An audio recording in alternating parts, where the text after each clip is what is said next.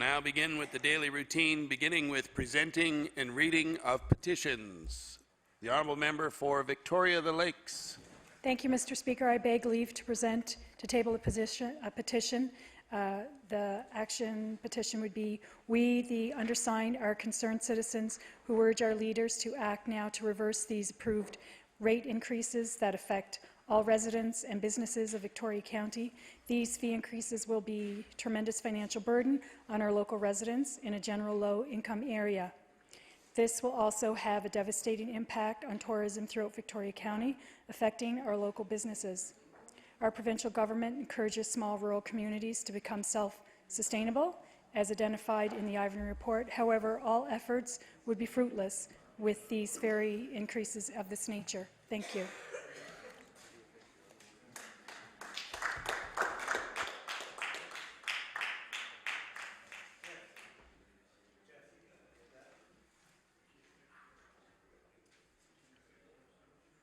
The petition is tabled. The Honourable Member for Victoria the Lakes. Thank you, Mr. Speaker. I beg leave to table a petition. We, the undersigned, have driven on this cold, sunny April 16, 2015 to Jersey Cove Beach to protest the drastic increase in ferry rates this month. The Englishtown ferry is sometimes daily transportation link for people from St. Anne's Bay to Meat Cove. The rate hike should be aligned with the Nova Scotia's express target of 3%. We are also severely impacted by the absence of the ferry service for most of the winter and plea for greater efforts to maintain a consistent run or build a bridge. Thank you, Mr. Speaker.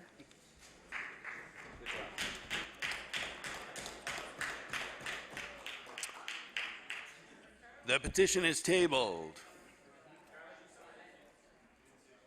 The Honourable Member for Queens Shelburne. Thank you very much, Mr. Speaker, and I rise on a point of order. The member from Victoria Lakes.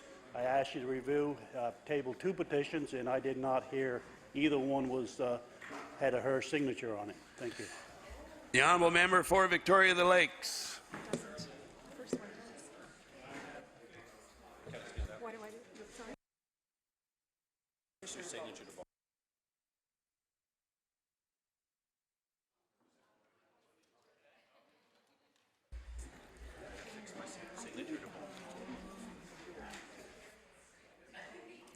The Honourable Member for Victoria the Lakes. I've affixed my signature, Mr. Speaker. Thank you.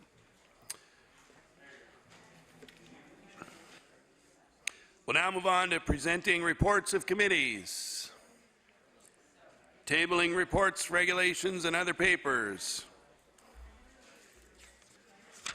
statements by ministers. The Honourable Minister of Justice. Thank you, Mr. Speaker. I hereby give notice that on a future day I shall move the adoption of the following resolution. Order, please. Oh, We're not there yet. Government notices a motion. The Honourable Minister of Justice. thank you very much, Mr. Speaker. I hereby give notice that on a future day I shall move the adoption of the following resolution. Whereas the Deputy Minister of Justice, Judith Ferguson, will be retiring on April 30th, 2015 after 20 years of dedication to the Nova Scotia Public Service. Whereas Judith has been inspirational to employees across government and is my deputy and friend, her guidance, wisdom, and support has been invaluable to me as minister. And whereas anyone who has worked closely with her considers it to have been a privileged and valued opportunity, and her work ethic, strategic vision, and leadership style deserves the respect, appreciation, and recognition of this House and all of Nova Scotians. Therefore, be it resolved that all members of this House recognize Judith Ferguson for her commitment to a better Nova Scotia. Mr. Speaker, I request waiver of notice and passage without debate. There has been a request for waiver. Is it agreed? It is agreed. Would all those in favour of the motion please say aye. Contrary-minded, nay. The motion is carried. The Honourable Minister of Labour and Advanced Education. Thank you, Mr. Speaker. I hereby give notice that on a future day I shall move the adoption of the following resolution. Whereas Nova Scotians recognize the National Day of Mourning every year on April 28th, a day to pause and pay tribute to those who lost their lives or who have been seriously injured on the job, and whereas 19 Nova Scotians did not return home from work last year, leaving a wake of heartbreak for families and loved ones. And whereas today is a day to remember these individuals, to reaffirm our shared commitment to the families and loved ones who have suffered unimaginable loss, and to continue our efforts not just to reduce workplace fatalities, but to eliminate them completely. Therefore, be it resolved that all members of this House stand united in recognition of this day, that we continue to raise awareness of these important issues, and that we commend the tremendous efforts of Nova Scotians to improve workplace safety across the province. Mr. Speaker, I request waiver of notice and passage without debate. There has been a request for waiver. Is it agreed? It is agreed. Would all those in favor of the motion please say aye. Contrary-minded, nay. Motion is carried. The Honourable Minister of Justice. Thank you very much, Mr. Speaker. I hereby give notice that on a future day I shall move the adoption of the following resolution. Whereas the Dalhousie Law Reform class presentation held in March gave law students an opportunity to share policy papers and legislative and regulatory reform proposals with myself as Minister of Justice, and whereas the students presented 6 projects, answered questions from myself and the Deputy, and clearly demonstrated their ability to effectively contribute to the legal profession in our community. And whereas this law reform class was a clear indication of the many young, bright students we have working hard and studying in Nova Scotia, and who will be part of our next generation of leaders. Therefore, be it resolved that all members of this House recognize and appreciate and honour the law reform class and their professor, Mr. Brent Cotter, from the Dalhousie Schulich School of Law, who have a meaningful and successful future ahead. Mr. Speaker, I request waiver of notice and passage without debate. There has been a request for waiver. Is it agreed? It is agreed. Would all those in favor of the motion please say aye. Contrary-minded, nay. The motion is carried. We'll now move on to introduction of bills.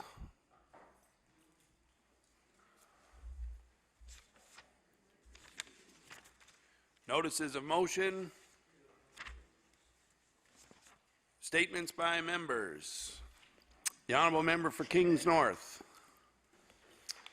Mr. Speaker, Nova Scotians and people all over the world are shocked and saddened by the stories and pictures they are seeing in the aftermath of the 7.8 magnitude earthquake in Nepal. The earthquake has been devastating to the country. The death toll is in the thousands and climbing. Many Nova Scotians want to contribute to the relief effort, and many agencies are taking donations, including the Canadian Red Cross, UNICEF, Médecins Sans Frontières, World Vision, Save the Children, Oxfam, the Salvation Army, and many more. The Canadian government announced Monday that it will match donations to the Nepal Earthquake Relief Fund dollar for dollar until May 25th. Today, all our thoughts are with Nepal and the tragedy that is unfolding for the people of that country. Thank you. The Honourable Member for Halifax Needham. Thank you very much, Mr. Speaker. Mr. Speaker, every year on April the 28th, we come together to remember individuals who have been injured or tragically lost their lives on the job. Today is National Day of Mourning the Death or Injury. Mr. Speaker, in addition to paying tribute to those we have lost, it's also a day to renew our shared commitment to keeping one another safe. Every Nova Scotian who goes to work should come home safely, but sadly that is not the reality. Most workplace injuries are preventable, and we all play a role in educating each other and making our workplaces safer. Workers have the right to refuse unsafe work and a duty to report conditions that may put them or their colleague in harm's way. Employers also have an important role to play and must be held accountable if they do not live up to the standards we have in place. They must make worker safety a priority. The NDP caucus remains committed to do whatever we can to support initiatives that protect workers and make their job sites safer. I urge all MLAs to do the same. Thank you, Mr. Speaker. The Honourable Member for Fairview Clayton Park. Thank you, Mr. Speaker. Mr. Speaker, I'd like to take the time today to acknowledge a wonderful man and volunteer, Frank Gervais. Mr. Gervais is a busy man helping our community. He volunteers at the Halifax West Ecumenical Food Bank Association located at 50 Gesner Street in the Salvation Army building, where he has been a founding member and treasurer for the last 23 years. He also helps host and organize the Supper Nova events at St. Benedict Church. He is the trustee and director of church activities, where he helps prepare Hope Cottage meals. He works with his teams to help distribute supplies to the homeless people of Halifax, and the list goes on. Mr. Gervais is a truly remarkable person who helps our community and the people who need it the most. Through you, Mr. Speaker, I'd like to thank him for all that he does. The honourable member for Pictou West. Thank you very much, Mr. Speaker. Mr. Speaker, I rise today to congratulate Alan and Mary Fraser, owners of A&M Small Engines, for celebrating 30 years in business on April 1st, 2015. The business was originally located in Pictou, but after a year they relocated to Linesbrook. They have loyal customers from all over Pictou County, from River John to Hopewell to Marikamish. The business carries a wide range of products and provides repair service on engines ranging from lawn tractors and garden equipment to snow blowers. Alan studies small engines and takes training courses yearly to stay up to date on the changes in the products. He is quick to credit Mary's bookkeeping skills as a large reason for the company's success. Mr. Speaker, I am pleased to extend my congratulations to Alan and Mary Fraser and wish them continued success. The honourable member for Queens Shelburne. Thank you, Mr. Speaker. Mr. Speaker, once upon a time, there was a Liberal MLA who wanted to be Premier. He told the people, trust me, no more corporate handouts. We'll also protect the film industry, and growing the economy in rural Nova Scotia is a priority. Healthcare services will be the best in the land. Well, Mr. Speaker, the Royal Bank got $22 million, even though last year they had a $9 billion profit. The film industry is working on a retake. Rural Nova Scotia economy has lost services and thousands of jobs, and R2-D2 service machines soon will be dotting our provincial parks. Healthcare services, well, our ER are closed more now, with people traveling farther for services, Mr. Speaker. Mr. Speaker, I wish the story had a happy ending, but it doesn't. The honourable member for Antigonish. Thank you, Mr. Speaker. April 20th to 25th was Education Week here in Nova Scotia. Since 1935, we have been honouring the commitment of teachers and education partners to our students. On April 20th, 2015, Education and Early Childhood Development Minister presented Education Week Awards to 4 teachers from the Strait Regional School Board, including one from Antigonish. Mr. Speaker, Tiffany McNeil is a teacher at H.M. MacDonald Elementary School in Maryvale, Antigonish County. She is also one of the driving forces behind an important community project to build an accessible playground at the Antigonish Education Centre, a playground for everybody. Ms. McNeil is the ideal recipient of an Education Week Award, not only for being a dedicated teacher and mentor, but for being a leader in the community. She has amazing passion and an astounding commitment to her students and the community at large. Mr. Speaker, I ask that the members of the House of Assembly congratulate Tiffany McNeil on receiving her award and join me in thanking her for her commitment, leadership and inclusiveness. Thank you. The honourable member for Northside Westmount. Thank you, Mr. Speaker. Mr. Speaker, I rise today to congratulate Christine Van Buskirk, who was awarded the Outstanding Manager Award by McDonald Restaurants of Canada. Christine has worked her way through all positions in the restaurant since starting at McDonald's in 1985. Today, she's the manager in the North Sydney restaurant. She has the ability to empower and motivate her staff and demonstrates consistently exceptional leadership and performance. And, Mr. Speaker, that must be the case because she manages my son, who also works there. It's a true honour to have this opportunity to congratulate Christine on a well-deserved national award. The honourable member for Chester St. Margaret's. Thank you, Mr. Speaker. Mr. Speaker, it is clear that the McNeil government didn't learn anything after it introduced Bill 1 and Bill 37. It should have learned that taking away workers' rights is not only unfair and unethical, it is also unconstitutional. Ignoring that fact, the McNeil government has now taken aim at university employees like those in NSGEU Local 92, which represents workers at Dalhousie University. The people in Local 92 are filing clerks, lab technologists, maintenance workers, and many others who do important work to keep the university functioning day in and day out. These workers rely on the stability that their union brings them, and the McNeil government has now put that stability in jeopardy.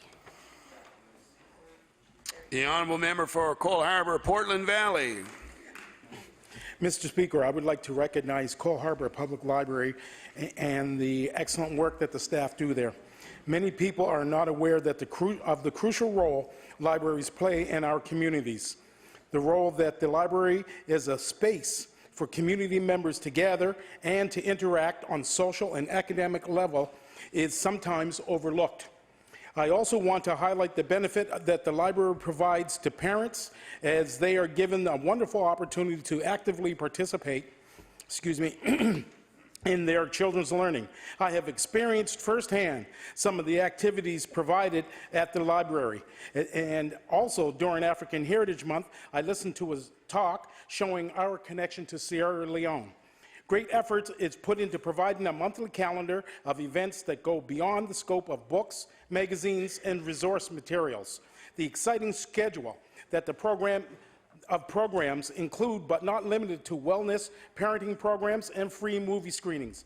I'd like to thank the staff for their tireless efforts in being such a great positive feature for our community. The honourable member for Colchester, Musquodoboit Valley. Thank you, Mr. Speaker. Mr. Speaker, this month, World War II veteran Sylvester Bus McCollum was recently awarded the rank of Knight of the French National Order of the Legion of Honor in recognition of his professional involvement in the liberation of France. Sir McCollum signed up for the war effort at the age of 17 and was assigned to the Canadian Scottish Regiment from British Columbia. On D-Day, June the 6th, 1944, he was among the first Allied troops who stormed Juno Beach. Sir Bus, as he jokingly likes to be referred, is the second local veteran to have been granted knighthood by the government of France. I ask the members to join me in congratulating Sir Sylvester McCollum on being awarded his highest honor and thank him for his services to his own country and to our allies in France. The honourable member for Truro, Bible Hill, Millbrook, Salmon River. Thank you, Mr. Speaker. Like many Nova Scotians, I was shocked by the McNeil government's budget. I was, and still am, deeply concerned about their arbitrary cuts to the screen industry and important community organizations, and in particular those that serve the vulnerable and underrepresented people in our communities. Why did every single member of the McNeil government vote in favor of slashing funding for eating disorder programs? Why did every single member of the McNeil government vote in favor of cutting funding to the LGBT youth in Cape Breton? And why didn't a single backbencher speak up against cuts to the offices of Aboriginal Affairs and African Nova Scotian Affairs? Luckily for Nova Scotians, they still have strong voices in this legislature, in this caucus, voices like mine and my colleagues who will speak up against these cuts. Thank you. The honourable member for Kings South. Thank you, Mr. Speaker. May I make an introduction before reading a statement? Permission granted. Thank you. I would like to ask my colleagues to look up to the East Gallery, where we are joined today by Mr. Michael Baltry, a fine actor, teacher, writer, and passionate voice for the arts, culture, and history in this province. I'd like to ask Michael to stand and receive the warm welcome of the House.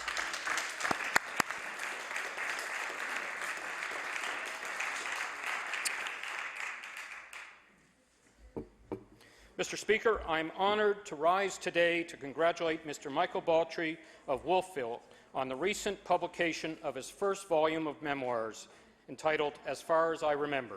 Mr. Baltry is well known for his distinguished career in Canadian theatre, including being the founder of the Atlantic Theatre Festival.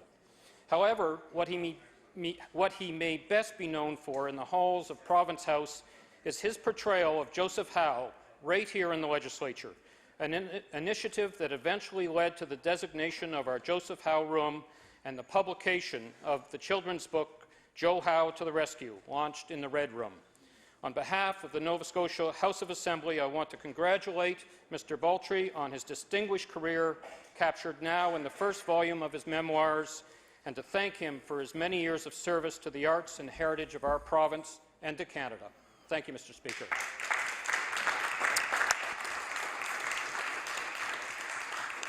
The honourable member for Cumberland South on an introduction. Thank you, Mr. Speaker, and then I have a statement. But with your permission, I'd like to draw the attention of all members of the House to the gallery opposite, where Mr. Travis Price, the founder of Pink Shirt Day and an international advocate for anti-bullying, particularly in our schools, is with us. And I would encourage Travis to stand and receive the warm welcome here from all sides of the House of Assembly.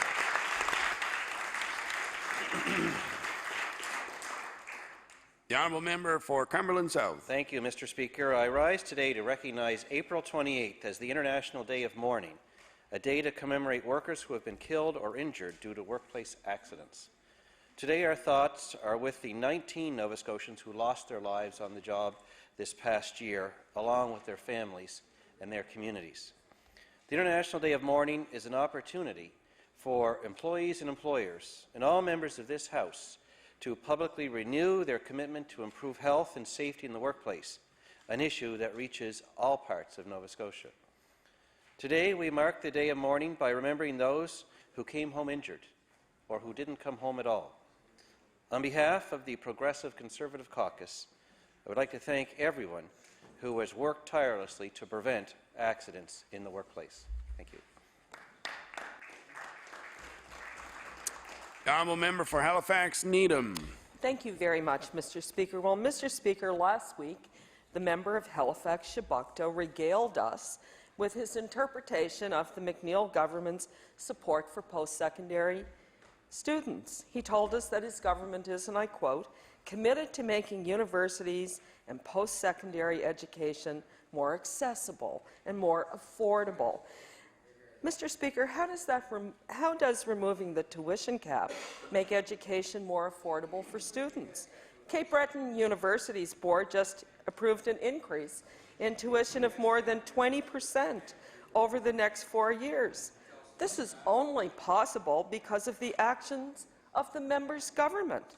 I can only assume the member for Halifax-Chebucto hadn't read his government's budget when he made those comments last week, Mr. Speaker. If he had, he would have known that his government is actually making post-secondary education less affordable and less accessible for students in this province. Thank you, Mr. Speaker. The honourable member for Cumberland North. Thank you, Mr. Speaker. I rise today to say a few words about my friend and colleague, Bruce Baxter. Bruce is a senior Crown attorney in the Public Prosecution Service, where he has provided faithful service to the province for over 20 years. Bruce may seem curmudgeonly, crusty, or acerbic to some, but I call him intelligent, witty, and insightful. Of course, the humour quotient in Bruce's diatribes increases exponentially with every dram taken. Bruce is an exceptional lawyer and a credit to our profession. His preparation, skill, and knowledge always push me to be better and to learn more in my career. I learned more from being across the courtroom from Bruce than I did from almost any other experience. Bruce is a committed community volunteer. He spreads his particular brand of joy throughout our community in groups like the Historical Society, Trinity St. Stephen's Church, and various choral groups. This Saturday, Bruce will turn 60. I regret that I will not be able to gather with his family and friends to help remind him of what the advancement of the years has dealt him. But I do wish to take this opportunity to wish him all the best in the years to come. The honourable member for Pictou East. Thank you, Mr. Speaker. Mr. Speaker, for the second consecutive year, the Pictou County Pizza Festival was held to promote and celebrate a local passion for pizza. We have a unique, niche kind of food that can and should be celebrated, Pictou County pizza. Glasgow Square was the venue, and in addition to pizza, the festival promoted another local business, Uncle Leo's Beer. The attendees, rather than a panel of judges, chose their favorites, and the winner for the best pizza was Acropole Pizza. It was a fun-filled night, and plans are already in the works for next year. And, Mr. Speaker, I can tell you firsthand that Andre and Rhonda create an excellent Pictou County pizza. The honourable member for Queens Shelburne. Thank you. Mr. Speaker, I want to quote from the Liberal platform of 2013. I quote, "The Liberal government will strengthen and support arts and culture and will continue to support our thriving cultural industry and extending the film tax credit and digital media tax credit for an additional 5 years, period." End quote. Mr. Speaker, in my earlier statement today, I suggested that gutting of the film industry, the loss of services and the loss of jobs will again have an cumulative effect, specifically for rural Nova Scotia. Mr. Speaker, 20,000 jobs disappearing in Nova Scotia during the McNeil government's mandate is a hard act to follow.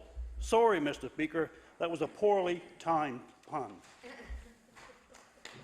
The honourable member for Clare Digby. Thank you, Mr. Speaker. Mr. Speaker, I rise today to recognize the good work of the Digby and Area Health Services Charitable Foundation and wish them success in their current fundraising campaign. Founded in 1994, the foundation has had a positive impact on health services in Digby County. Recently, it contributed $1.7 million to the new Digby and Area Health Service Centre, which is slated to be open the end of June. Also, in the last year, the foundation has helped purchase 4 cardiac monitors and defibrillators, as well as other equipment needed for the care of patients at the Digby General Hospital. To ensure that it will continue to bolster health services after these recent large outlays, the foundation is currently devoting more energy to fundraising. So far, the foundation has raised $50,000 in this new campaign. Obviously, others recognize the important role of the foundation in the county. Many thanks for their continuing support to the health services in Digby area. It's greatly appreciated. The honourable member for Kings North. Mr. Speaker, the Canadian Cancer Society will present their National Medal of Courage to Cancer Olympics author Robin McGee of Port Williams on April 29th. McGee, who battled colorectal cancer and medical indifference, gets a gold medal for her efforts and is this year's recipient from Nova Scotia. She is a Cancer Connection volunteer. Since 2011, she has been matched with 21 cancer patients. Even as she continues through the ups and downs and tests and screenings after remission, the citation notes McGee is able to put her own worries aside and offer support to others facing similar battles. Since 2012, McGee has been the top fundraiser at the Middleton Relay for Life. I ask all members of this Assembly to join me in congratulating Robin McGee on this well-deserved award and best wishes on her personal fight against cancer. The honourable member for Chester St. Margaret's. Thank you, Mr. Speaker. On March 13th, after the Premier unsuccessfully fired nationally renowned mediator arbitrator James Dorsey, this government announced it had reached an agreement with public sector workers to allow them to finally institute bargaining associations. Bargaining associations, also known as bargaining councils, were a victory for the healthcare workers. They are a solution to a problem of the government's own making, and one that was proposed nearly 8 months ago. Throughout the Bill 1 process, the Premier tried his hardest to circumvent the Canadian Charter of Rights and Freedoms, but ultimately Mr. Dorsey helped navigate the Premier back into legal waters. We all hoped that the McNeil government had learned an important lesson during his climb down on Bill 1, but then last week, much to our surprise, the Premier introduced new legislation that would take away people's fundamental rights as Canadians. It is our hope that the Premier hasn't irreparably offended Mr. Dorsey so that the Premier can pick up the phone and ask for his advice on how to change Bill 100 before the courts have to do it for him. The honourable member for Lunenburg West. Thank you, Mr. Speaker. Mr. Speaker, on January the 17th, I had the pleasure of attending the second annual It's All About Her charity concert and auction to support breast cancer research.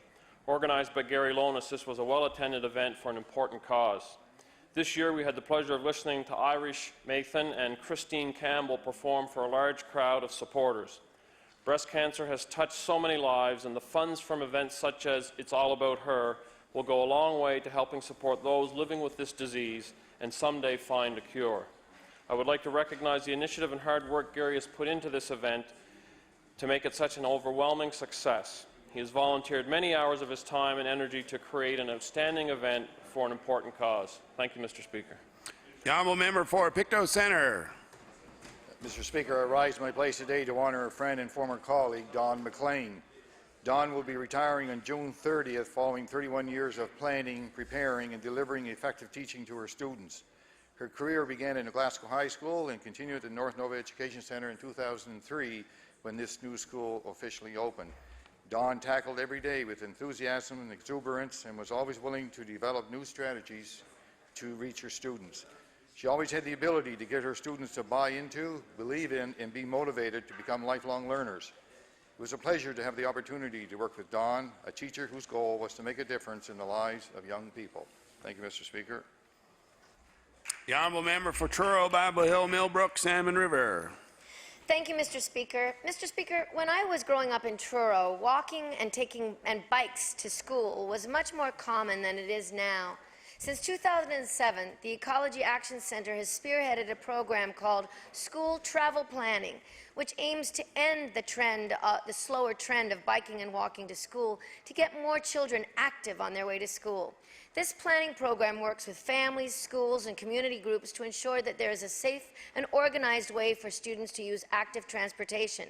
And the program has been piloted in 24 schools, including in HRM, Bridgewater, Chester, Annapolis County, and Cape Breton Regional Municipality. But sadly, the McNeil government's austerity budget has cut funding for school travel planning, as well as other active transportation initiatives. Organizations will now be unable to access this funding and unable to use it to leverage other financial support from private foundations. Why has the Minister of Health axed a program that not only encourages environmentally sustainable transportation, but one that keeps our kids active and healthy too? The honourable member for Halifax-Armdale. Thank you very much, Mr. Speaker. Mr. Speaker, the second Maronite Youth Convention will be held from May 15 to 18, 2015 in Ottawa, hosted by the Eparchy of St. Maroon, Canada, and St. Charbel Maronite Catholic Parish. This convention gathers over 300 young Maronites between the ages of 18 and 30 from across Canada for a weekend of spiritual and fun activities. It's a terrific way for young people of faith to connect spiritually and culturally. Mr. Speaker, I'm honoured to have been asked to be the guest speaker with the Apostolic Nuncio to Canada and on the theme Touching Christ, Creating Difference. The goal is to transmit to the youth the importance of faith in our lives. Mr. Speaker, I want to thank the Most Reverend Paul Merwan Tabbitt, Maronite Bishop of Canada, for supporting this religious youth initiative and wish all delegates a spiritually uplifting time. Thank you very much, Mr. Speaker. The honourable member for Argyle-Barrington. Mr. Speaker, on April 20th, teachers and education partners across the province were celebrated for their dedication to their students, schools, and communities. Each and every school in our province has incredible stories to tell, and it's important that we acknowledge their accomplishments. These successes can be credited to the many remarkable educators in our province who show unwavering dedication to their students and to the value of learning. I would like to congratulate all recipients for their exemplary efforts to empower our students, and a special acknowledgement to Adam Aldred from the Tri-County Regional School Board and Andrea Huskelson from the Nova Scotia School Boards Association, both residents of the beautiful constituency of Argyle-Barrington.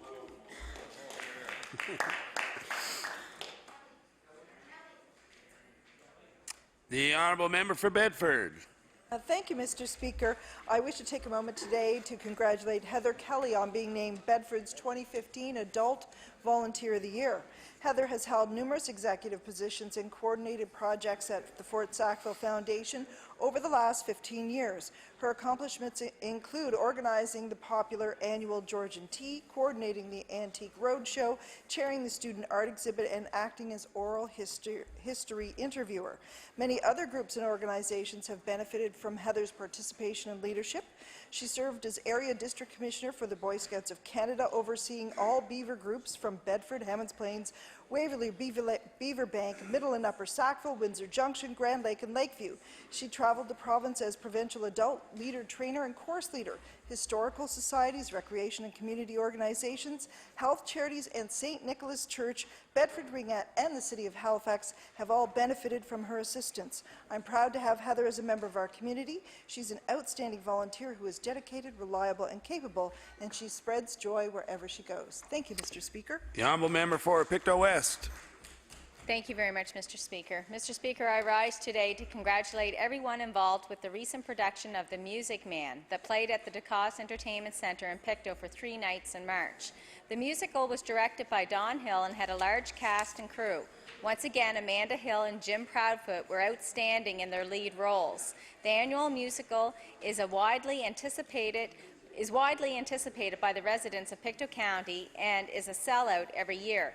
Don Hill is a member of the Pictou Rotary Club, and the musical is their major fundraiser for the year. Mr. Speaker, it is always a pleasure to witness the talent in Pictou County, and I would like to congratulate the cast and crew on their performance of The Music Man.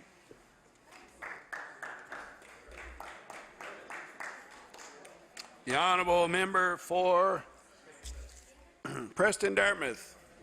Thank you, Mr. Speaker. Mr. Speaker, I would like to congratulate the New Beginnings Ministries for the ongoing efforts to help many people, both locally and globally, through the work of the Global Outreach Team.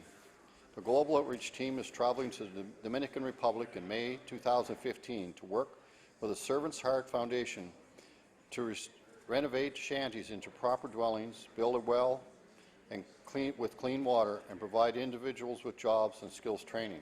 This is one example of life-changing work of the Church and the Global Outreach Team. The members of the Global Outreach Team traveling to the Dominican Republic are Spencer Colley, Eric D'Angelo, Shelley D'Angelo, Peter Field, Kevin Brooks, Connie Glasgow White, Dolly Williams, Lillian Lope, and Lorraine Graves.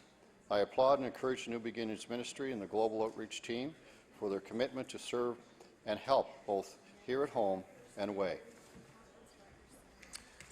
The honourable member for Pictou Centre. Mr. Speaker, I'm pleased to have the opportunity to speak about a friend from my constituency. Kathy Otter entered the nursing profession in 1985 after raising her children. She's a caring, understanding person with a strong ability to empathize with patients from all walks of life. Kathy possesses excellent interpersonal skills and always works well with a variety of situations with different people.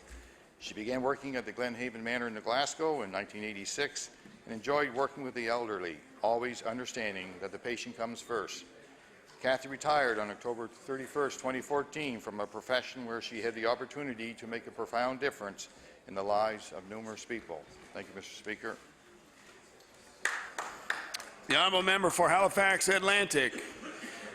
Mr. Speaker, with today being the National Day of Mourning, it only seems fitting that the Nova Scotia Provincial Court found the employer in the death of Williams Widow Chris Boyle guilty of violating the Occupational Health and Safety Act.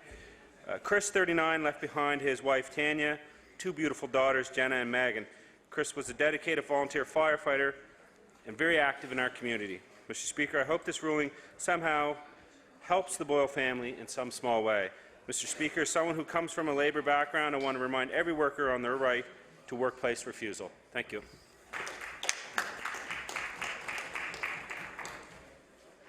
The honourable member for Victoria the Lakes. Thank you, Mr. Speaker. Mr. Speaker, I'd like to recognize an initiative of the Cape North Farmers Market. They're holding a Get Growing contest this year for all those living north of Smoky.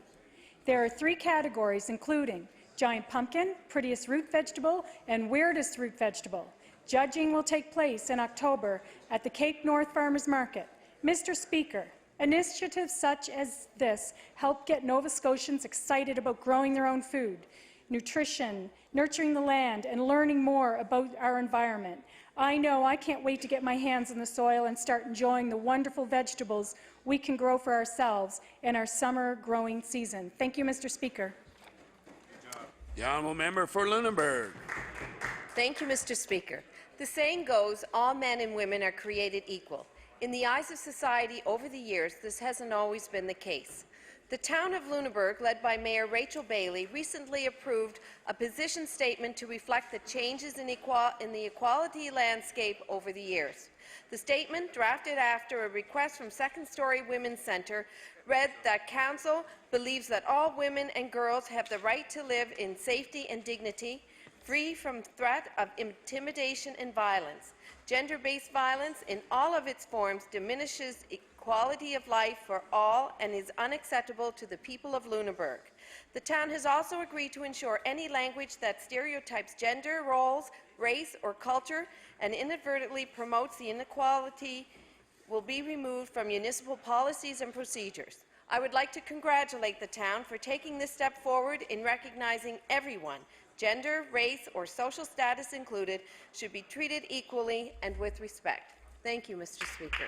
The honourable member for Cole Harbour Eastern Passage. Thank you, Mr. Speaker. Medrick Kuznow is a Canadian Armed Forces veteran from Eastern Passage. He is a retired Sea King helicopter navigator who suffers from PTSD and is an activist for the need for service dogs. He started Pause for Thoughts, which campaigns for service dogs for the veterans. Ty is Medrick's yellow lab service dog that was trained for PTSD. Medrick's life has improved drastically since Ty has come into his life.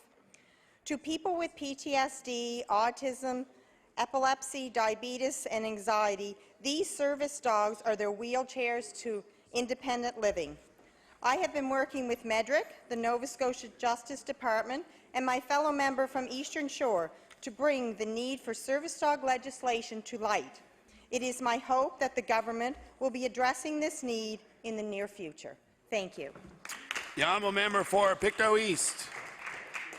Thank you, Mr. Speaker. Mr. Speaker, volunteers are the cornerstone of Nova Scotian communities. They give generously of their time and talents, and they expect nothing in return. One of those valuable volunteers is Lorraine McLean of the Westville Heritage Group, and I know that group feels very fortunate to have her as a member. For the last 18 years, Lorraine has taught line dancing and ukulele to seniors all around the county. I would like to salute Lorraine for helping keep our seniors socially and physically active, and I ask all members of this House to join me in wishing her continued good health and happiness. Thank you, Mr. Speaker. The honourable member for Sackville-Cobequid. Mr. Speaker, veterans should no longer be denied access to care while beds sit empty at Camp Hill. The federal government needs to allow all veterans access to Department of Veterans Affairs-run hospitals and long-term care facilities. There are over 10 empty beds at the Camp Hill in Halifax, yet these beds cannot be filled by post-Korean veterans due to strict eligibility criteria. A veteran is a veteran, regardless of where and when they served. I ask all members of the Nova Scotia Assembly to join me and the federal NDP in calling on the federal government to make this policy change for our veterans. The honourable member for Sackville-Beaverbank. Mr. Speaker, April the 28th marks the 24th anniversary of the International Day of Mourning, which is now recognized in about 80 countries around the world.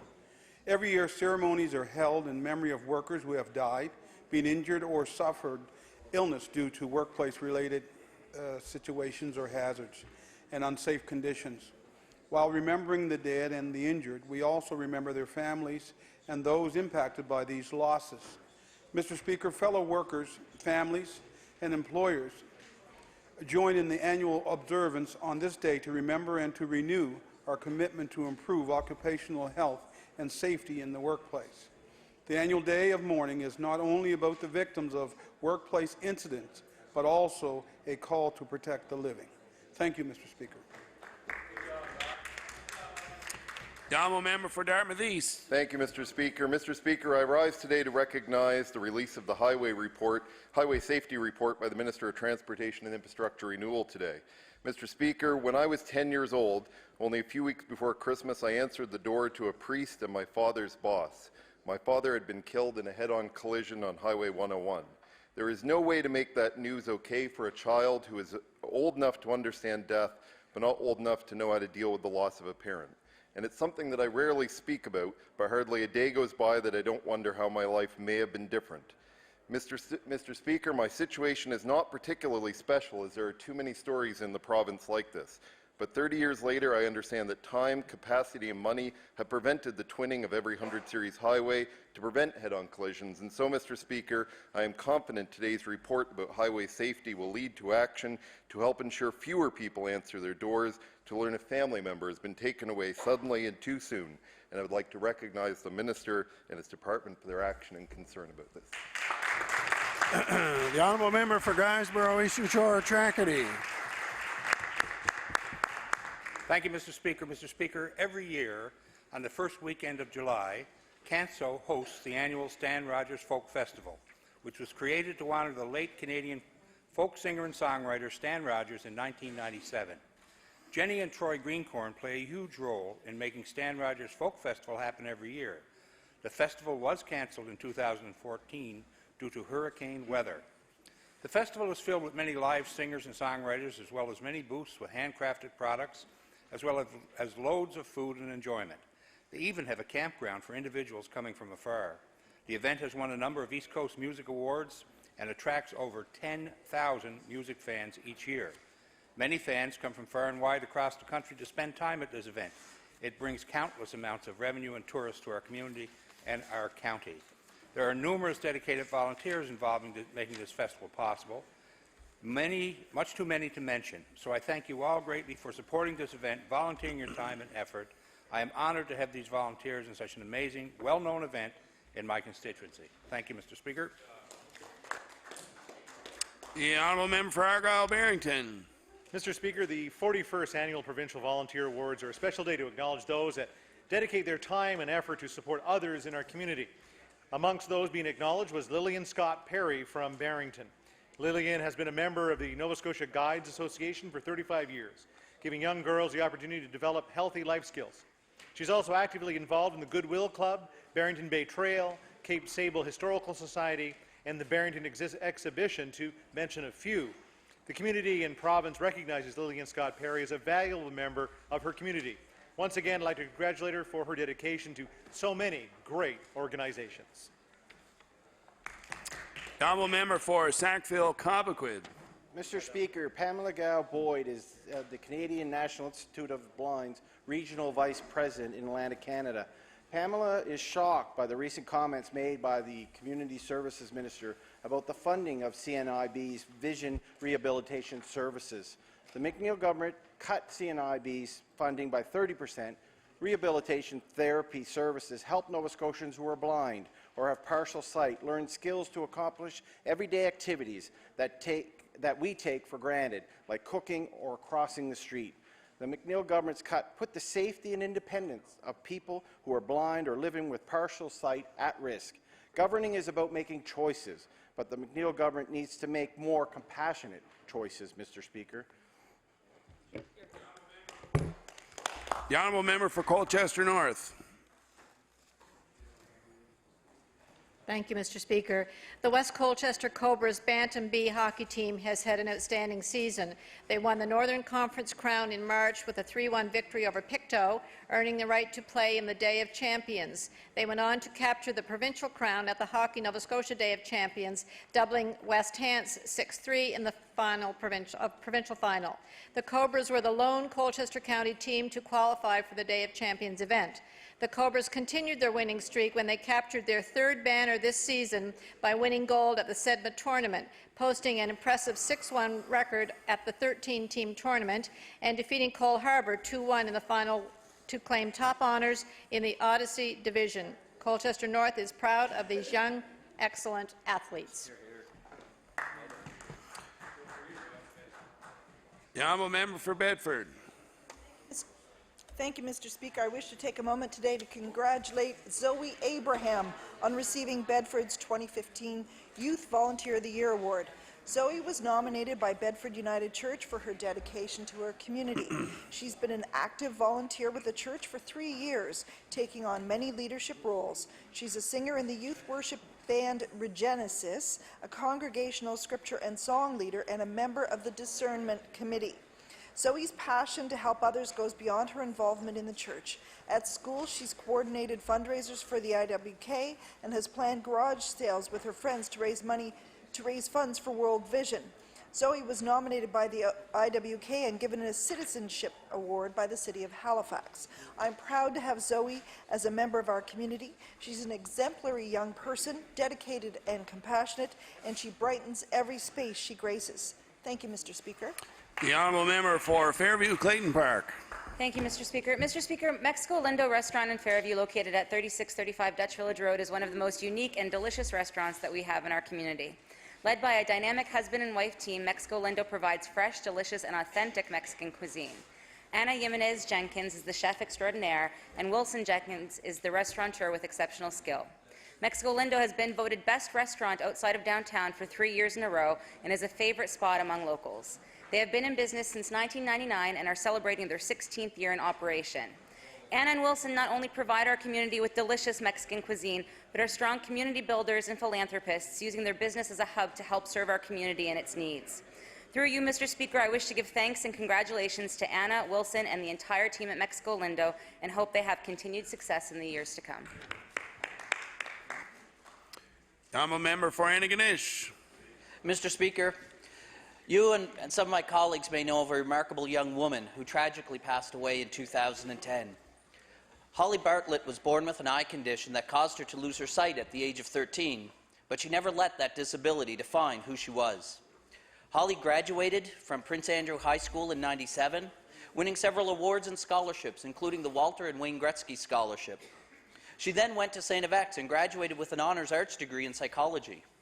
She also earned a Human Resource Certificate from the Nova Scotia Community College, and at the time of her death was enrolled at Dalhousie University, working on her Master's in Public Administration, which was awarded posthumously in 2011.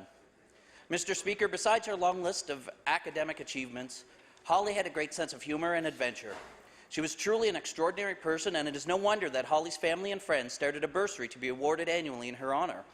The Holly E. Bartlett Memorial Bursary is available to a full-time undergraduate female student from Atlantic Canada who has a minimum average of 75, demonstrates financial need and a commitment to a community service as well as student activities. This year's recipient is Jalissa Stewart, a second-year student at St. FX University planning to major in psychology. Jalissa volunteers on campus, has 2 part-time jobs, and will soon be traveling to Belize as part of the St. FX Service Learning Program. Mr. Speaker, I ask that the members of the House of Assembly join me in congratulating Jalissa on winning the Holly E. Bartlett Memorial Bursary as we remember the amazing woman for whom it was named after. The honourable member for Clare Digby. Thank you, Mr. Speaker. Mr. Speaker, I'd like to congratulate a team of 4 students from Digby Regional High School for qualifying for the provincials at the math competition known as the High School Math League. Digby students are Gillian Stanton, Leo Lee, Yusuke Fujiwara, and Nicole Malazon. The Nova Scotia Math League is an interactive run opportunity by the Mathematics and Statistics Department of Dalhousie University with the goal of challenging students in this subject. The students participate in 3 regional championships during the school year, each lasting around 3 hours. At each competition, the students work as a team to answer 10 different problems, as well as participate in 2 math relays. In the regional competitions, the Digby team finished 3rd, behind 2 teams from Barrington. Their success must be attributed to teamwork and the attention they paid to their math studies in the past. I wish them good luck at the provincial championships to be held at Dalhousie University at the end of the month. The honourable member for Sydney River Myra Lewisburg on an introduction. Thank you very much, Mr. Speaker, and I would like to draw the members' attention to the gallery opposite. We have 2 very distinguished guests today who are visiting, and they're part of the MLA awareness program that is being offered by the Nova Scotia Union of Municipalities. We have with us today the Mayor of Antigonish, Carl Chisholm, as well as the Warden of Victoria County, Bruce Morrison, and I'd ask them both to rise and get the warm welcome of the House.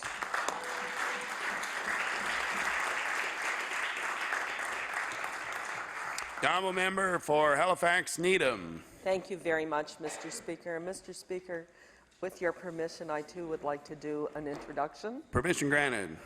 Mr. Speaker, in the West Gallery, we're joined today by a resident of the Fairview area. I believe he's been here before on at least maybe one other occasion to watch the events of our legislature. And his name is Paul Chasson, and I'd ask him to rise and receive the warm welcome of the House.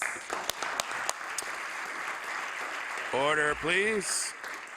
Time allotted for member statements has expired. We'll now move on to oral questions put by members to ministers. The Honourable Leader of the Official Opposition. Thank you, Mr. Speaker. My question is for the Premier.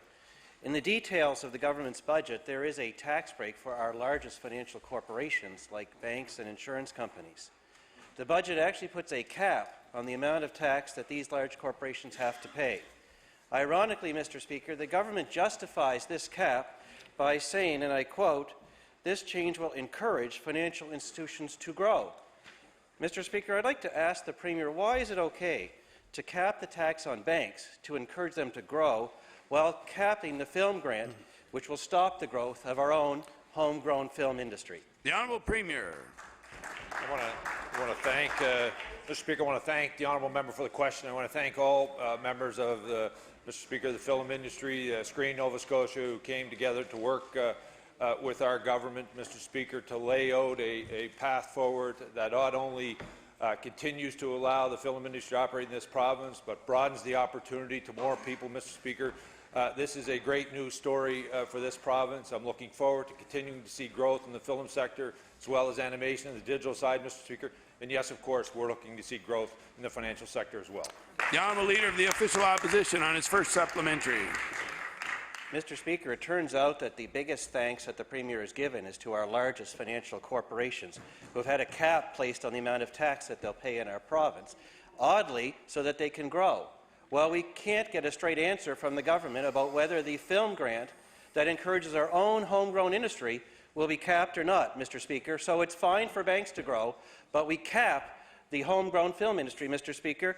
I'll now ask the Premier, since they're negotiating with the animators, will he now tell the film industry and our digital animators, are they going to be capped or not? The Honourable Premier.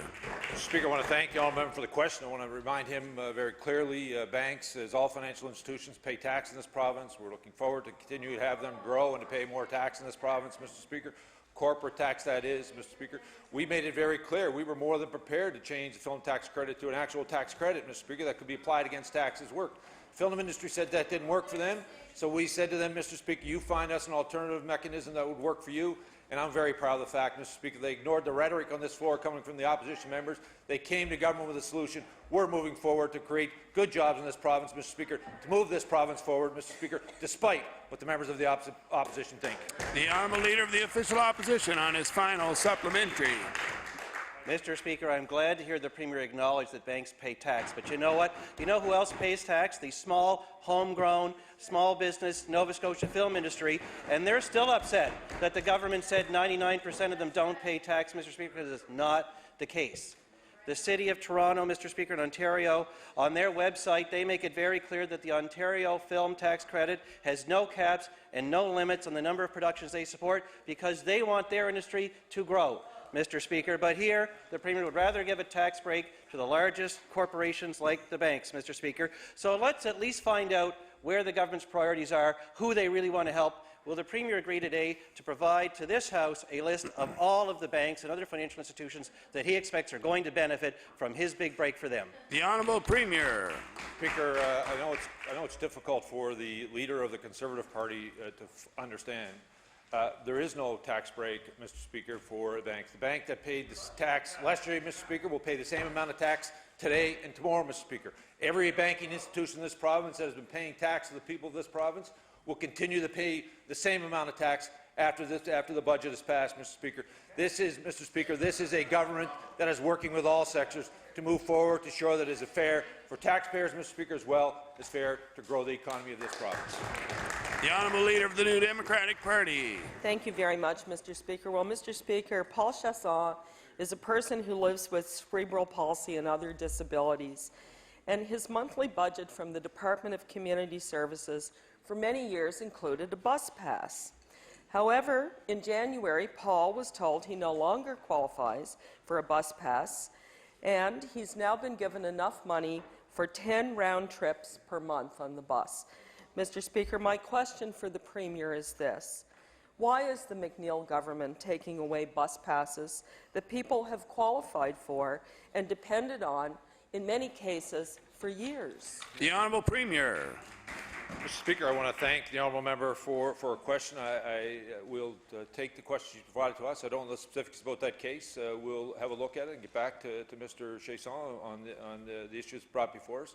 I do want to remind all members of this House, Mr. Speaker, though, after 4 years of the Democratic Party being in power, this province is in tough financial challenges, Mr. Speaker, and they spent 4 years of inaction, Mr. Speaker, and it's time that we get our fiscal house in order. But I agree with the honourable member. We will look into ensure that Mr. Chasson is treated fairly by the people of this province. The Honourable Leader of the New Democratic Party on her first supplementary. Thank you, Mr. Speaker. Mr. Speaker, Paul, unfortunately, isn't alone. He's not the only one who's had his bus pass cut. Mr. Speaker, Kenna Davidson is a loving and supportive mother with a son, 23 years old, who suffers from schizophrenia. His bus pass has also been taken away, as has the bus passes of many other people. He gets just $10 a month now for medical appointment transportation only. So I want to ask the Premier, how can the Premier justify his government's decision to cut transportation to people like this young man who has to walk now from Clayton Park to North End, Halifax, if he wants to visit his mother? The Honourable Premier. Thank you, Mr. Speaker. I again want to thank the honourable member for the question. As I said, we'll take the question she's provided us under advisement. We'll have a look and see what the honourable member is referring to, and we'll get back to those Nova Scotians. The Honourable Leader of the New Democratic Party on her final supplementary. Thank you, Mr. Speaker. Mr. Speaker, earlier this year, the Premier told the Halifax Chamber of Commerce, and I quote, "We shouldn't be doing all things that we are doing.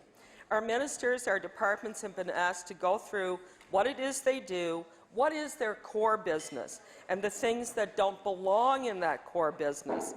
Mr. Speaker, I want to ask the Premier if he can explain to Paul and Kenna and others why he thinks it's not government's role to provide transportation allowances for people who need to travel for more than medical appointments, to food banks, to support groups, to see family, Mr. Speaker. The Honourable Premier.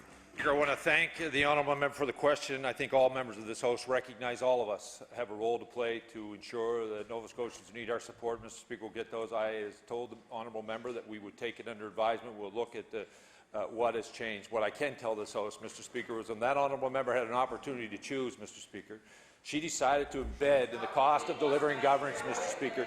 Mr. Speaker, she decided, Mr. Speaker, to embed in the cost of government $700 million.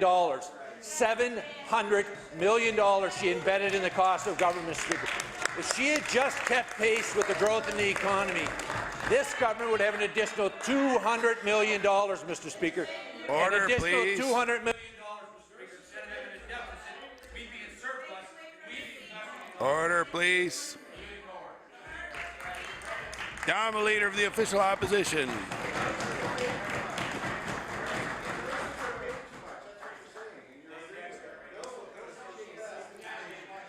Mr. Speaker, my question is for the Premier. Since introducing the budget, there's been a lot of disagreement between the Premier, the Finance Minister and the film industry about a number of important things, Mr. Speaker, something you might call a disagreement of facts. Disagreement about the value of the film industry. Disagreement about whether it's a labour incentive or a grant, Mr. Speaker. Disagreement about whether the industry is actually growing in Nova Scotia or not. Premier has said that the tax credit was effectively a grant that didn't make sense for a province with a struggling economy, and then turned around and introduced a new one that is based on the Alberta model, which is a grant itself, Mr. Speaker. So I'd like to ask the Premier for clarity. Is the new system a tax incentive, a credit, or a grant? The Honourable Premier. Mr. Speaker, it is. Mr. Speaker, under the new system, Mr. Speaker, any money that is distributed out of from the taxpayers of Nova Scotia to the film industry will be open and accountable for all Nova Scotians to have a look at, Mr. Speaker. We're very encouraged and very supportive of the work that Screen Nova Scotia has done, Mr. Speaker, and we continue to look forward to work with them to ensure that they continue to grow their businesses here in Nova Scotia. The Honourable Leader of the Official Opposition. Mr. Speaker, last week we couldn't get a straight answer about whether it will be capped or not. Now we can't even get a straight answer about whether it's a credit or an incentive or a grant, Mr. Speaker. No wonder the industry has lost all faith in this government. They've had their jobs put at risk, and they deserve straight answers, and they're not getting them, Mr. Speaker. Now our digital animators, another group of young, energetic, tax-paying Nova Scotians, are up for negotiation with the government, Mr. Speaker. They need to know what the future is for their industry. There is even confusion now about what is being offered to them. So I will ask the Premier, will the new digital animation tax credit be capped, yes or no? The Honourable Premier. Mr. Speaker, I want to thank the honourable member for the question. I want to thank all those who continue to work with government to ensure, Mr. Speaker, that we can provide financial assistance that is fair to taxpayers, as well as allow them to operate and thrive in this province. We're continuing to work with them. We continue to have open dialogue with them. We'll continue to work with them not only in the months to come, but in the years to come, to continue to grow good opportunities here in our province. The Honourable Leader of the New Democratic Party. Thank you very much, Mr. Speaker. Mr. Speaker, my question through you is to the Minister of Health, because he was asking for a question, Mr. Speaker. Mr. Speaker, as of today, more than 400 surgeries have been cancelled at the province's only tertiary hospital due to problems discovered 17 days ago with sterilization equipment. All of the QE2 Health Sciences Centre machines have been shut down, and no word yet on when surgeries will resume or when the problem will be resolved. So more than 2 weeks has passed, and the backlog has grown. I want to ask the Minister, how much longer is this very troubling situation going to go on? The Honourable Minister of Health. Thank you very much, Mr. Speaker. And the member opposite asked a very, very important question, one that is of great concern to our government, to the department. As of this morning, we were at 60% capacity for doing all scheduled surgeries. Within another day or two, we should be at 75, working towards all surgeries, even without a temporary sterilization equipment or without a new piece of equipment ordered. So we are making very, very good progress. Shows the value of an integrated system whereby we have a number of hospitals doing sterilization work. The Honourable Leader of the New Democratic Party. Thank you very much, Mr. Speaker. And I doubt very much it would have been that hard under the old system to send things from Halifax to Colchester or to Cumberland or to the South Shore. I'm not aware of any walls that have been taken down, Mr. Speaker. But, Mr. Speaker, patients and their loved ones have to take time off work, organize travel plans, prepare themselves mentally for surgery. Mr. Speaker, we've seen many cancellations, and it's created quite a backlog on an already long wait list. But the real cost is on Nova Scotian families. So I want to ask the Minister, Mr. Speaker, when will those affected find out what will happen with respect to rescheduling their surgeries, and how long do you expect it will take to clear the backlog? The Honourable Minister of Health. Thank you very much, Mr. Speaker. And yes, as the number of cancellation surgeries mount, it is creating a difficulty in terms of looking after the backlog. However, the Provincial Health Authority and the QE2 Health Sciences are meeting every morning to improve the amount of sterilization of equipment that is going on across the province.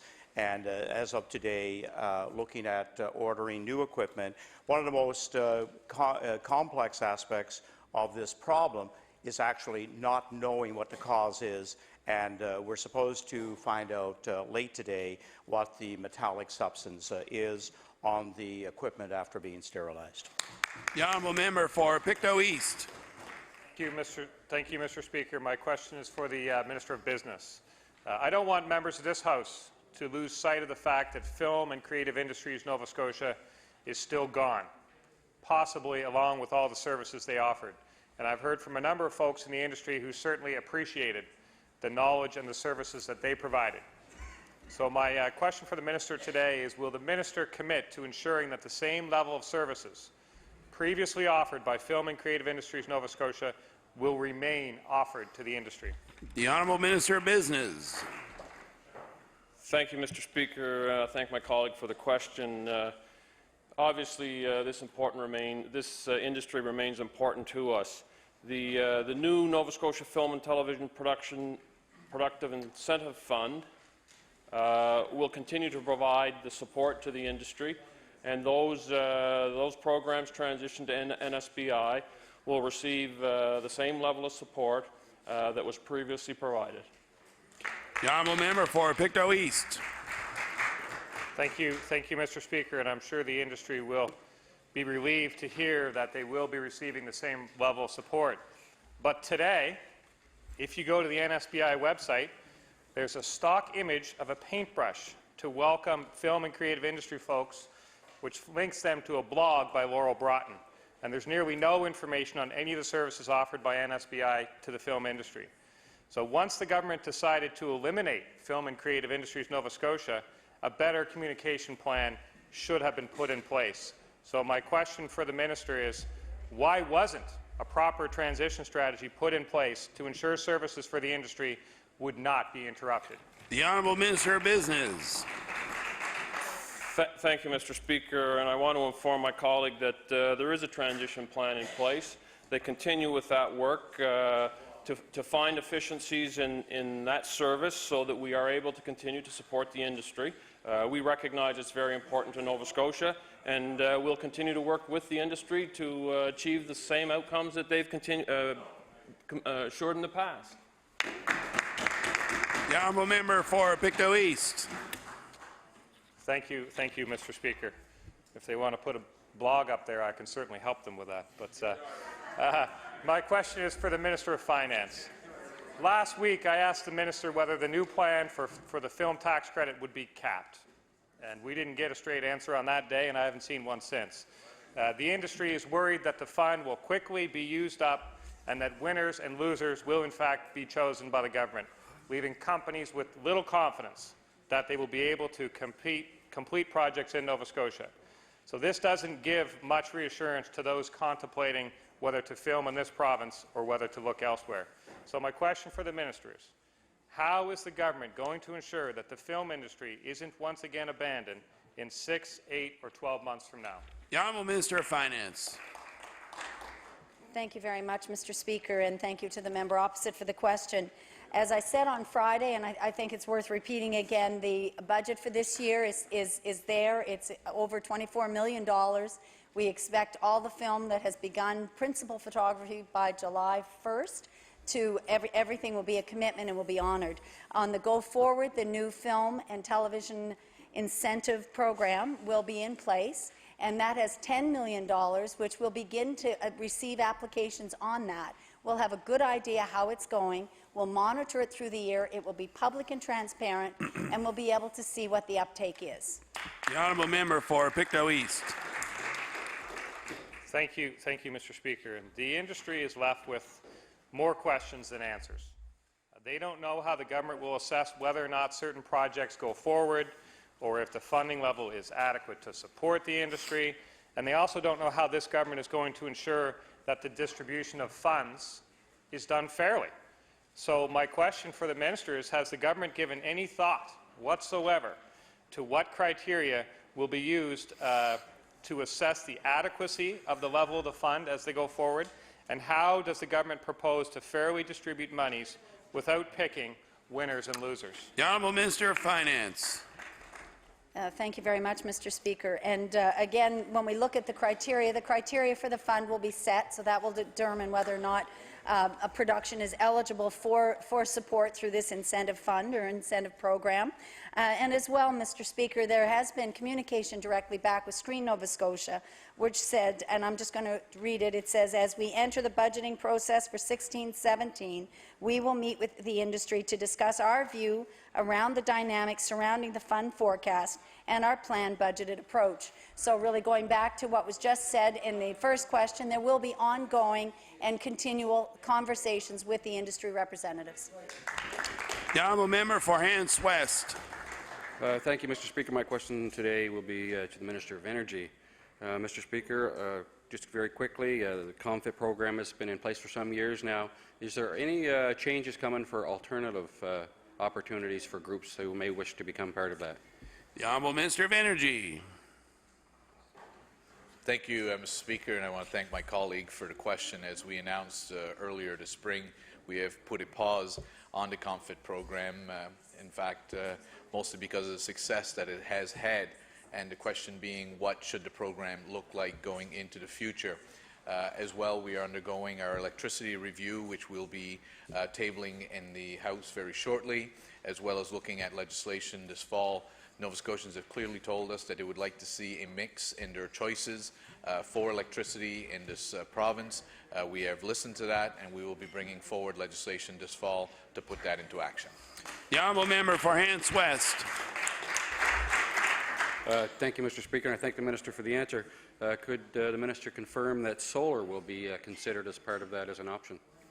The Honourable Minister of Energy. What I can confirm for my honourable colleague is that solar is not currently part of the COMFIT program. but it's certainly part of the mix that is being considered as part of our electricity review, in that Nova Scotians have clearly told us they'd like to have a choice in the producers of electricity as well as the different types of electricity. We've made great strides, certainly in wind energy. We have some very exciting opportunities coming up with tidal energy as well, and certainly solar will be part of the discussions that we have going forward. We will be tabling the results of our electricity review very shortly, and as I've indicated before, we will be bringing forward legislation this fall to put into action the results of that review. Merci. The Honourable House Leader for the New Democratic Party. Thank you, Mr. Speaker. The Minister of Health has cut $3.6 million from the long-term care facilities budget, cutting in half their allowance for small equipment replacement. The Minister stated last week that he expects the long-term care facilities will make up the shortfall by leaning on their fundraising foundations. Mr. Speaker, does the Minister realize that not all long-term care facilities have fundraising foundations, and those who do fundraise for extras and not to support operating budgets? The Honourable Minister of Health. Thank you very much, Mr. Speaker. And we feel that with a number of facilities that also benefited from some of the small capital projects, that they were able to include some upgrade on their requirements, like dishwashers, furniture, and so on. We feel that the amount in the budget this year will meet the needs, and if there is a point in the year when we get a request from a nursing home, that will certainly be given every consideration. The Honourable House Leader for the New Democratic Party. Mr. Speaker, the Minister also suggested last week that long-term care facilities will adapt to the cuts to their small equipment replacement budgets because of bulk purchasing, which will drive down costs. To establish a bulk purchasing system requires a lot of planning, coordination, and time, as a standardized procurement system will have to be put in place, Mr. Speaker. So, is the Minister of Health prepared to leave these long-term care facilities without important equipment while he sets up an entirely new system for bulk purchasing? The Honourable Minister of Health. Thank you, Mr. Speaker, and I think the member opposite, former Minister of Health, would be aware that there are actually some homes that do group purchasing now, and we know that that indeed can be expanded. Yes, in order to make it, province-wide, will take some time. But I think we're already seeing the benefits of bulk procurement in our province. The Honourable House Leader for the Official Opposition. Thank you very much, Mr. Speaker. My question through you is to the Premier. A series of changes by the previous government made the Acadian community feel less important in the eyes of their government. Bringing the Office of Acadian Affairs under the umbrella of the Department of Communities, Culture and Heritage, changes to the French Language Services Act, and changes to the electoral boundaries all contributed to the disappointment and frustration of la Fédération Acadienne. Acadian people are an important part of our province's history, and government should work to help preserve it and protect it. So my question to the Premier, will the Premier reassure members of the Acadian community that he will address their concerns? The Honourable Premier. Thank you. I want to thank the honourable member for the question. This issue has been raised at our caucus and the cabinet table by the minister from the member from Richmond and the Minister of Energy. We have seen, quite frankly, all of us lived through what took place here when we redrew boundaries, and the frustration that was shown by the Acadian communities across this province, and by indeed many Nova Scotians who supported the cultural and linguistic differences of the Acadian community here in this province, and felt that it should have been protected inside the legislative arrangements when we look at boundary review.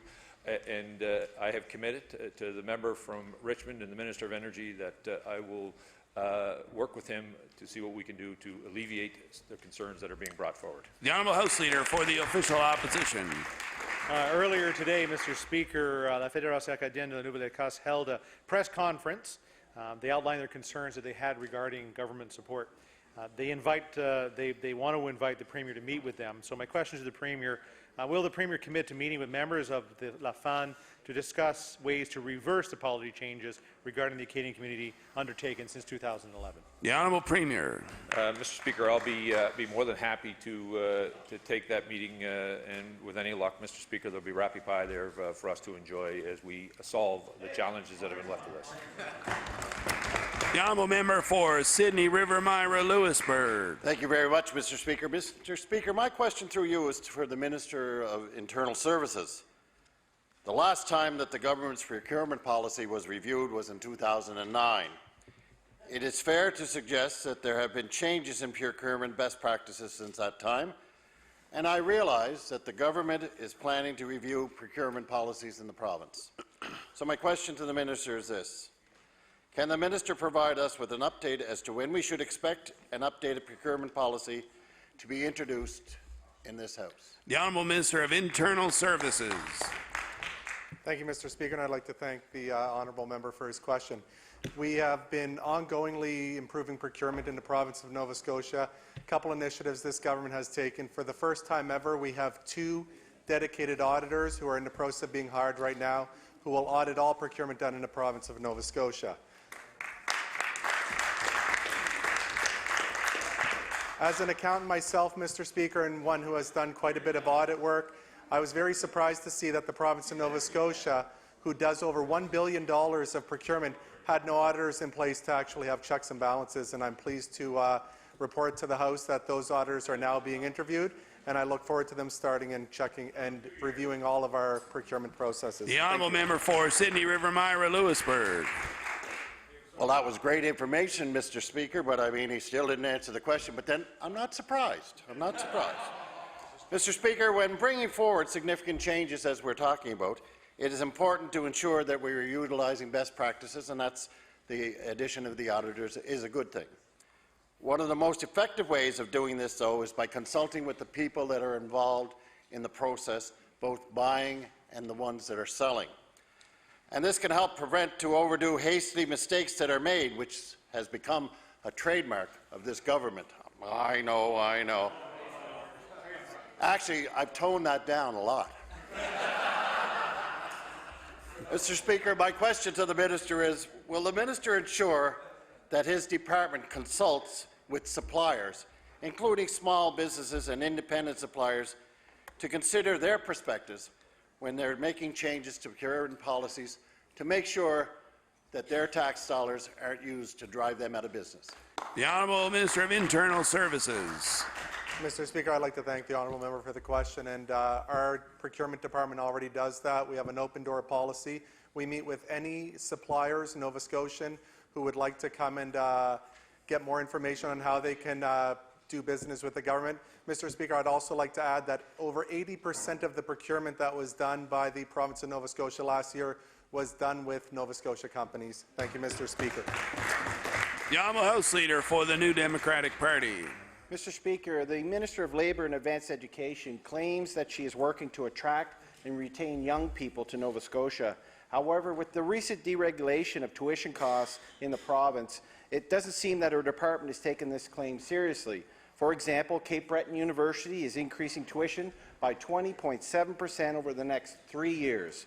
Mr. Speaker, how is increasing tuition by over 20% part of a strategy to attract and retain young people? The Honourable Minister of Labour and Advanced Education. Thank you, Mr. Speaker, and I thank the honourable member for the question. I would like to make one correction in what the member said, that is over 4 years, number one. And number two, the other part of this equation, Mr. Speaker, is that universities want to charge similar tuitions for similar programs. We think that's a reasonable thing. What in fact happened was the previous government took $35 million out of the system and did not allow tuitions to move up. There were certain universities that were disadvantaged because tuition had been frozen early, and if they want to keep up the quality, Mr. Speaker, to make sure that we can continue to attract young people here, the money has to come from somewhere. We've been through this before, Mr. Speaker, that government can't pay a whole lot more, taxpayers can't pay a whole lot more, and unfortunately, that's where we are. The Honourable House Leader for the NDP Party. Well, I know government's not going to pay a whole lot more, but students in Cape Breton sure are, Mr. Speaker.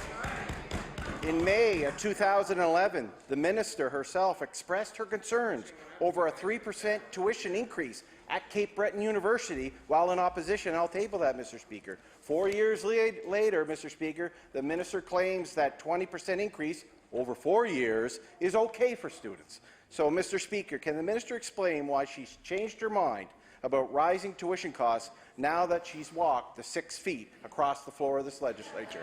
The Honourable Minister of Labour and Advanced Education. Thank you, Mr. Speaker. Thank you, Mr. Speaker. What's clear to us is that if we want to maintain the quality of Nova Scotia universities, Mr. Speaker, we have to allow universities some leeway in this matter, Mr. Speaker. I do wish that we were not in this position, but after the New Democrats cut $35 million from the university system, what did they think was going to happen? The Honourable Member for Sydney River, Myra, Lewisburg. Well, thank you very much, Mr. Speaker. Mr. Speaker, my question through you is to the Minister of TIR. As people know, people who live in small communities like Grand Myra South and rural Cape Breton get little services, but they expect good roads. There has been numerous meetings over the roads in Grand Myra South. We've had the Deputy Minister, the head engineer, the local staff, and the Minister has agreed to travel that road with me on a few occasions, and because of my health challenges, we haven't been able to do that. My question to the Minister is quite simple. Will the Minister work with the local staff to make sure that there are some work done on the Grand Myra South Road this year and a comprehensive plan put in place to the completion of that project? The Honourable Minister of Transportation. Mr. Speaker, first of all, I want to say that I'm shocked and appalled by the question from that member. I've toned that down a lot since the... Mr. Speaker, it is a legitimate question. The members brought it to our attention, and he has a very good relationship with the local TIR folks. So, of course, we'll look at it, Mr. Speaker. There's lots of elements in the equation, but this year, seeing that the member's healthy and back to being his old self again, I'd be happy to do that tour, and we can take a look and then get the details first and up front. Thank you very much. The Honourable Member for Sydney River, Myra, Lewisburg. Thank you very much, Mr. Speaker, and I want to thank the Minister for that answer. And I would suggest that the day we go on that trip, we will probably travel the New Boston Road. Because, Mr. Speaker, the New Boston Road has been an issue since back in the early 80s. There was time and time again. I really believe that if we did a review and look at the amount of money that's been spent on the New Boston Road, we could have pavement there 3 feet thick. But we don't have any pavement yet, so the question is, will the Minister look one more time at doing something for the people of the New Boston area? The Honourable Minister of Transportation. Yes, Mr. Speaker, we'll certainly have one more look at that road. Thank you very much. The Honourable House Leader for the Official Opposition. Thank you very much, Mr. Speaker. My question through you is to the Minister of Health. Earlier, of course, you answered the question around the sterilization program at the QE2. We know that hundreds of surgeries have been cancelled because of those issues with the surgical equipment at the Halifax Infirmary. As of yesterday, 387 surgeries were cancelled, and that number continues to grow. The dust that was discovered more than 2 weeks ago, and the hospital's cancelling up to that 80 surgeries per day.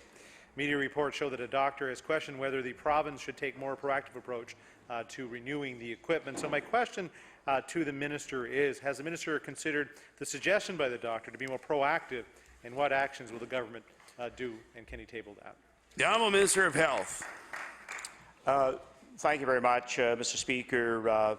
When I did receive an update this morning, you know, as the situation continues to add canceled surgeries, we now need to, yes, get a report from the specialist who has been brought in to try and locate the problem as to why this black metallic substance is on equipment after coming through the sterilization process. But we're now moving to a point where ordering new equipment is very much at hand.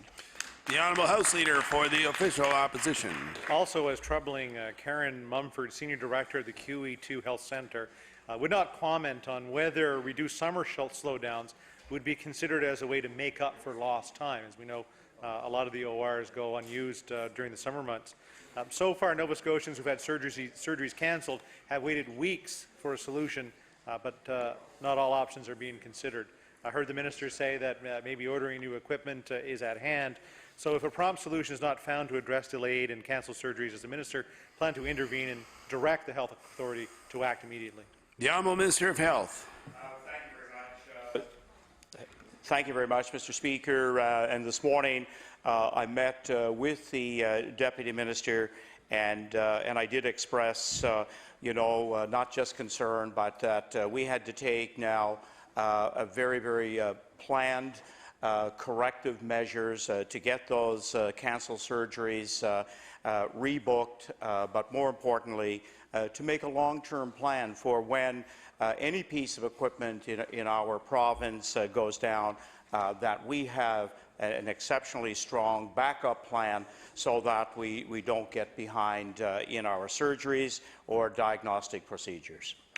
The Honourable Member for Chester St. Margaret's. Thank you, Mr. Speaker. The McNeil government's decision to shut down Film and Creative Industries Nova Scotia is hurting the creative sector. The Premier locked the doors without a plan. Nova Scotia Business Inc. has been given the task of taking over the work of Film and Creative Industries, but the industry is having trouble finding people at NSBI who can answer their questions. My question for the Minister of Business is this: how will new film projects be developed by NSBI? The Honourable Minister of Business. Thank you, Mr. Speaker. I thank my colleague for the question. The transition within NSBI continues, Madam Speaker. Mr. Speaker, the creation of the Nova Scotia Film and Television Production Incentive Fund is now in place. There's resources in NSBI. I've had a number of calls myself and have physically handed 2 initiatives to NSBI staff for follow-up to ensure that there's continuity to the services that have been provided. The Honourable Member for Chester St. Margaret's. Thank you, Mr. Speaker. And I would suggest that a transition should take place before a decision is made, so everybody's ready to go after that decision. With the sudden closing of Film and Creative Industries Nova Scotia, the province is losing expertise to an organization that had nearly 30 years of experience working in this sector. Question: who at NSBI has the industry knowledge to take on this file, and how will NSBI handle the exponential increase in demand for their resources? The Honourable Minister of Business. Thank you, Mr. Speaker. As I've indicated previous, there's 3 staff who have been transitioned into NSBI. They each bring subject matter expertise in movie, tax, and film. NSBI are prioritizing those needs for service. They continue to provide that service, and they draw down on the expertise of those individuals who've transitioned into the department. The Honourable Member for Pictou Centre. Thank you, Mr. Speaker. Mr. Speaker, my question is for the Minister of Business. In January 2011, the government of the day announced that 100 people were working at DSME Trenton Limited, and that the plant had orders for over 30 towers to construct for wind farms. Whether the previous government was getting a little ahead of itself is unknown. But in late January 2012, a year later, DSME Trenton received its first orders for towers for a wind farm in Amherst. That was more than 3 years ago. The question to the Minister: is the Minister of Business able to provide an update today of the current employment levels at the plant, considering the province has a 49% ownership stake? The Honourable Minister of Business.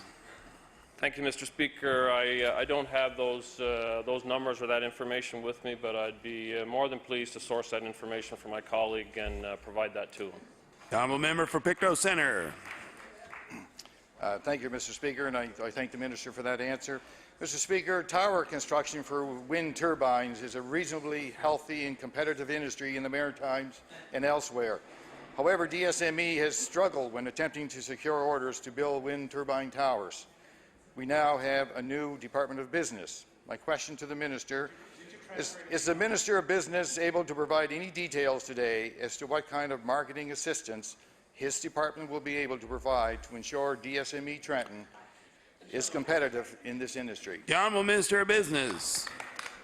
Thank you, Mr. Speaker. The industry itself obviously is well established. Just recently, they've achieved GE certification for towers. That was this past year. Any number of the Crown corporations, NSBI and Innovacor and others, Mr. Speaker, are able to provide support. I'll certainly pursue the matter and have that discussion myself with the CEOs in those areas. And when the opportunity presents itself, I plan to attend Pictou County again, and I'll be sure to drop in and meet the management team there. The honourable member for Kings North. Mr. Speaker, my question is for the Minister of Transportation and Infrastructure Renewal. Today, the Minister released 3 safety studies, but none were for the dangerous section of highway between St. Croix and through Windsor to Falmouth. And in fact, the section studied on the 101 was a very low-volume section from Digby to Weymouth. But this section I'm referring to through Windsor has been the site of many, many fatalities and have been the subject of discussion in this House. My question for the Minister is, why was there no safety study done on this section of highway from through St. Croix, through Windsor and to Falmouth? The Honourable Minister of Transportation. Thank you, Mr. Speaker, and thank the member for the question. When we looked at the number of safety reviews that were released today, the 103, the 104, and the specific section of the 101, we were looking at, for our own uses, we did the internal study with TIR for the 101. We were looking at the very specific section there because of the controlled and uncontrolled access nature of that specific area. We were asked to look at that because of some of the challenges that we've had there, and what would it look like to do improvements in that particular section. Mr. Speaker, the result of today's conversation was about the large-scale things that we have to do to make full and widely impactful changes to our entire system, and that's what today was about. Certainly, the member makes a good point. Our department and the public are well aware of the challenges in the 101, and what we've released today will certainly give us an opportunity to continue to look at those areas and make improvements as we see fit and as the capital plan allows. Thank you very much. The honourable member for Kings North. Thank you, Mr. Speaker, and thank the Minister for that answer. Mr. Speaker, last year the Minister promised a number of small improvements or temporary improvements to the section of highway through Windsor and Falmouth, and to date these improvements have not taken place. My question for the Minister is, when can we expect these small improvements through that section of highway to take place? The Honourable Minister of Transportation. Thank you, Mr. Speaker. And again, there's 2 approaches here. Certainly, today's study and the plan moving forward will be about the long-term impact of the 101 and how we manage the heavy volumes coming out of Metro and some of the challenges we have along the way. But I can assure the member opposite, we've heard about many of the challenges on the 101, particularly the member from Hants West has brought this to the House a number of times, to my department a number of times. So there is short-term options that we're looking at, certainly through the Windsor corridor, the Causeway and other areas. So we'll continue to work on those, and we are working on very specific plans for those short-term measures. They will be, some of them will be in place for this capital season, this construction season, so we'll get on that, and I can certainly provide the member with a list of those. Thank you very much. The honourable member for Truro, Bible Hill, Millbrook, Salmon River. Thank you, Mr. Speaker. Mr. Speaker, this morning the Chronicle Herald reported that the Strait Regional School Board is eliminating 17.3 full-time teaching jobs due to budget cuts. The board serves 6,454 students at 21 schools across the northeastern Nova Scotia and southern Cape Breton. And to quote Board Superintendent Ford Rice, we're experiencing a budget reduction. The story goes on to say that the school board is crunching the numbers and having received its funding allocation for next year. So my question for the Minister of Education, could she please outline changes to the Strait Area School Board's funding for the upcoming fiscal year? The Honourable Minister of Education. Thank you, Mr. Speaker, and to the member opposite for the question. As we look at how school boards are funded, I've said this earlier on, that a straight funding formula based on enrollment was not the most appropriate way to fund school boards, and so last year we looked at a hybrid model which looked at enrollment and program funding, and so that combination is what has been used to provide the funding to all boards this year. I think it's important to recognize that the Strait Board does have a significant decline in enrollment, and so when you put the hybrid model together, it did translate into fewer dollars, fewer teachers, and still maintaining quality programming for the students in the board. The honourable member for Truro, Bible Hill, Millbrook, Salmon River. Thank you, Mr. Speaker, and thank you to the Minister for her response. So, Mr. Speaker, St. Mary's Academy in Sherbrooke will actually be losing 3 full-time teaching positions. And in fact, their grades primary to 6 will become multi-grade classrooms with 2 grades to a teacher. And in April of 2011, the current Minister of Education stood in this House and said it was impossible to make education cuts without an impact in the classroom. Her words, Mr. Speaker, not mine, and I will actually table that. So my question to the Minister of Education today is, could she please describe the impact that her funding cuts will have on students in the Strait Region School Board? The Honourable Minister of Education.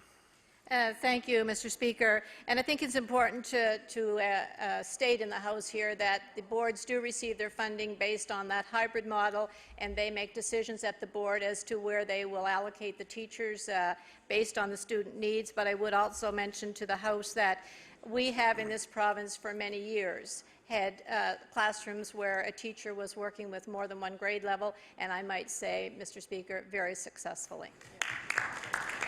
The honourable member for Pictou East. Thank you, Mr. Speaker. My question is for the Minister of Energy. During the election campaign, the government said Nova Scotians would see a decrease in their power rates. And today I'm tabling a power bill belonging to an 85-year-old woman living on her own in 3 Mile Plains, Hants County.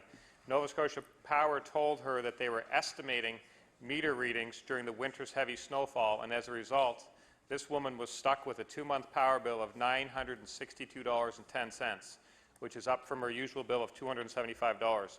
And unfortunately, this is not the only example of $900 power bills being sent out in Hants County for the months of February and March. So my question for the Minister is the Minister prepared to look into these estimated meter readings? The Honourable Minister of Energy. Thank you, Mr. Speaker. Obviously, I don't have all the details of this particular account, but more than happy to look into it. In fact, as an MLA for 17 years now, I've had the opportunity on many occasions to work with constituents and Nova Scotia Power. They have a dispute resolution process as well internally. I've found them to be quite helpful over the years in assisting constituents, whether it be who had fallen into arrears or had specific questions regarding their accounts. More than happy to look into any concerns regarding this specific account. The honourable member for Pictou East. Thank you, Mr. Speaker, and I do thank the Minister for that answer. We've had some success with that process ourselves, but in this case, for some reason, Nova Scotia Power seems to be digging their heels in, and the Minister will know that such a bill is inexcusable for an elderly lady living on her own. It's one thing for there to be a $20 increase, but a $688 increase over 2 months gives the impression that she's running a large commercial operation, which she is clearly not. So I thank the Minister for his answer, and I just ask that he also consider asking the UARB to investigate the practices that are causing such large winter increases for Nova Scotia. The Honourable Minister of Energy. Thank you, Mr. Speaker, and as I indicated to my colleague, I'm more than happy to look into the specifics of the situation and would ask him to share more information so that we can get the details from Nova Scotia Power. But he is correct in the fact that Nova Scotia Power is a private utility governed by the Nova Scotia Utility and Review Board. If Nova Scotians have specific concerns, they can bring those directly to the Utility and Review Board for their consideration. But again, more than happy to review this specific matter and see if a resolution can be found for the honourable member's constituent. The honourable member for Pictou East. Thank you, Mr. Speaker. Order, please. Time allotted for oral questions by members to ministers has expired. We'll now move on to government business. The Honourable Government House Leader. Mr. Speaker, I would move that you do now leave the chair and that the House resolve itself into a committee of the whole on bills. The House will now recess for a few minutes while it resolves itself into the committee of the whole House on bills.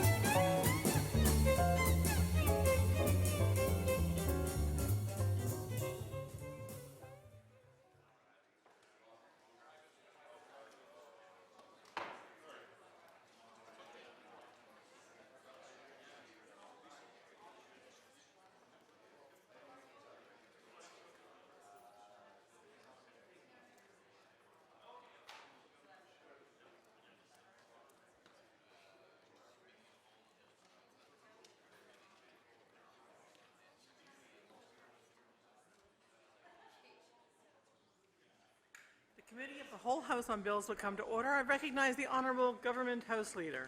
Thank you, Madam Chair. Madam Chair, would you please call Bill number 97, the Quality Improvement Information Protection Act? Bill number 97, the Quality Improvement Information Protection Act. The Clerk. Madam Chair, Bill number 97 was referred back from the Committee on Law Amendments without any amendments and contains 14 clauses. Shall Clause 1 carry? Shall the remaining clauses carry? Shall the title carry? Shall the bill carry? The bill is carried.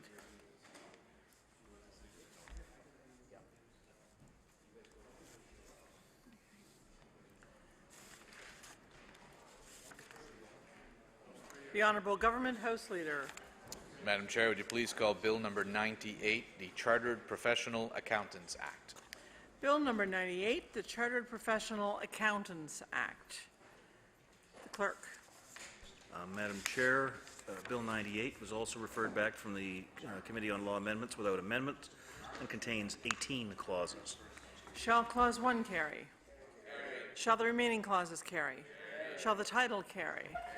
Shall the bill carry? The bill is carried.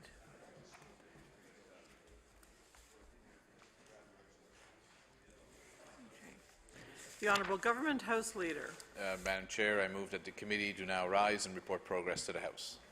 The motion is carried. The committee will now rise and report its business to the House.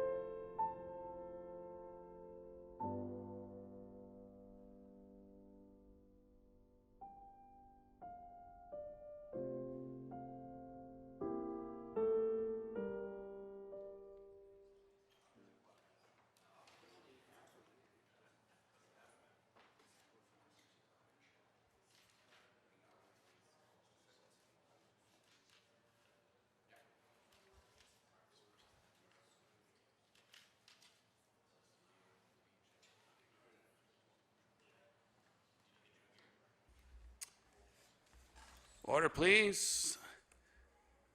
Clerk of the committees will report. That the Committee of the Whole on Bills has met and considered the following bills, Bills 97 and 98 without amendments, and the Chairman has been instructed to recommend these bills to the favorable consideration of the House. The Honourable Government House Leader. Speaker, would you please now call public bills for third reading? We'll now call public bills for third reading. Speaker, would you please call Bill number 82, the Change of Name Act and Vital Statistics Act? We'll now call Bill number 82, the Change of Name Act and the Vital Statistics Act. The Honourable Minister of Service, Nova Scotia. Thank you, Mr. Speaker. Mr. Speaker, I now ask that Bill number 82, an act to amend Chapter 66 of the Revised Statutes 1989, the Change of Name Act, and Chapter 494 of the Revised Statutes 1989, the Vital Statistics Act, be read for a third time and do pass. Mr. Speaker, amendments to the Vital Statistics Act include eliminating the requirement for sex reassignment surgery to change the sex designation on a birth certificate, requiring a self-declaration from the applicant stating that they have assumed identity with and intend to live in a gender identity that corresponds with the desired sex designation, and requiring a letter of support from a person with a professional designation is defined in regulations, including a doctor, nurse, social worker, or psychologist. And, Mr. Speaker, requiring minors under 16 to have parental consent. The letter of support must be from a doctor or psychologist that has treated or evaluated the applicant and must include a professional opinion that the minor has the capacity to understand the impacts of their decision. An amendment to the Change of Name Act, Mr. Speaker, will eliminate the requirement for parental consent for minors who are 16 to 18 inclusive to align with the changes to the Vital Statistics Act. Mr. Speaker, these amendments will remove the requirements for Nova Scotians to have sex reassignment surgery to change the sex designation on their birth certificate. I'm pleased to bring these changes forward, Mr. Speaker. We need to make sure that all Nova Scotians are free from discrimination, and this change is a step in the right direction. Making these changes will provide needed peace of mind and confidence to transgender Nova Scotians. We take gender equity seriously, Mr. Speaker, and we're taking steps to ensure this is reflected in our laws. Thank you. The Honourable House Leader for the New Democratic Party. Thank you, Mr. Speaker, and I want to thank the Minister and the government for bringing this change and this piece of legislation forward. I think it continues on a path that government recognizes the importance to change legislation to make sure that it reflects what is going on and the environment that is in the province as currently as it is. And I think over the years, government needed to recognize the fact that gender reassignment surgery, for example, which is now covered under MSI, something I was very proud to bring forward as Minister of Health, and also trying to improve the rights that transgender individuals here in Nova Scotia have is extremely important. So again, I think this piece of legislation continues on with government's process and ability to ensure that we are bringing forward good policy changes that reflect and support communities and individuals within our province. So again, we do support this piece of legislation. We're glad to see it get to this point. Thank you, Mr. Speaker. The Honourable Member for Inverness.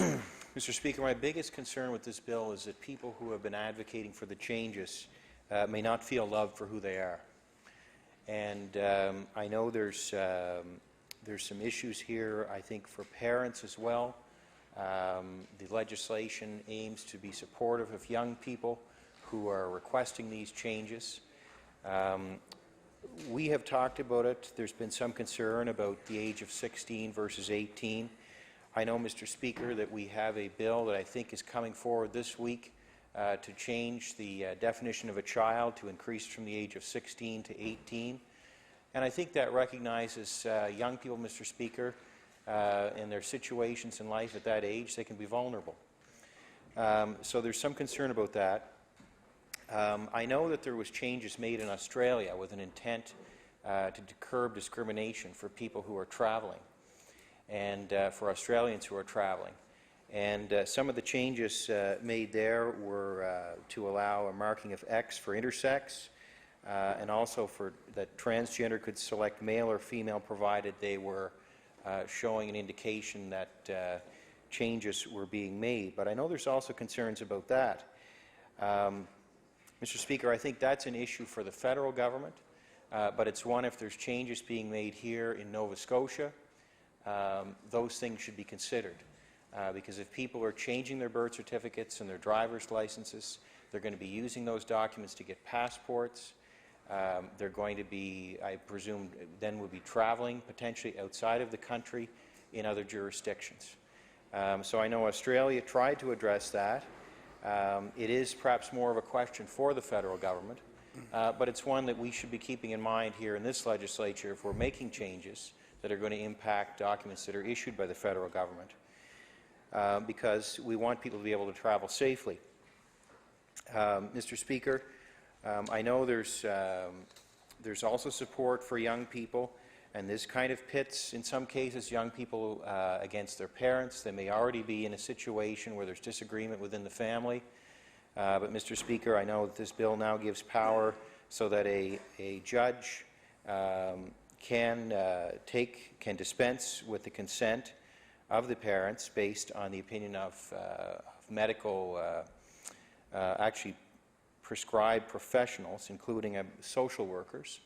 And there may be some reason why that was chosen, but I do note that we are the only province that has that ability to allow social workers to write a letter that could be used in a court.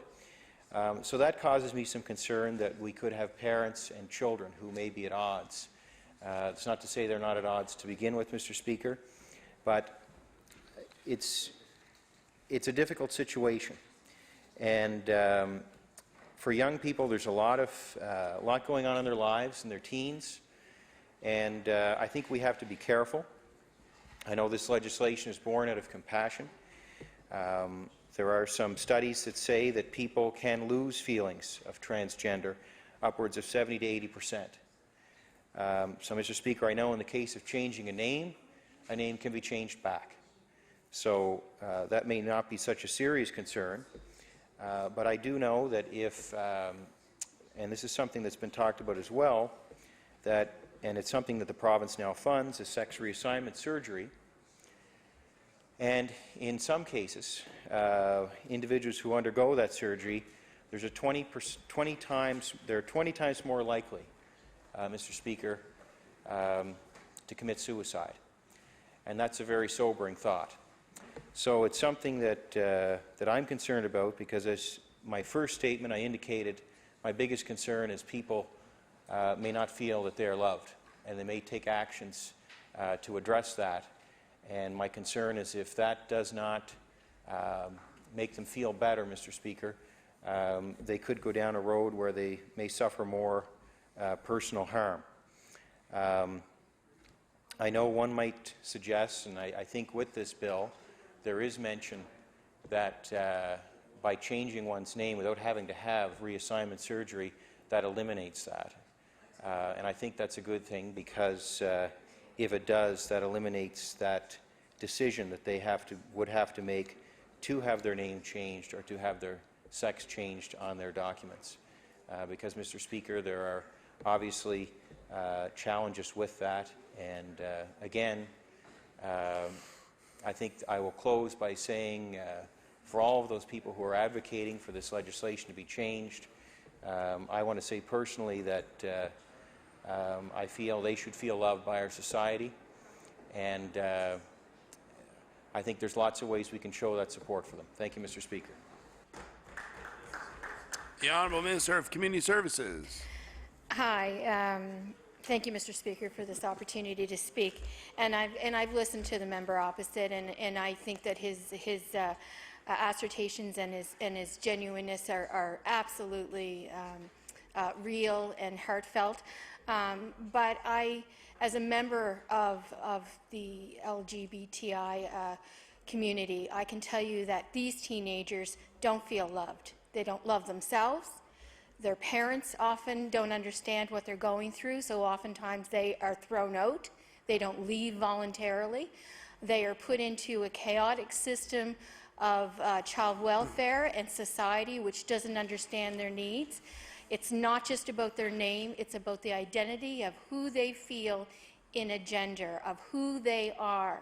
And oftentimes the discrimination against transgendered people is complete, it's real, it's violent, and it's more than any other segment of the population experiences, including those of us who are already identified in sexual orientations in other ways.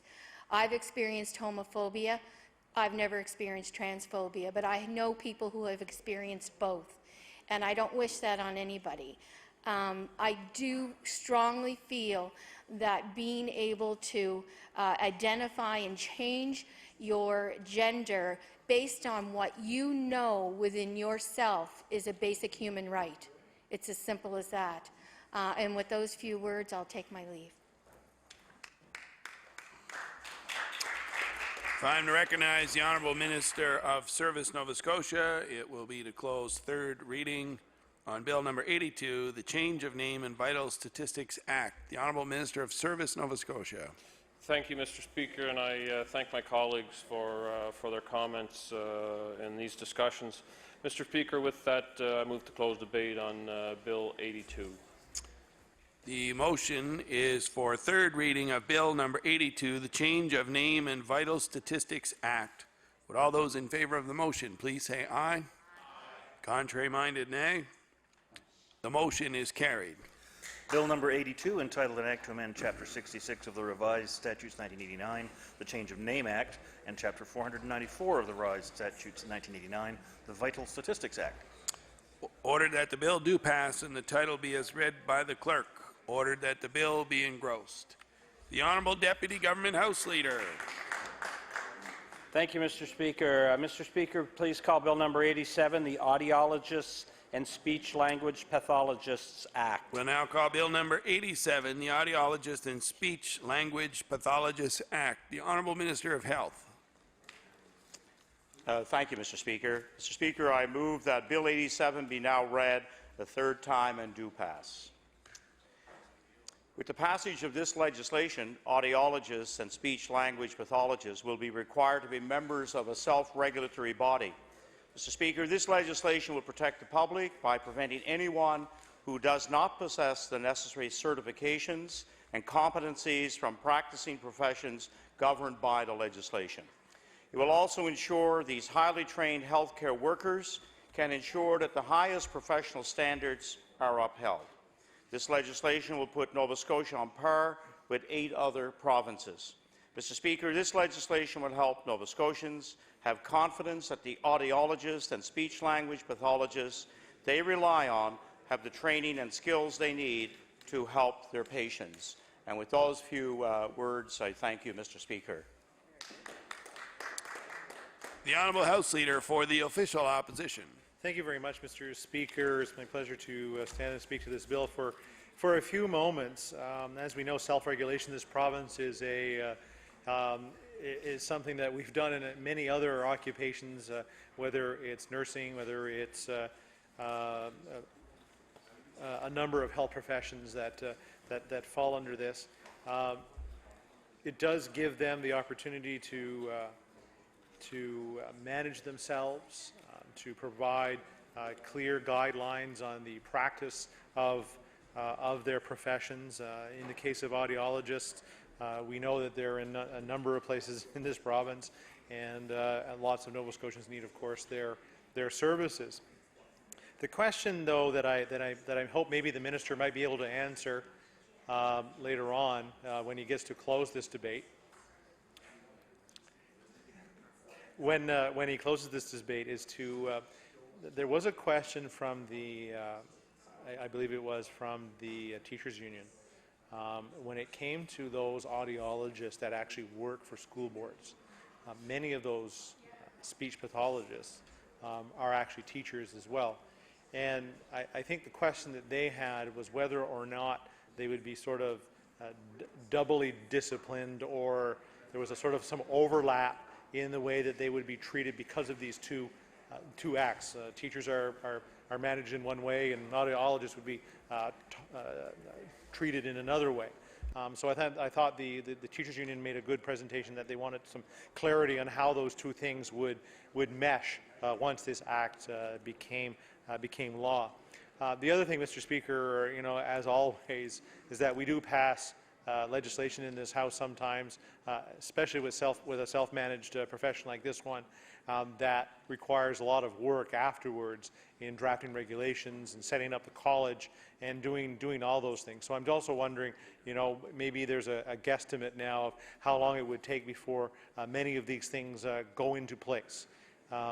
Because I think it's even the paramedics at this point had set up their own college, and even to this day I think they still have trouble organizing in one way or another. So we just want to make sure that when we provide this kind of basis in or legislation, that it is actually doable in the end. From what I understood from our briefing, and I thank the minister and his staff for the briefing that we did receive on this bill, that there are, well, I think 200 or 300 audiologists in this province, so it does give them that group of people that can help manage themselves. In some cases, they're very small groups. I think the example that I continue to use is midwives. And there wasn't a lot of midwives in this province when they asked it to be a self-directed occupation or profession in this province. And it took some time before they were able to truly gel together and provide that service to Nova Scotians. So, Mr. Speaker, with those short words, it's a move forward. I think that we can support as a caucus, as the Progressive Conservative Caucus. But I do hope to hear maybe some more answers on some of those final questions that I have to the minister. Thank you very much, Mr. Speaker. The honourable member for Sackville-Cobequid. Thank you, Mr. Speaker, and I'm glad to rise to say a few words on Bill 87. I think it's important as we see legislation come forward to support those professionals that provide important services to our residents in the province. And audiologists and speech-language pathologists, definitely I would consider and rank them amongst those professionals whose work is extremely important, especially to our young people here in the province of Nova Scotia.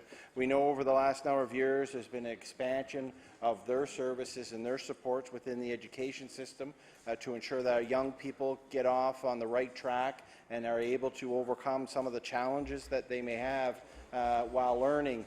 And I know through law amendments that the Nova Scotia Teachers Union made a presentation and brought forward a few concerns. And I hope that the Minister of Health will undertake and listen to those concerns and work with the Minister of Education to ensure that I think the essence of this piece of legislation is to support the industry and support those professionals, and that I don't think by any means we want to see, especially if it's the way the fee structure is, that anybody is put at a disadvantage. So I hope that the minister will do that, and within his department, and I believe he will. Being a former teacher, I think he would recognize some of the challenges that some of our professionals find themselves in when they're working within the education system. So I think self-regulating bodies is something that's extremely important for professions here in our province, because it gives a level of I think recognition that is needed within certain sectors of delivering services that are delivered to Nova Scotians. And with this one, I definitely see the benefits of doing such that. So we do support it, and we look forward to the implementation of this bill and the recognition that comes with it. Thank you, Mr. Speaker. I recognize the Honourable Minister of Health. It will be to close third reading of Bill number 87, the Audiologists and Speech Language Pathologists Act. The Honourable Minister of Health. Thank you very much, Mr. Speaker, and just to make a few comments from my colleagues, in fact, both former Ministers of Health and Wellness, who actually probably had some of this come during their time in office to take a look at not just audiologists and speech-language pathologists, but actually a number of our other self-regulatory bodies.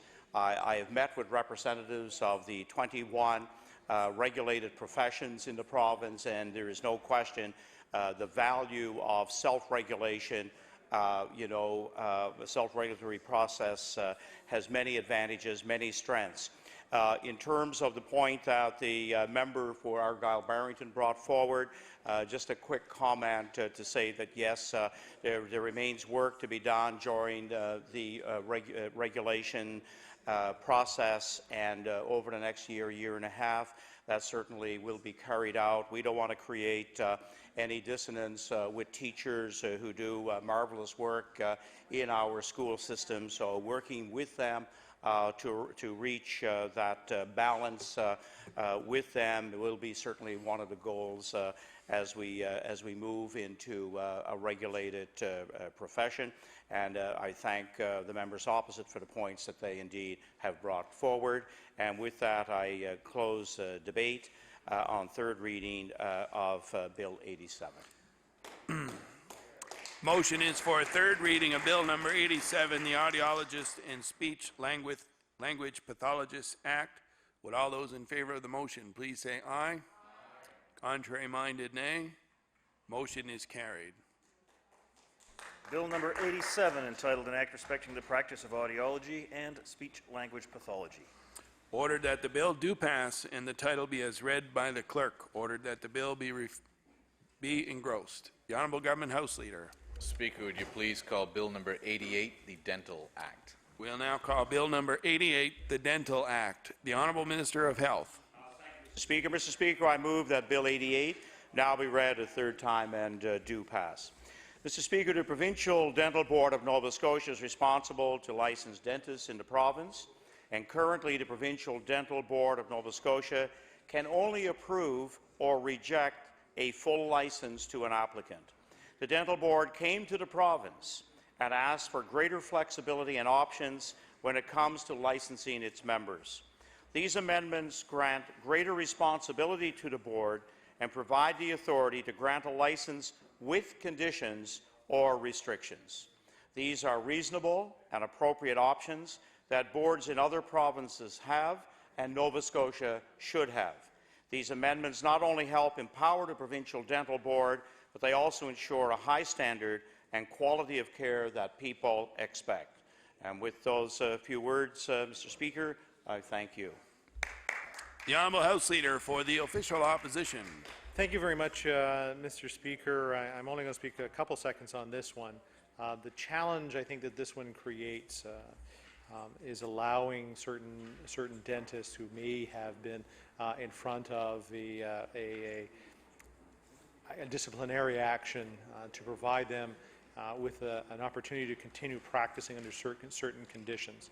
We do know a lot of the fallout of what happened at Dalhousie University, especially with the Dalhousie dental class. And we just hope that everybody continues to watch this one closely, and that of course nothing happens to the public. Protection of public, I think, is the number one responsibility of us as legislators, to make sure that no one is harmed or unduly harmed because of a decision of this House. So I hope the Minister, of course, is providing a piece of legislation that is, of course, asked for by the Dental Association, but we also know maybe some of the background for this one as well. So with those short few words, I will move on to the next one. If I recognize the Honourable Minister of Health, it will be to close third reading on Bill number 88, the Dental Act. The Honourable Minister of Health.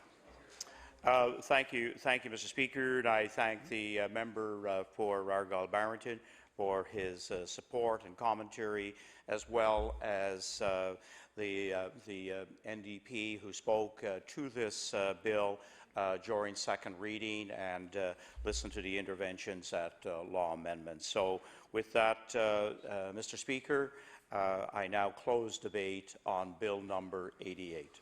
The motion is for third reading of Bill number 88, the Dental Act. Would all those in favour of the motion please say aye? Contrary-minded, nay. The motion is carried. Bill number 88, entitled An Act to Amend Chapter 3 of the Acts of 1992, the Dental Act.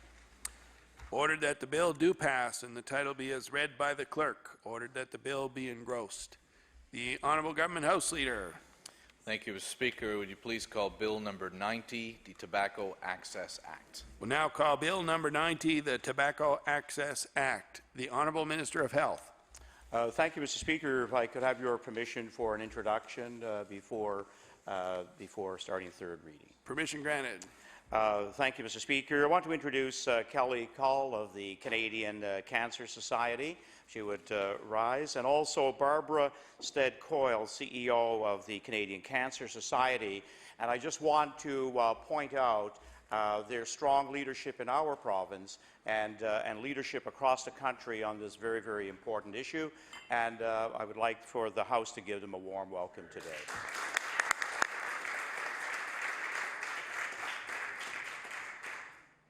Mr. Speaker, I move that Bill 90 now be read a third time and do pass.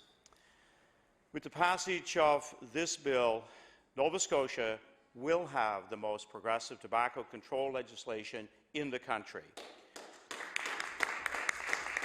Starting May 31st, the sale of flavored tobacco will be banned. It will be illegal to sell e-cigarettes to minors. Display and promotion of e-cigarettes will be restricted in stores where minors are allowed entry. It will be illegal to use e-cigarettes and water pipes in indoor public places and workplaces.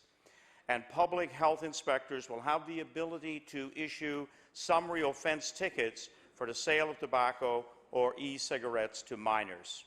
As previously noted, we believe e-cigarettes and juice need regulation at the federal level, and we strongly encourage our federal partners to take swift action. Our tobacco control measures that will start May 31st will help protect Nova Scotians, especially young people, from the health harms of tobacco. Mr. Speaker, in my teaching days, I saw firsthand how young people would get addicted to nicotine because the tobacco industry made smoking look cool. That they would get addicted, and Big Tobacco would have customers for life. This industry is clever. Big Tobacco knows that older customers will either quit or die. They need new, young customers to survive. So they came up with flavored tobacco to entice young customers.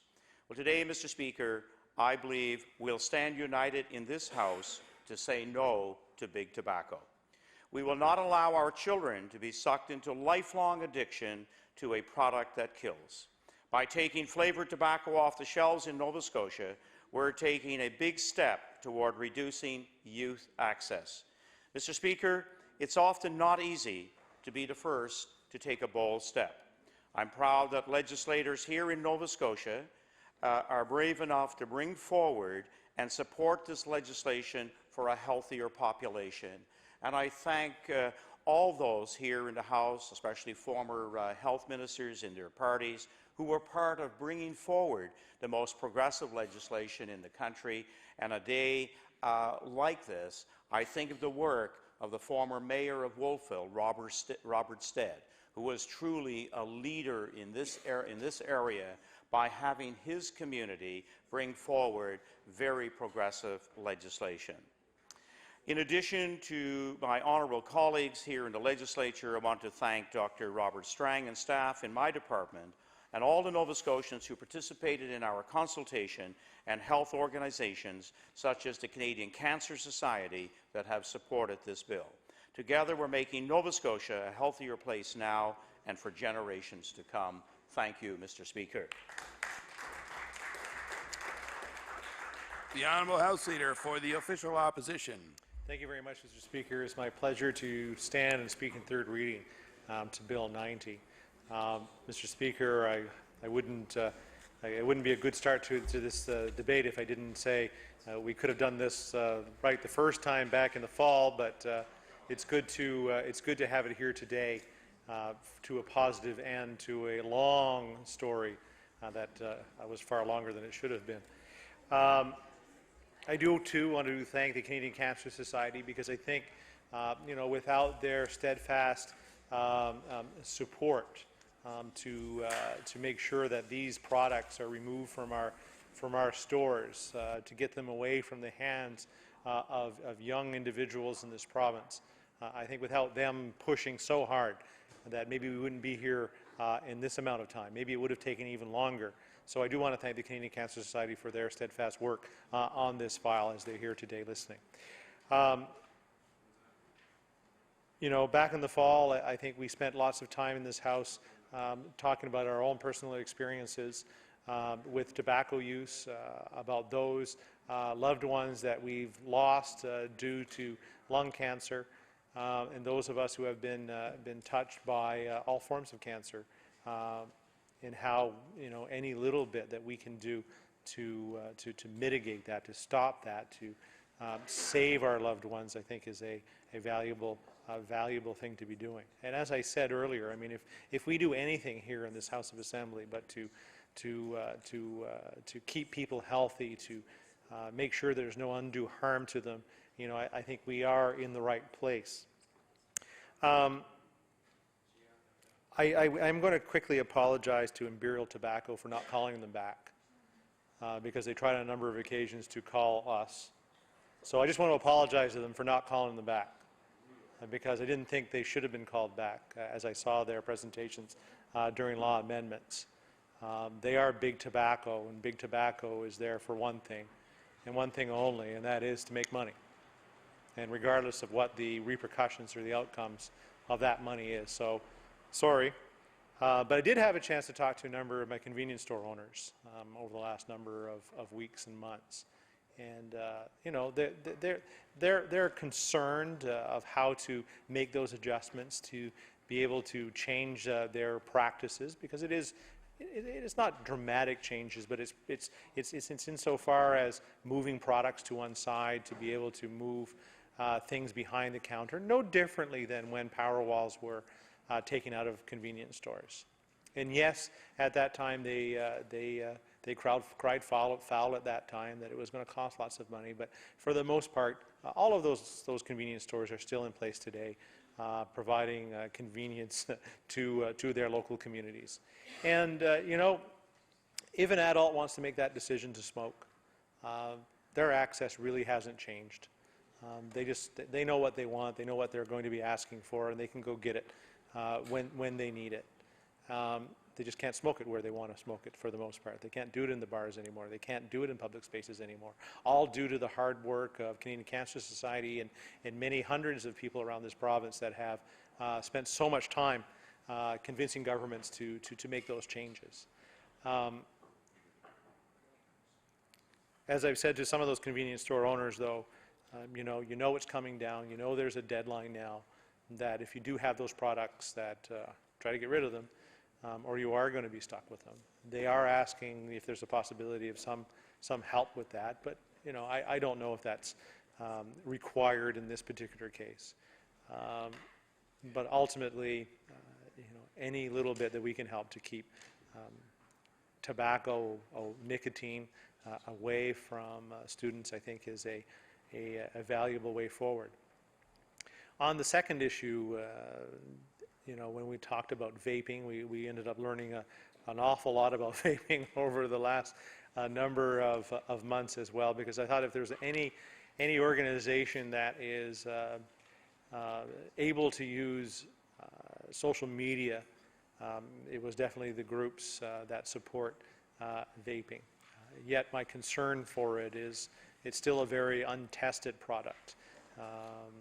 You know, I think we can go online and get as many reports one way or another on it. So, you know, I do hope that the government continues to look closely at it, to understand the long-term repercussions of that vapor product, to see what the long-term effect is going to be on health of Nova Scotians.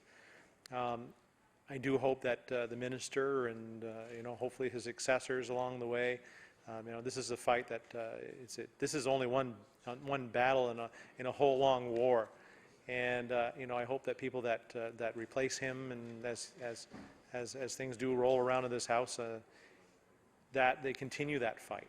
You know, this is a fight that was brought forward by many ministers of health before him, ministers of wellness before him, and it's good to see that you know, we continue down that road of keeping these products away from people.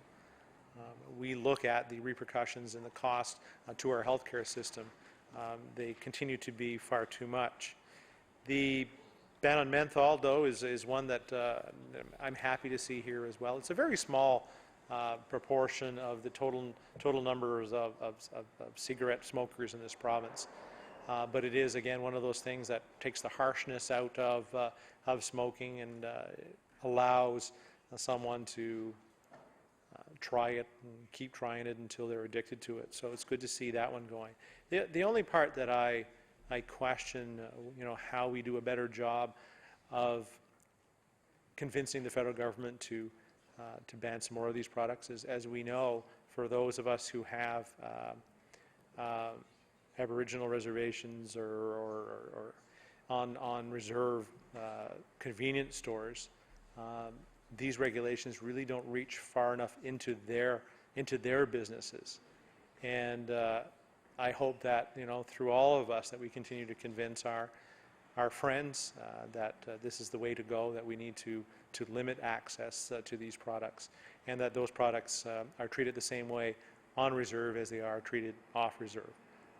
Because today, you know, once this effect goes into effect, this law is not necessarily binding on reserve. So I hope we take our time and convince others that this is the the right way to do. And as the minister said, you know, sometimes it's hard to be the leader in these things, to be the trailblazer in these things, but quite honestly, someone's got to go first, and we can learn from that and be able to convince others that it is the right thing to do.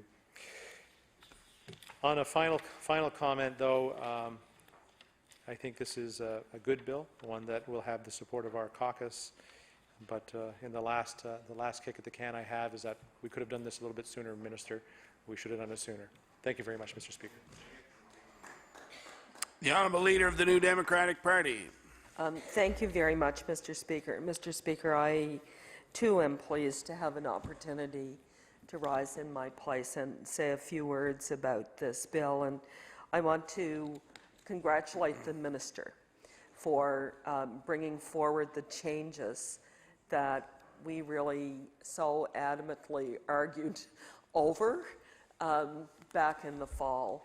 And I have to say, you know, this is an occasion for celebration. I think that the measures in this bill do the right thing for the youth, young people in our province, and they also do the right thing for young women in our province. The menthol provisions, I'm tremendously happy to see. I was sitting here thinking about, you know, when I was a young person, long time ago now, it feels like some days, but when I was a young woman looking through, you know, the women's magazines and what have you, there was an ad for Virginia Slim cigarettes.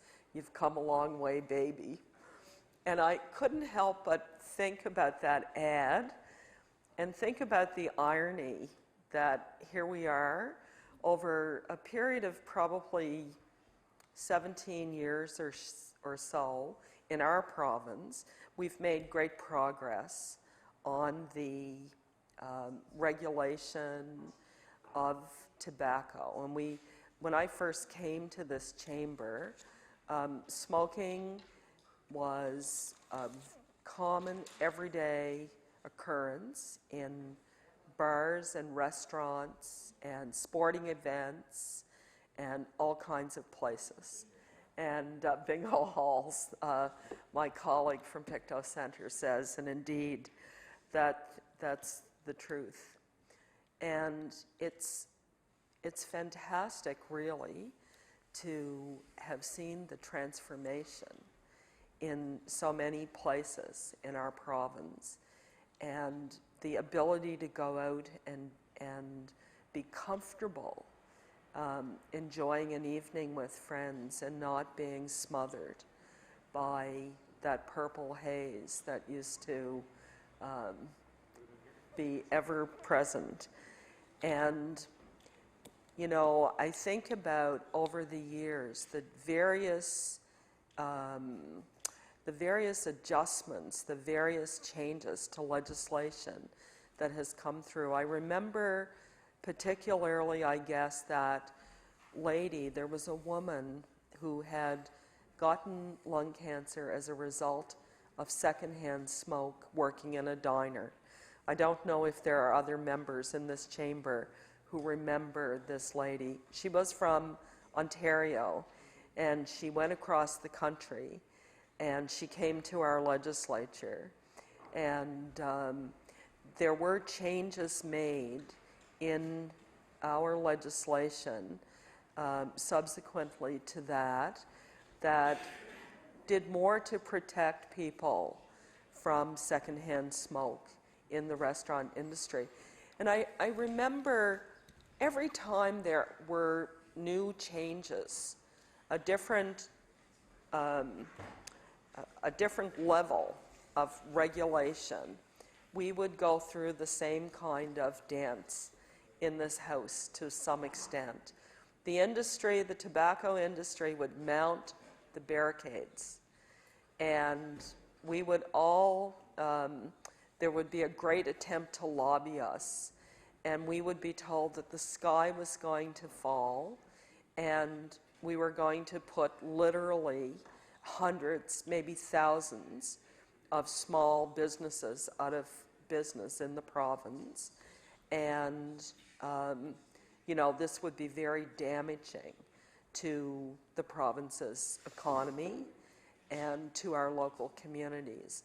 And that was the argument versus the enormous health impacts of continuing to allow tobacco to be so freely available and the terrible consequences it has. I bet you there's nobody in this chamber who hasn't been touched by the consequences of tobacco use in terms of disease and illness and perhaps even death. I know I myself have lost two very, very close friends who were heavy smokers, and I despair for some of my other contacts and friends who have not been able yet to kick this habit.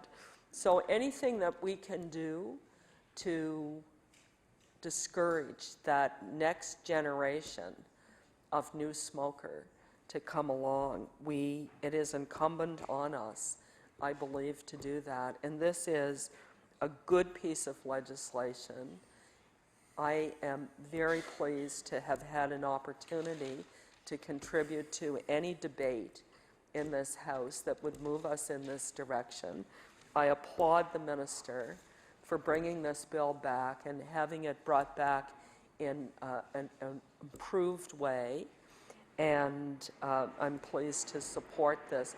I want, before I take my place, to give a shout out to Smoke Nova Scotia and the Canadian Cancer Society. Both of these organizations are dogged and tireless in the work that they do on behalf of the people in the province. And they have such incredible expertise. They are on top of all of the latest research, and they help educate us as legislators in terms of what are the steps that we can take and we should take. And I really want to thank them. They've been champions for all of the legislation over the years that I have seen come through this House.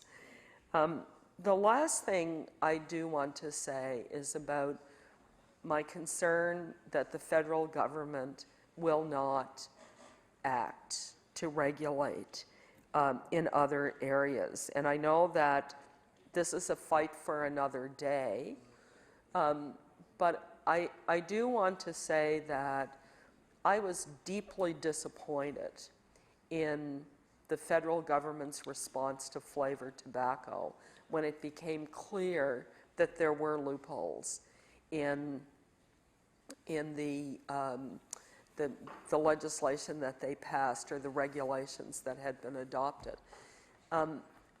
There was a time in this House when one of my former colleagues, the member from Dartmouth East at the time, Joan Massey, introduced a bill as a private member's bill to make it illegal for those little cigarillos and flavored tobacco. And the government of the day was very interested in the bill. I can't remember if it passed or not, but I remember this discussion was that the government was waiting for the federal government to regulate, because this then would give legislation in place nationally. And in some ways, I think the federal government has greater jurisdiction. I'm not a constitutional lawyer, but I think that's somewhat the argument. And we kept waiting and waiting and waiting for the federal government to do this. And they never did do the right thing, which meant now it was incumbent on provinces to do the right thing. So I'm pleased that this bill is here and we're about to move it along. I have my doubts that we will see much activity at the federal level in terms of e-cigarettes and what have you, but I also know that the Canadian Cancer Society and other advocacy groups who are so effective, they won't give up. And I applaud them for that. And they will certainly have the support of myself and my colleagues in the NDP caucus in that work. So with those few remarks, Mr. Speaker, I will take my place. Thank you. The honourable member for Kings North. Thank you, Mr. Speaker, and I would too like to take a few moments to talk about this bill, and I would like to commend the government on bringing this bill forward now, and I think it's a much stronger bill than it was a few months ago and is much improved. And I think that I'm particularly proud that we can say, anyway, probably only for a brief moment in time, that we are leading the country in banning menthol and in our position on e-cigarettes. And certainly we know in this legislature that we're always looking to other legislatures to see what they're doing in certain areas, and I know that other legislatures across the country will see what's been done here and will follow suit, and I think that that taking this stand is really, really good. I know that when I was in law amendments, I was listening to a presentation by the convenience store owners, and one of the things that they talked about was the fact that 20% of cigarettes in Nova Scotia are contraband cigarettes. And I'd just like to speak about that for a moment. There's sort of an interplay going on all the time between the legal and illegal market. And I remember many years ago, we've talked about sort of the change in attitudes towards tobacco. So many years ago, tobacco was considered fine and no problem, and I suspect even in this legislature there might have been quite a bit of smoking going on many years ago. But we've seen such a change in society, and we've moved away from that. Yet there is, and even like I remember in the 1970s, my neighbors were farming tobacco in the Annapolis Valley, so there was quite an active industry farming tobacco. And I always like to tell people that I went to the Frank Ansom School of Cultivation. My neighbor Frank Ansom would cultivate the tobacco in just such a precise and perfect way that I learned how to cultivate watching him. But that industry is gone now, and I have a good friend in Ontario who's been very active in the tobacco industry, and even in industry in Ontario there's been a serious decline or a huge decline in the number of tobacco growers where it's almost gone. But my friend Mark Wales, who is a past president of the Ontario Federation of Agriculture, tells me that in Ontario it's about 40% of the tobacco consumed is contraband tobacco. And he tells me that if it's being sold for $2 a pack, they can make money at $1 a pack. In other words, it's profitable to sell contraband cigarettes at $1 a pack. And they can actually make more than $1 profit on $2 a pack in cigarettes. That might seem inconceivable, but when you think about the volumes of product going through this modern machinery and amounts of tobacco actually in each cigarette, in fact, I have no reason to doubt him. And I think that this issue of contraband cigarettes is going to continue to concern this legislature for some time to come, and I realize it's a little bit beyond the scope of this department and this bill, but I think it's a very serious issue. And it's interesting that anytime you make a move to restrict the legal side, you kind of do something to slightly promote the illegal side of consumption. And one of my huge disappointments about big tobacco is the fact that it's quite clear from what happened in Ontario that they actually supported the illegal market. And there was a case where it was proven that they were sending production into the U.S. with markings for Canadian markings, and it was turned right around and brought illegally right back across the border into Canada with all the correct markings and being sold illegally. And this was proven a few years ago. And like I said, one of my big disappointments is that big tobacco is quite willing to participate in the contraband market. And as a result, in that contraband market, there will be all sorts of flavored cigarettes available, and those aren't being produced by mom and pop operations. They're being produced by big factories, and the contraband cigarettes that are able to sell at $2 a pack at a profit are not coming from mom and pop operations. They're coming from big factories somewhere. So this whole business of big tobacco supporting this contraband, this contraband market is something that I think, and maybe this is an issue for the federal government, but I think it's an issue that needs to be addressed in the whole contraband. So any band market, I think, really is hurting our province. And one of the effects that we have, and I know that the budget put in a very small increase in the price of cigarettes, and I believe, and anytime there's an increase in the tax, there's probably probably offset by a slight increase in as people that drives more people to that contraband market.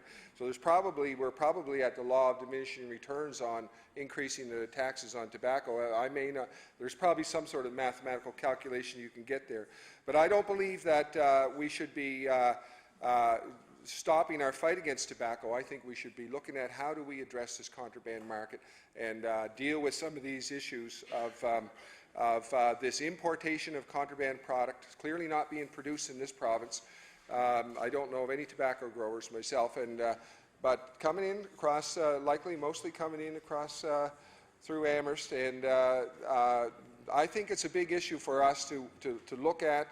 I don't think that we'll ever win that war. I think that there's always a market for that stuff, but I think it's a very serious part of the whole story. And I do know that I was surprised. I think that we could all agree that it turns out that tobacco is surprisingly contentious. It was, I think, contentious 3 or 4 months ago, and this certainly I would applaud the minister in bringing this bill forward. I know I had one of my own constituents take me to task on this ban of menthol, and really disagreed with it, and literally said in an email that she would be buying contraband menthol. So. And I know I heard what the Canadian Cancer Society said, and I hope they're correct. I have no reason to doubt it, that if menthol is banned, a certain number of menthol cigarette users will quit. And that's for sure. And some will find it somewhere else, and some will switch. So I would applaud the bill. I think it's an interesting dilemma that we are in controlling the illegal importation. I think that the terrible thing about it is that Big Tobacco, in some background manner, is supporting that, and maybe that is the way we have to get at that. I think the appeal of cigarette smoking, I think we're up against very sophisticated marketing, and it's drawing our young people. I know that my mother told me that after the war, when the Dutch nation just started to get a little bit more money again, the first thing people did to treat themselves was start smoking. And around the globe, I understand that cigarette use is on the rise. It's really only we're kind of leading the globe in fighting against that as governments. I think governments around the globe, by and large, don't fight against this, and maybe are moving that way more so. But here, where we have health care costs carried by everybody, we look at, well, what is effective smoking, and the cost to society is just immense in many different ways. The cost of lost lives, the cost of treating very ill people. So I think it's a very worthwhile fight to take this stand against tobacco. I think to curtail menthol and to try to curtail and bring this industry under control. And I think that the element of the illegal industry is something that we need to try to wrap our heads around and ask ourselves, how are we going to address that?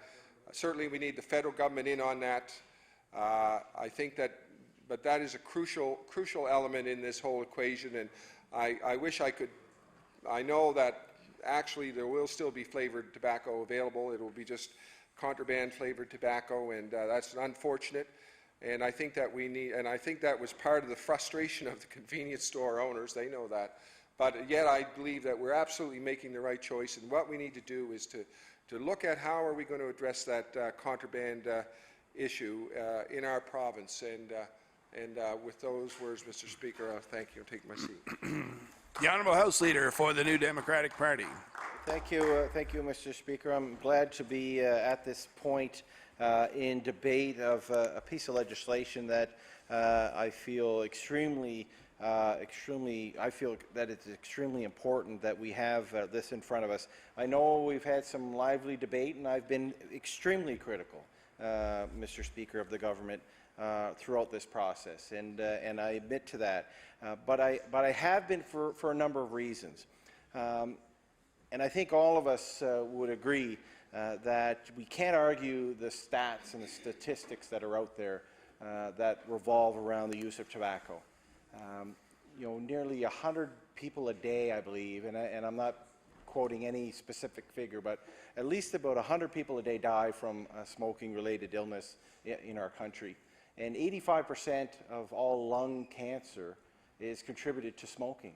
85%. That's thousands of Canadians and Nova Scotians who die because they picked up a cigarette and tobacco products throughout their life, Mr. Speaker.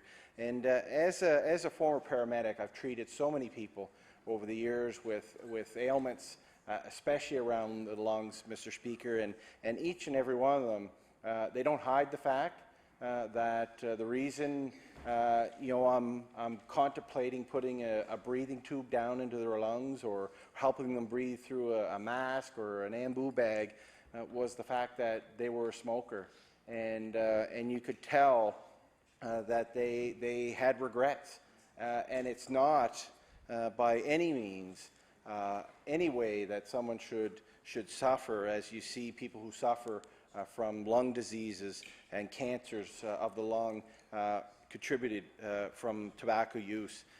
I also, in the capacity of being an MLA and being the Minister of Health, know the sheer impact that illnesses that are contributed to smoking have on our budget for health care.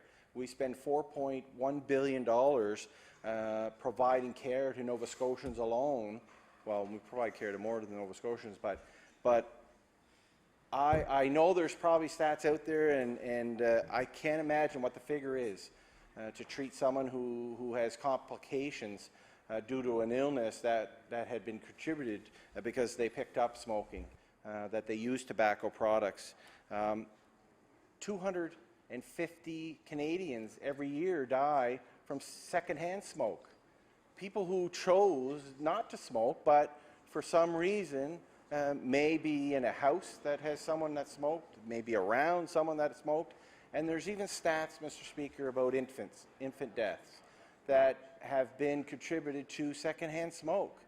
And that is part of why I felt compelled to criticize the government immensely when they gutted the first piece of legislation, and criticize them for the length of time it took, because with my other hat, as a father of two teenage kids at home, knowing the pressures that they're under, knowing that the trend over the last number of years around tobacco use was geared towards the flavored tobacco, knowing that our young kids, some are very bright, athletic, involved in their school, involved in team sports, are chewing tobacco that is flavored, and the flavors are just, it's beyond what the industry has targeted these young people with.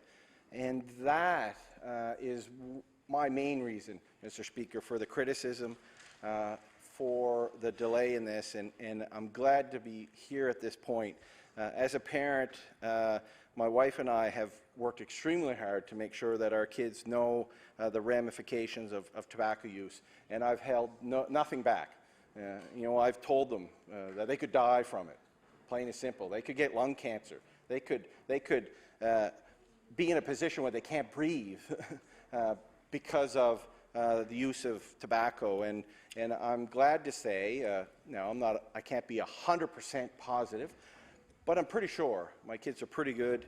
We're very open. They're very open with us that they both have a strong opinion about tobacco and the use of tobacco, and I believe that they've listened, I hope, to the advice that my wife and I have tried to make sure that they have. But it's not only my advice, but I think that of the province, and the Canadian Cancer Society has done an amazing job over the last number of years to try to make sure that the message is there, that message of the complications and the issues that come with using tobacco is not just having a cigarette and inhaling it and having a good time. It's much greater than that. The consequences of smoking is much greater than that, and we've seen it through ad campaigns on television. I don't think anybody can can forget that that commercial that showed an older gentleman sitting in a wheelchair, barely able to breathe, hooked up to IVs and oxygen. I believe he had COPD, and it was related to his smoking for years. So I want to commend the Canadian Cancer Society, especially the people here in Nova Scotia who have worked extremely hard to tackle an issue that I think society has taken some time to realize is extremely important. We know that the smoking rate had dropped for a number of years. The scary thing is that it kind of plateaued, and if I'm not wrong, I believe the uptake a little bit from our youth, and I contribute that directly to the flavored tobacco and the products that are on the market today.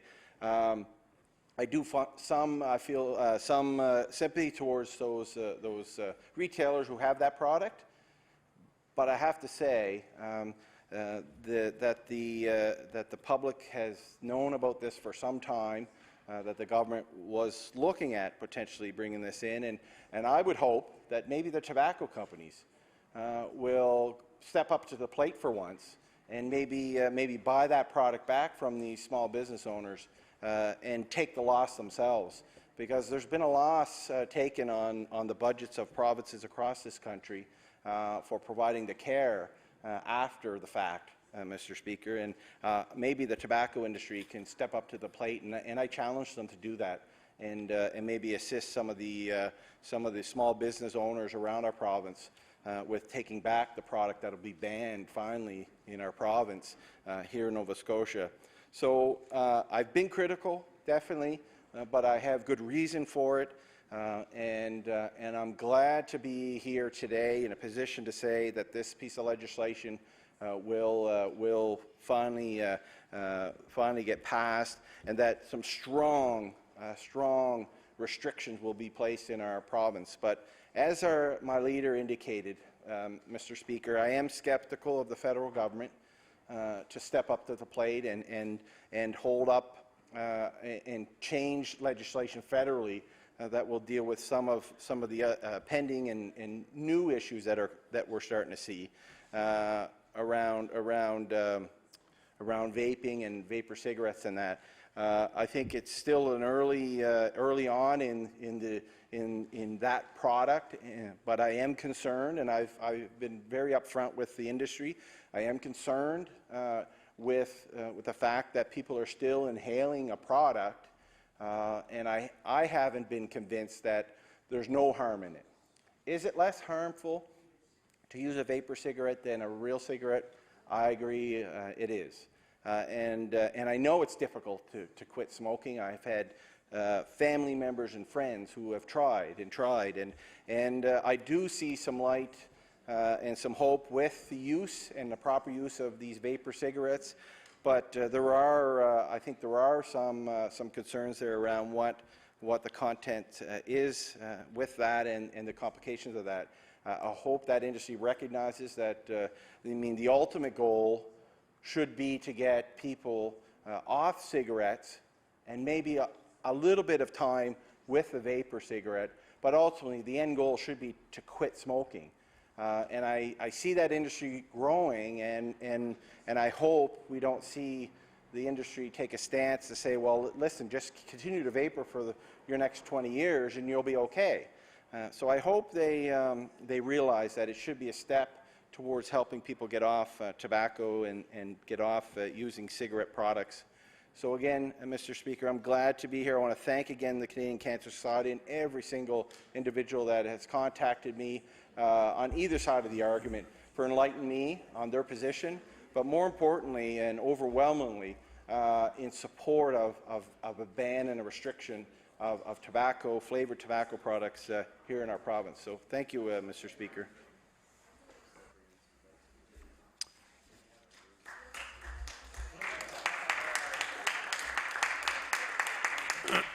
Time to recognize the honourable member for Lunenburg West.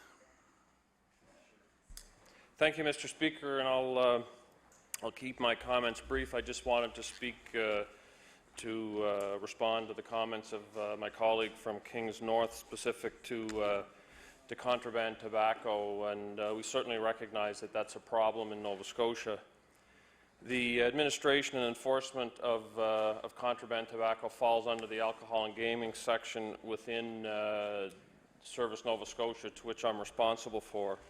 And we've had extensive discussions over the past 18 months with regards to the availability and the sale of contraband tobacco. And the rate of consumption that my colleague has referenced is a position that the Corner Store Association, Atlantic Corner Store Association, has presented. And I've met a number of times and have had several discussions with Mr. Mike Hamoud around this very concern. And we have just recently partnered with the Atlantic Corner Store Association on a number of initiatives, Mr. Speaker, that will enhance our ability to gather intelligence and to monitor the sale and transportation movement of contraband tobacco. I'd be remiss if I didn't share, for the benefit of my colleague from Kings North and all members of the legislature, the tremendous partnerships amongst our law enforcement agencies, not only here in Nova Scotia but across Atlantic Canada and into Quebec and Ontario. There is a significant effort to build on those relationships and to eradicate as much as we possibly can the sale and movement of contraband tobacco. Having said that, Mr. Speaker, we know it's a challenge, and I simply want my colleague to be aware that the department and our resources and their work relationships with their colleagues throughout Atlantic Canada and into to Upper Canada is ongoing and very extensive. The other piece of that, Mr. Speaker, that we are involved in is the social marketing and the promotions, and you've probably seen the Crime Stoppers commercial specific to targeting contraband tobacco. These are initiatives that have demonstrated their ability to work. Nova Scotia in the recent past has had the lowest percentage of contraband tobacco use in the country. Those numbers are fluctuating, and there are a number of contributing factors to those circumstances. But we see this as a priority in the alcohol and gaming section. The staff within that department are committed to moving a number of partnerships to address contraband tobacco, and want all of our colleagues in the legislature to know that it is a priority on our radar, and we will continue to work in those efforts to address that. So thank you for those few moments.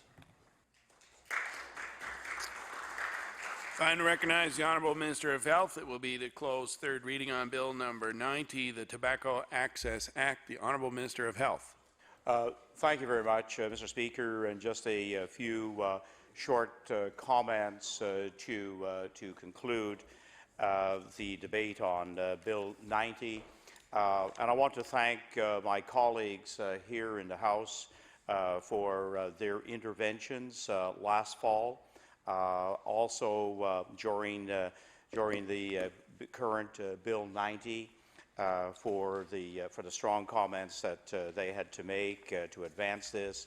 I felt pretty reassured that with three former health ministers in the opposition that there would be relentless efforts to make sure that this bill went forward in its full measure.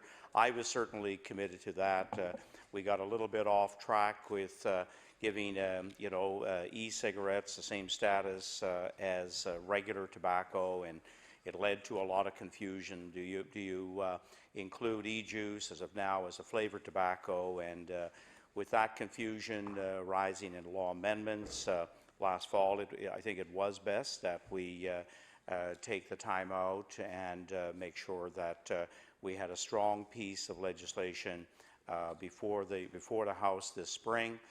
We knew that we would not be implementing fully until May the 31st, and we now have that opportunity to make sure that that does indeed take place. I do want to point out that the member for Halifax Needham, who's been here in the House for quite a number of years, has been one of the strongest advocates for a smoke-free province, creating a culture where smoking is not the norm, and I applaud her for her efforts for more than 15 years with many pieces of legislation that has come forward here. I don't think by any measure the issue of reducing smoking and having a smoke-free culture in our province is over. As several of members pointed out, the e-cigarette is coming at us in a big way, in a big wave. Just last week in New Brunswick, a number of schools, brought their alarm to government to make sure that strong measures are taken to keep them out of their schools, and the introduction of the addictive power of nicotine out of the hands of our youth as much as possible.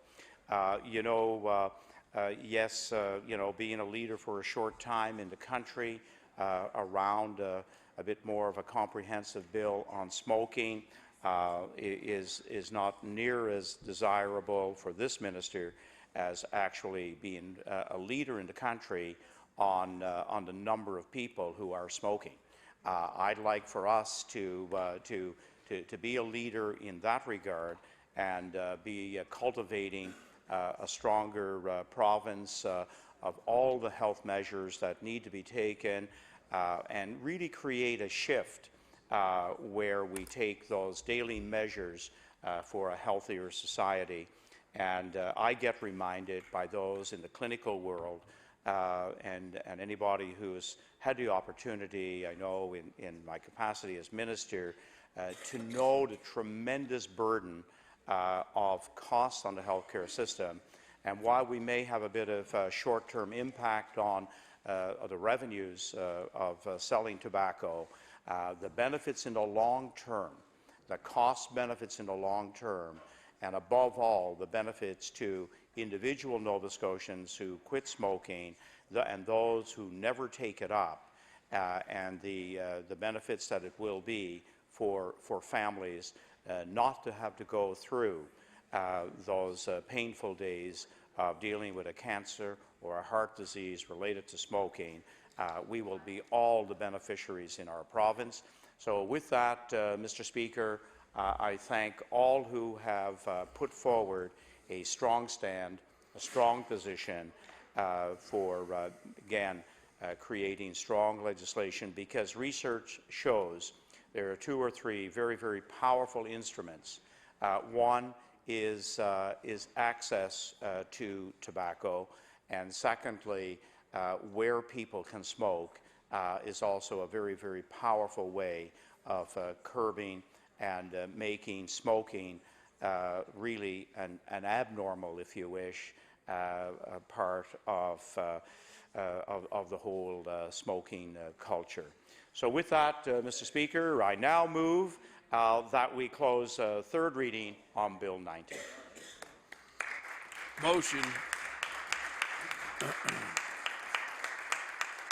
Motion is for third reading of Bill number 90, the Tobacco Access Act. Would all those in favor of the motion please say aye.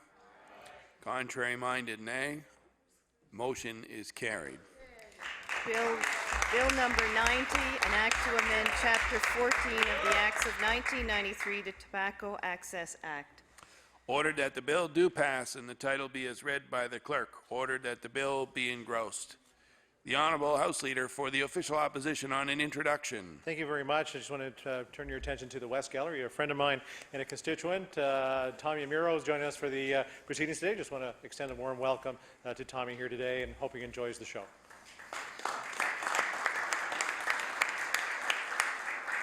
The Honourable Government House Leader. I'm not sure which act we're in for the show, but we're going to Proceed now, Mr. Speaker. Please call public bills for second reading. We'll now call public bills for second reading. Speaker, would you please call Bill 109, the Tourism Nova Scotia Act. We'll now call Bill number 109, the Tourism Nova Scotia Act. The Honourable Minister of Service, Nova Scotia. Thank you, Mr. Speaker. Mr. Speaker, I move that Bill 109, the Tourism Nova Scotia Act, now be read a second time. Mr. Speaker, I'm pleased to have the opportunity to tell you about this new legislation and explain why it's so important to Nova Scotia. Mr. Speaker, this legislation will transform the Nova Scotia Tourism Agency into a private sector-led Crown Corporation, Tourism Nova Scotia. We know, Mr. Speaker, that the One Nova Scotia report spoke to the need for change and for government to clear the way for private sector to lead the way. The report also sets a very specific goal for tourism growth, to double tourism revenues in 10 years from $2 to $4 billion. The creation of this new Crown Corporation is one way we can do this. Mr. Speaker, this change responds clearly and directly to the wishes of industry and tourism stakeholders. The tourism industry is changing rapidly. To be successful, businesses must be able to take advantage of opportunities whenever and wherever they arise. To do this, Mr. Speaker, Tourism Nova Scotia needs to operate at the speed of business, not the speed of government. The new Crown Corporation will be more nimble. It will have more autonomy and more decision-making authority, including how they allocate and spend their budget. The new structure will clarify roles, Mr. Speaker, and allow Tourism Nova Scotia to focus on the things that can be most effectively, bringing more new visitors to Nova Scotia. And that, Mr. Speaker, is the Crown's most important objective, to achieve tourism growth in Nova Scotia and maximize the value of tourism to the economy of the province. Mr. Speaker, to do this, the new corporation will develop and implement a long-term strategy to drive sustainable tourism that delivers growth and profitability in the tourism sector, provides economic benefit to the province, and is consistent with the province's strategic priorities. And it can't do it alone, Mr. Speaker. To be successful, Tourism Nova Scotia will communicate and collaborate with communities, private industry, and the tourism industry. And finally, it will be accountable to meet the outcomes as outlined in its business plan and strategic plan. Mr. Speaker, as Nova Scotia's leading source of service sector exports, tourism employs 24,000 Nova Scotians. That's 1 in 20 employed Nova Scotians in communities all across the province. There's no doubt, Mr. Speaker, that tourism is a key economic driver in the province, and growing this industry is good for everyone. This Crown Corporation makes good business sense, and it is our best chance of meeting the goal of doubling tourism in Nova Scotia. Thank you, Mr. Speaker. The Honourable Member for Kings North. Thank you, Mr. Speaker. It is my pleasure to rise to speak to this bill. I do recognize the comments the Minister made about the most significant aspect of the change, I think, is simply that there will be an industry, it'll be industry-led in the board. And certainly I do recognize that having industry leading this Crown Corporation in this board will be, I believe, positive. I think that, as the Minister said, they will be more nimble, more responsive to what is going on in the tourism industry. One of my concerns about this board of 10 members is, will there be regional representation? And I know that in my already short political life as an MLA, I have seen that in some cases the regions of the province can be competing for a small amount of funding to promote certain events, and sometimes we're living in an environment where there's really not quite enough money to go around to do all the projects everybody would like to have done. And one of the ways in which we believe this bill could be improved is if the makeup of that 10-member board could be more specified, in that there would be regional representation. That every region would have however you want to make that, define those regions, but each region of the province would have some representation on the board. I realize that's likely in the intent of the minister, likely has that intent in any case. However, we feel the bill would be better if that was put into the bill, that there was going to be regional representation from the whole province. Another concern I have about this move from Nova Scotia Tourism Agency to Crown Corporation is in that I question if simply putting in a industry-led board is quite enough. It's clear that if you look at the estimates in the budget, the tourism agency under ERDT had a budget of $23,863 last year. They actually spent $26,245. I don't know where that increase in spending came, but this year's budget for the new Tourism Nova Scotia is $22 million, $22,618,000. So it's not quite. It's over a $3.5 million decrease from last year's budget, and I recognize that there's been, the budget has had some cost trimming measures throughout. So clearly, this is a cost trimming on the part of tourism in relation to tourism. Yet it's quite clear that when you change the name of an organization, many things change and letterheads change, and there's a certain amount of expenses that are incurred simply because you made those changes. And that is a concern of mine, that if we are going to reach that Ivany goal of doubling tourism in 10 years, which is now 9 years, right, essentially, from when this report came out, I think nearly a year has gone by, so the goal is in the next 9 years. I question if simply putting a board in place will do that. Clearly, if we think about tourism, and I know our beautiful Bay of Fundy, I know that when I look at what sort of advertising is done for the Bay of Fundy, if you didn't know any better, you'd think that was completely belonged in New Brunswick. They've done such a good job of advertising the Bay of Fundy, yet we have the highest tides on our side of the Bay of Fundy. We have, I think, many of the most amazing places on the Bay of Fundy and the Minas Basin, and a really great news story to tell about that. And it's not clear that we've done as good a job as New Brunswick has in advertising that Bay of Fundy. And if we think about our problems as a whole, I also think that it's not clear. I think it's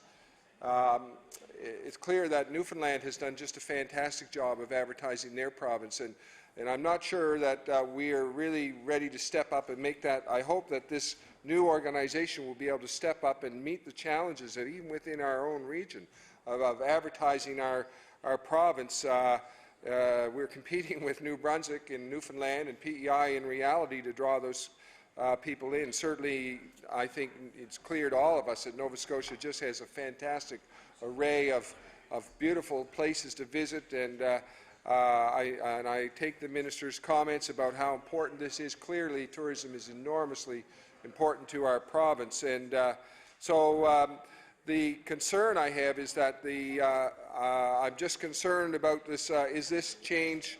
I recognize that putting a board in place is an important aspect of it, but is it really a significant enough change to drive the tourism economy to where we want to have it in 10 years? And I would like to say that I think that Ivany goal is a daunting goal, and in now 9 years, and I would question if the bill is going far enough to drive that change. And I think that one of the things that we know is that we need to have targets and measurables, and I think that those kind of focus our thinking. And I know I've heard one member has said, if you can't measure it, nothing really happened. I've heard that comment before here, and I think that the goal, the Ivany goal, should be a part of this legislation. That is the target. So I know that we've sort of got some in the bill. There's a number of statements about what are the goals,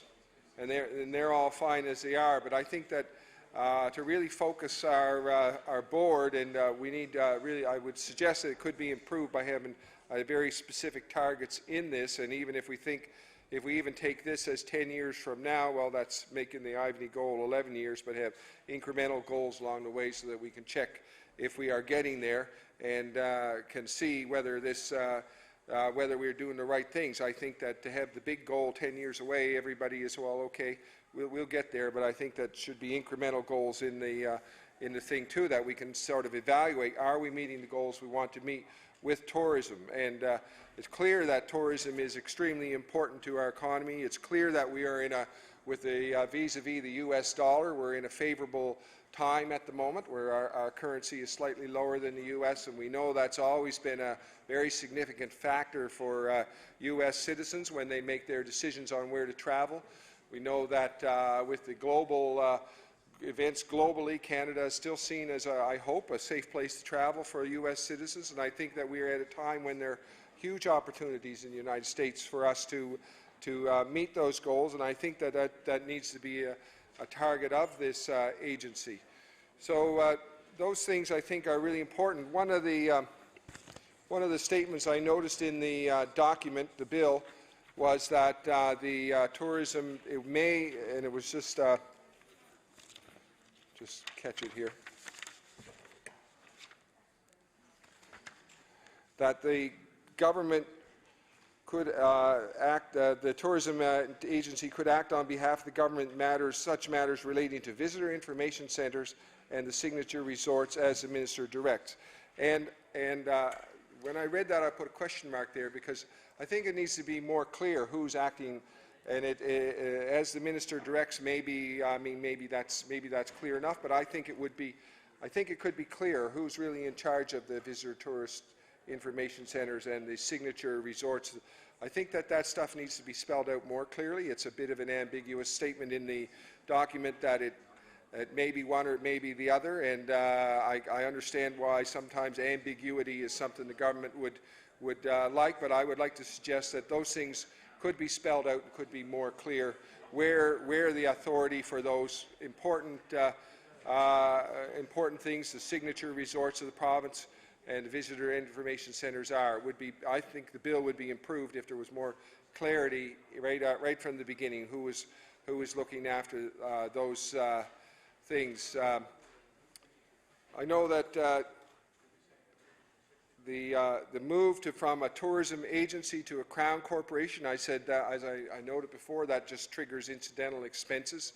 That and maybe the minister can clarify this. Maybe that was necessary to have a private industry board in charge, and but I question the necessity of that move. Maybe a board, but as I said, maybe the minister will clarify that's the only way to actually have a private industry board in charge, to have a Crown corporation.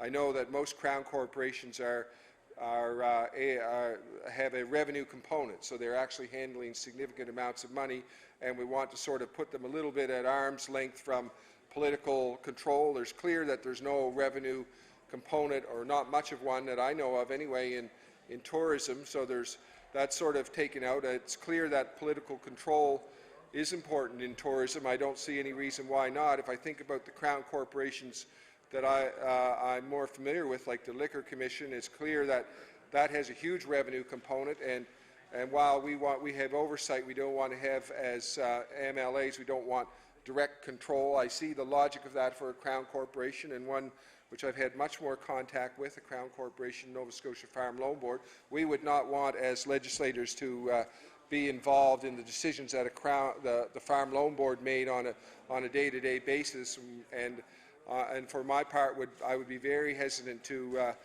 recommend anything to the Farm Loan Board. I realize that they have a tough job to do in making lending decisions, and so that you can see where the value of having a Crown corporation in regard to something like the Farm Loan Board or the Nova Scotia Liquor Commission, where that value is. It's not as clear to me where the value is in this, other than I do recognize the value of the Board of Industry. I question whether that could not have been accomplished in other ways, and maybe the minister can enlighten me on that point. As I said, I'm concerned that while we are talking about the IVNE goals, we're in a situation where the actual budget for tourism in Nova Scotia is declining. It's, I think, and in fact, if I just think about the numbers, declining by more than 10% this year from the actual of last year. So it's a significant decline. I guess I would like to ask the minister, and maybe he can reply in his comments, maybe there's elements to that decline that I don't understand that still are positive for the tourism industry, and I would certainly appreciate hearing his remarks on that particular point.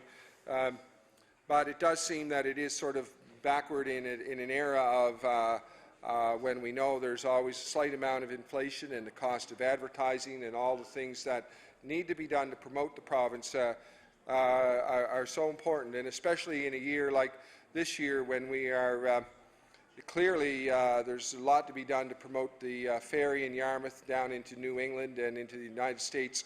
It's a critical time to see that good uptake on that ferry this summer, and at this moment we are when that is so critical right now, we are changing from an agency to a Crown corporation, and I don't know in reality how big of a tumult that change causes. I know that any change sort of triggers a certain amount of reorganization, and I guess I question that change in that it's such a critical year for, and probably right now, literally is a very critical time for advertising the ferry in New England and down into the east coast of the United States, no doubt, right down into the south. So with those visitors making those decisions right now, probably what they're doing this summer, we are in the middle of rejigging this agency into a Crown corporation, and I think that in that sense that's sort of unfortunate timing, and maybe the minister can enlighten me on that point. Maybe it isn't really that big an impact where the agency was already fairly well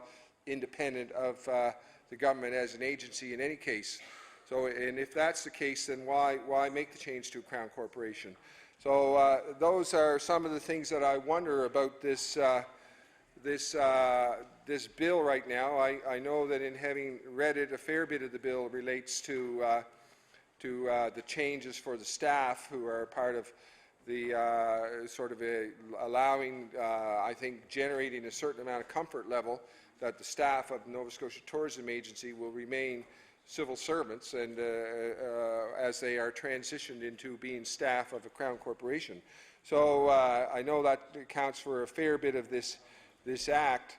The real sort of goals part of it, or what the mandate is fairly thin. I know that the anticipation of the minister would be that the new board would establish that, and as I said, going through that process would, as I said, I think it's sort of an unfortunate moment in time in that it's, we're in such a critical year for the ferry in Yarmouth, and we need that ferry to be well used this summer and well taken up. And I know that I think every Nova Scotian wants to see that ferry succeed, and the sort of the reach into New England of the advertising for that. And I realize that some of that advertising is being done through Ferry Nova Star.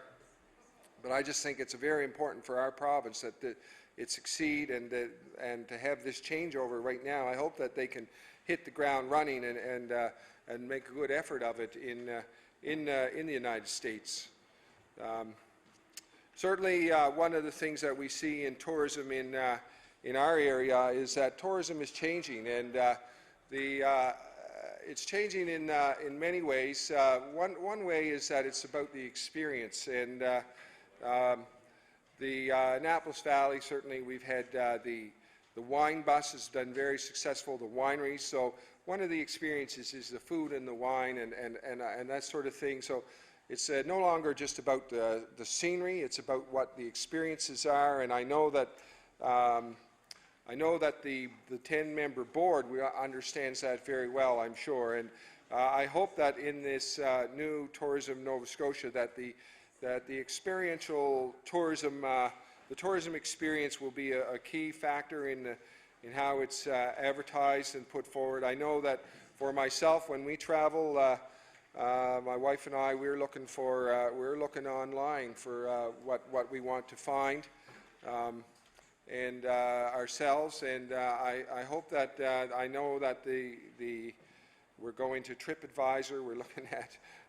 where to eat, and we're sort of trying to gather that sorts of information. I know that the electronic media will be a critical part of the future of tourism, of really feeding that information to the World Wide Web, and certainly I know every tourist operator is doing their best to promote and feed that information into the system and promote that. And I think that is critical that we as a province do that too, and I think it's critical that that Tourism Nova Scotia do that. And I really didn't see that in the mandate, and maybe it's just sort of in there and I didn't read it, and maybe the minister could enlighten me on that too. But I believe that is a very, very important aspect of our tourism industry in the future, and I would just ask that question. So to sort of summarize, the move towards having an industry board is, yes, we can see that, we can understand that. As I said, we are concerned about the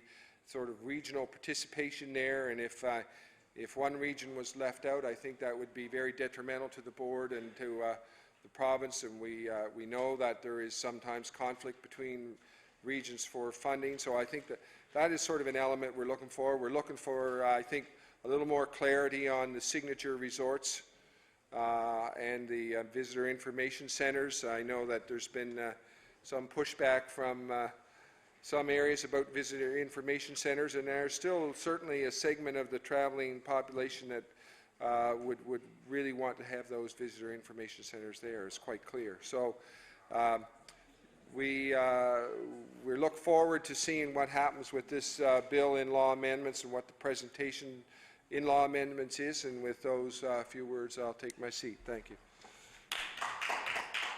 The honourable member for Chester St. Margaret's. Thank you very much, Madam Speaker.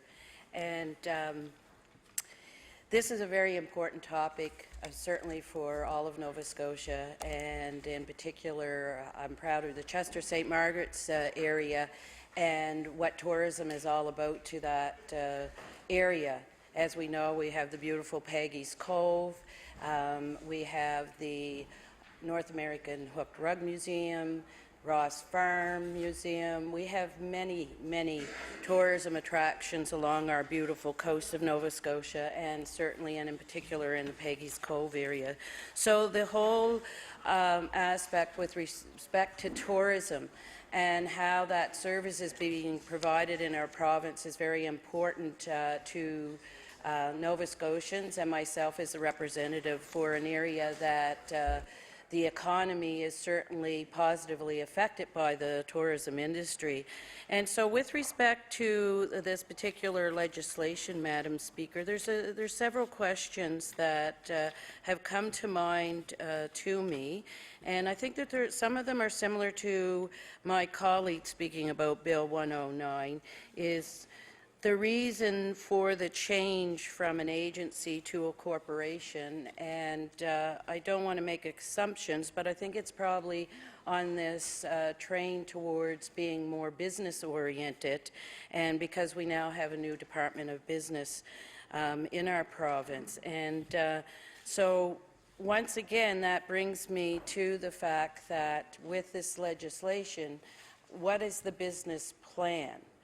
Where is the business plan? Because we talk about the importance of business, but it seems that every time a piece of legislation comes before us, or there's recommendations being made, there isn't a business plan attached to that. And as I've mentioned in this House a number of times, that anyone who would be in the tourism industry and wanted to start up a tourism business or related business and needed to have support to make it successful from a bank would need to have a very precise business plan and to show what the expenses would be, what the revenues would be, and also the business plan talks about the mandate, the vision, where we're going with this, and of course we don't see that in Bill 109. So once again, there seems to be a disconnect in terms of the legislation being brought forward to make a move, and I'm fearful is this once again after the fact, that we have a recommendation, we have a concept, and I'm not saying whether that concept is good or bad, but we just have this concept that it would be that the government is supporting a move towards a corporation rather than an agency with tourism in our province. The question is, where is the business plan? Where are the figures? Where is the documentation that supports to make this move? What will the vision be of the corporation? I do know that through the Ivany report, there's some pieces there, but that was not the complete plan for tourism in this province. And there's many factors to tourism. It's far-reaching in our communities. It has a ripple effect, a positive ripple effect throughout our economy. So I think it's very important in the leadership role that a government takes, that when decisions are made, that they're able to come forth, and hopefully perhaps the minister will do that today with more information, and perhaps there is a business plan that we will be able to see, and also the new members of the corporation will be provided with. Or is the business plan going to be created after the corporation is created? But I would think if you were going to make a move of this nature, that where it will affect cost and it will affect employees, that there would be some type of strategy in place and some structure to what that move would look like. So once again, my point is with respect that if the government has the desire to be more business-oriented, then they need to start taking action towards that way and to act in respect to a business when they're making these type of decisions. And one of the disconnects that kind of boggles my mind and probably many people's minds in the province is that we're making this move and we're talking about the significance of the tourism industry in the province, Madam Speaker.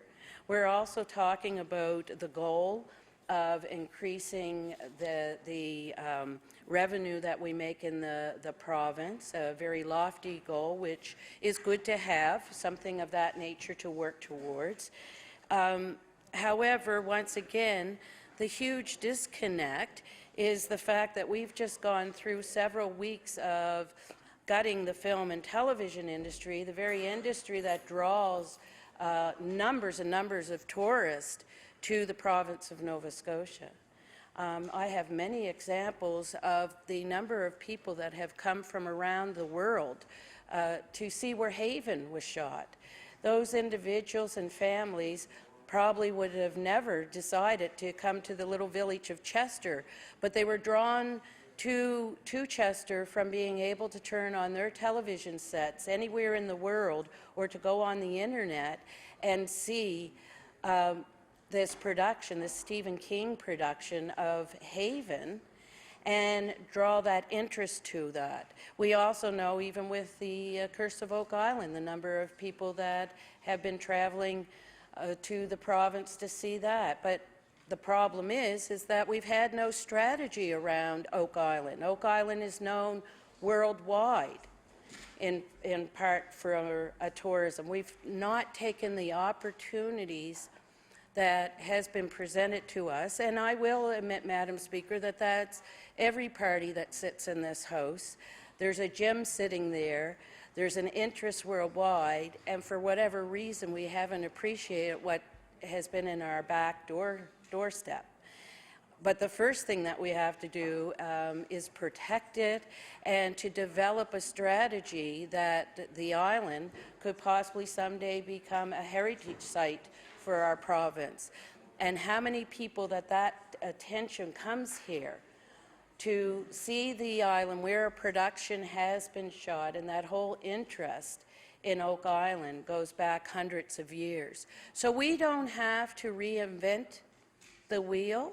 We have it here in the province, and for whatever reason, we seem to be skipping over it. It's just like when I was a kid and I used to go to Graham's and I would throw the rocks and try to skip them on the ocean. It seems like we've been doing that a lot, unfortunately, in our province, and we're not connecting the dots of what we have available in one area of the province to the other, and we're not realizing that we have global opportunities here. and that we can draw from tourism opportunities from around the world if we do it right, and if we do it in a strategic manner, and if we do it with a business plan. So I hope that the new corporation will be given the tools and the support to do that. And one of the questions I would have is, if the corporation had an interest and the public and the community came to the corporation and presented to them, for example, on Oak Island, the opportunities that exist there around Oak Island and also the surrounding area. There is so many shipwrecks off our coast. It's unbelievable. And in Mahone Bay itself, there's an island for every day of the year. There's 365 islands in Mahone Bay that are sitting there ripe for tourists to be able to experience. Although we do have private islands, we do have some that are owned by the province, but even the opportunity to take a boat ride around those islands. And the opportunity, diving is a huge ecotourism opportunity that we're not looking at. And that's one that can be tied into Oak Island, to come and see Oak Island because it becomes a heritage site, and in turn you have all this other spin-off businesses like the diving of the shipwrecks in the local area. We know that the teaser burnt up in Mahone Bay. And that's something that I had a great interest over the years, believe it or not. When you need to do something, you go big or stay home. And one year I was coordinating what we call Chester Old Home Week, and we thought we would do the burning of the teaser. So luckily for me, my dad and a couple of the old fishers at home decided that they had a boat that they would actually fix up and build, and we took it off of Chester, and it was a night that we were having all these events in the community around the yacht club, and what we did was we burnt the boat, and we blew it up actually, and it was the burning of the teaser. So, I mean, if you're creative, there's a lot you can do, Madam Speaker, and that's why the creative economy is so vital to how we express ourselves and how we promote ourselves through tourism. And that's why it has been quite a shock that a decision would have been made so quickly with such little research on the film and tax industry and cut them off at the knees.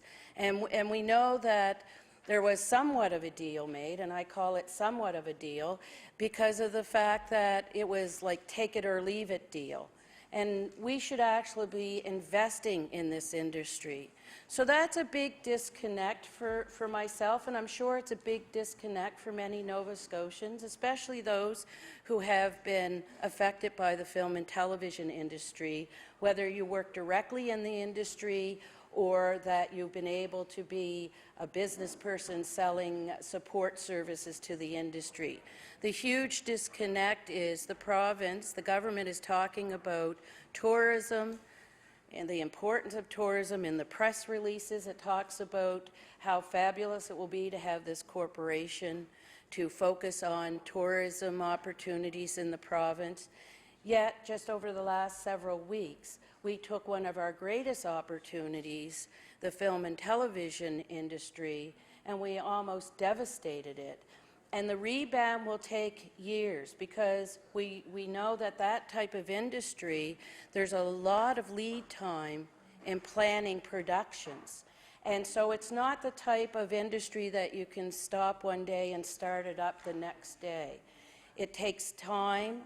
There are going to be great losses that took place over the last several weeks. So that is a huge disconnect. On one hand, how do we have a new Department of Business that's talking about tourism and that we have to take it on a business angle, and we need to go that way. And there is no problem with the philosophies behind business.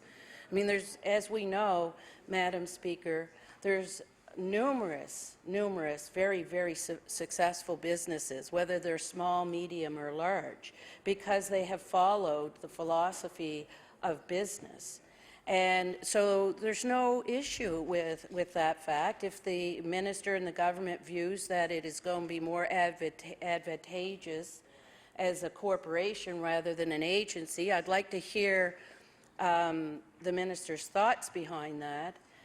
But if that's the route that is felt will be more successful, and we have the industry people right at the table, and they're going to follow a business model, that very well can be a recipe for success because of it being a business model.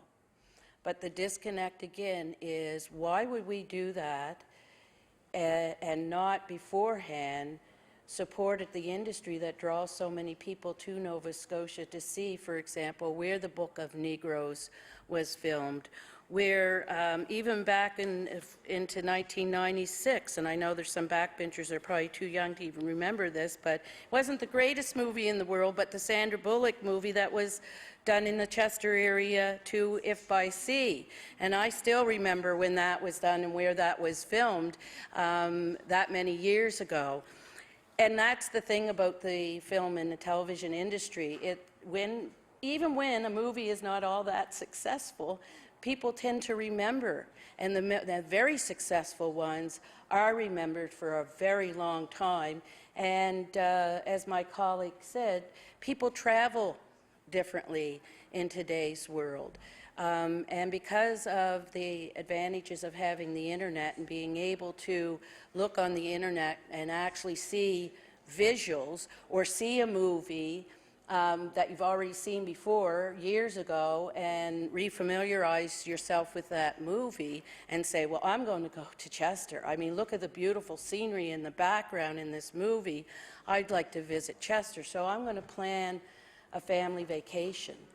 I received a letter from a family in Ontario that came to Chester just to see where Haven was shot, and they enjoyed it so much, and they enjoyed the hospitality that was shown to them from the people in Chester St. Margaret's, that they have planned a trip again this August. Now, whether they will fulfill that trip, because Haven will not be there because of the gutting of the film and tax credit, along with another $12 million production that was on the plate, they're certainly probably going to think twice, because the excitement is seeing something that you can see on television or the internet, and you want to be a part of it, and you become a part of it when you visit that.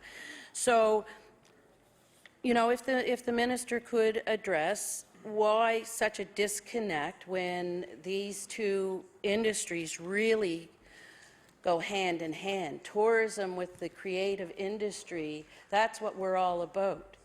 We promote our culture, we promote our heritage, we promote who we are and our uniquenesses. And what is the best way to promote but through the film and television industry?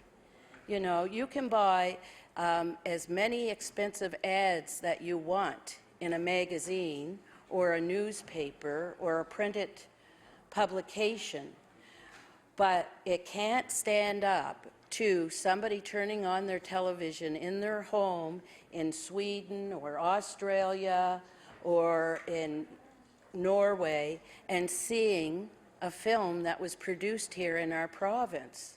You cannot pay for what it costs in terms of what you get in return on a marketing and public relations aspect. And if you're going to be successful in business, what do you think that the big businesses do? You know, not just tourism businesses. If you look at IBM, if you look at Facebook, if you look at Google, all of those businesses work on people looking at them and getting excited and experiencing what they have to offer, what you experience through Facebook, what you experience. It's about the experience. And that's what the film and television industry does. It provides an experience. And that's what tourism does. It sells an experience.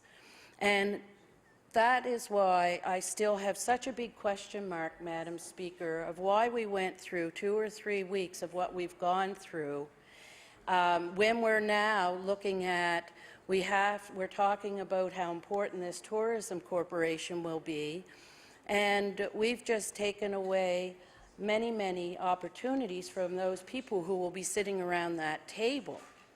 And so they're going to have to fill the gaps in many areas, and it's going to take a long time to fill those gaps. There's no question.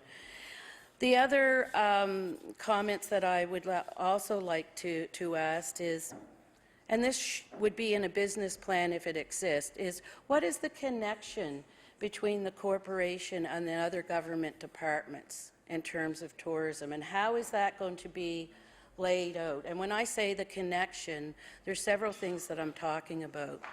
I'm talking about the communication. Is there a communication strategy that has been developed for this corporation? I would say that the external communication of how they promote Nova Scotia is exactly what this corporation, this board, will be looking at.